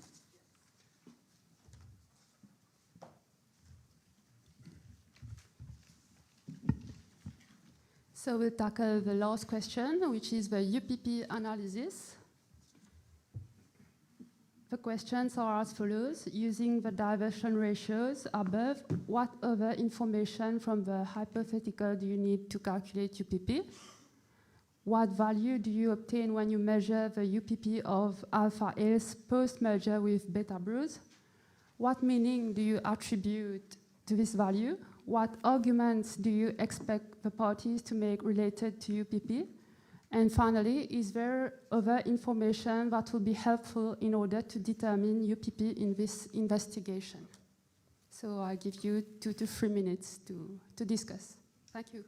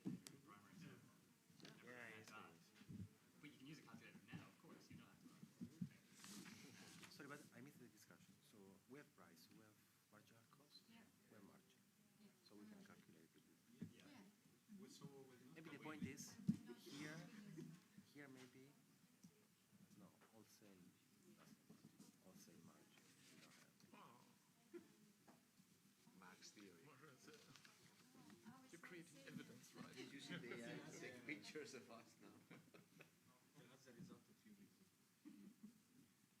You already have the results right now.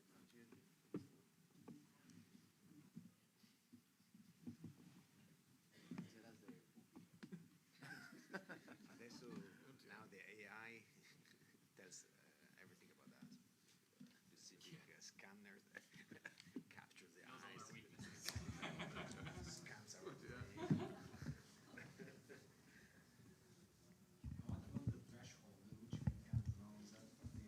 So we will conclude this session with a UPP analysis.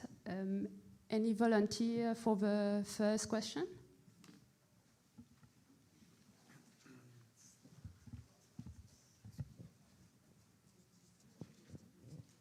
So our calculation for UPP is 0.8.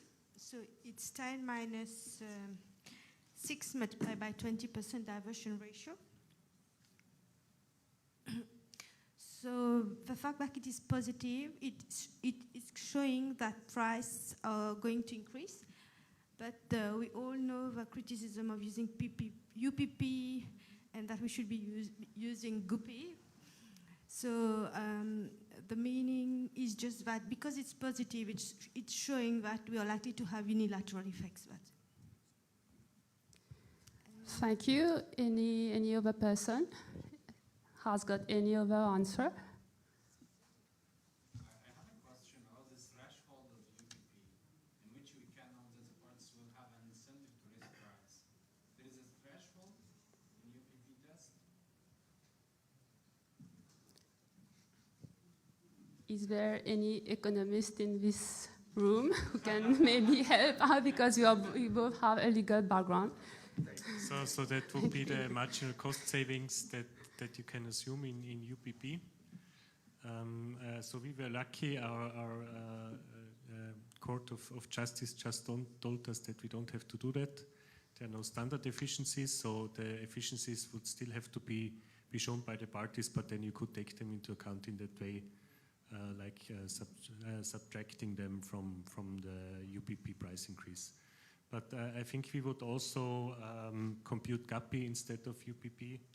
I get 8%, and for us it would be enough to conclude that there is a problem. I mean, for a beer merger, I think you would probably expect a margin that is a bit lower and a diversion ratio that is a bit higher. So that's a peculiarity of this example. But overall, I think it's realistic. Thank you. For the first one, I have a typical cost is $10 and the marginal cost is 6. So the UPP will be 10 minus 6 divided by 6, which equals to 67%. For the second question, if you use the diversion ratio from the fire, it will be 10 minus 6 multiplied by 20%, which gives you 0.8. And if you use the diversion ratio from the survey, it will be 10 minus $6 times 10%, which gives you 0.4.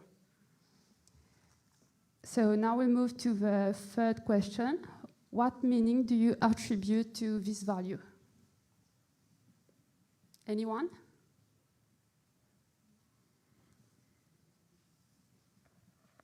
Okay, so UPP helps determine the incentive for alpha A's to unilaterally increase price post-merger, and these calculations show that alpha A's has some incentive to unilaterally increase price post-merger.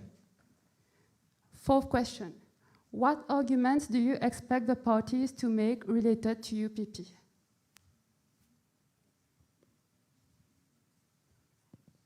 Well, basically, they will say that the standard UPP calculation doesn't include potential efficiencies from the merger. The arguments noted before related to diversion ratios will cause issues with the UPP calculation, and that the hypo notes the difficulty in accurately determining marginal costs due to marketing campaigns, general advertising, discounts for certain long-term partners, and factors entirely outside the merging company's control, like the weather. So this marks the end of this hypothetical case. We thank you for your participation. Yep, thank you very much. It's been a very collaborative affair, and I'm most grateful for everyone's contributions, and certainly to you for all the assistance. So thank you very much. Are there any other instructions we need to give, or is it just waiting for supper? No, there is the dinner, which will be at the Suffren, and I'll be the one who will be waiting for you on the deck over there to help you go through.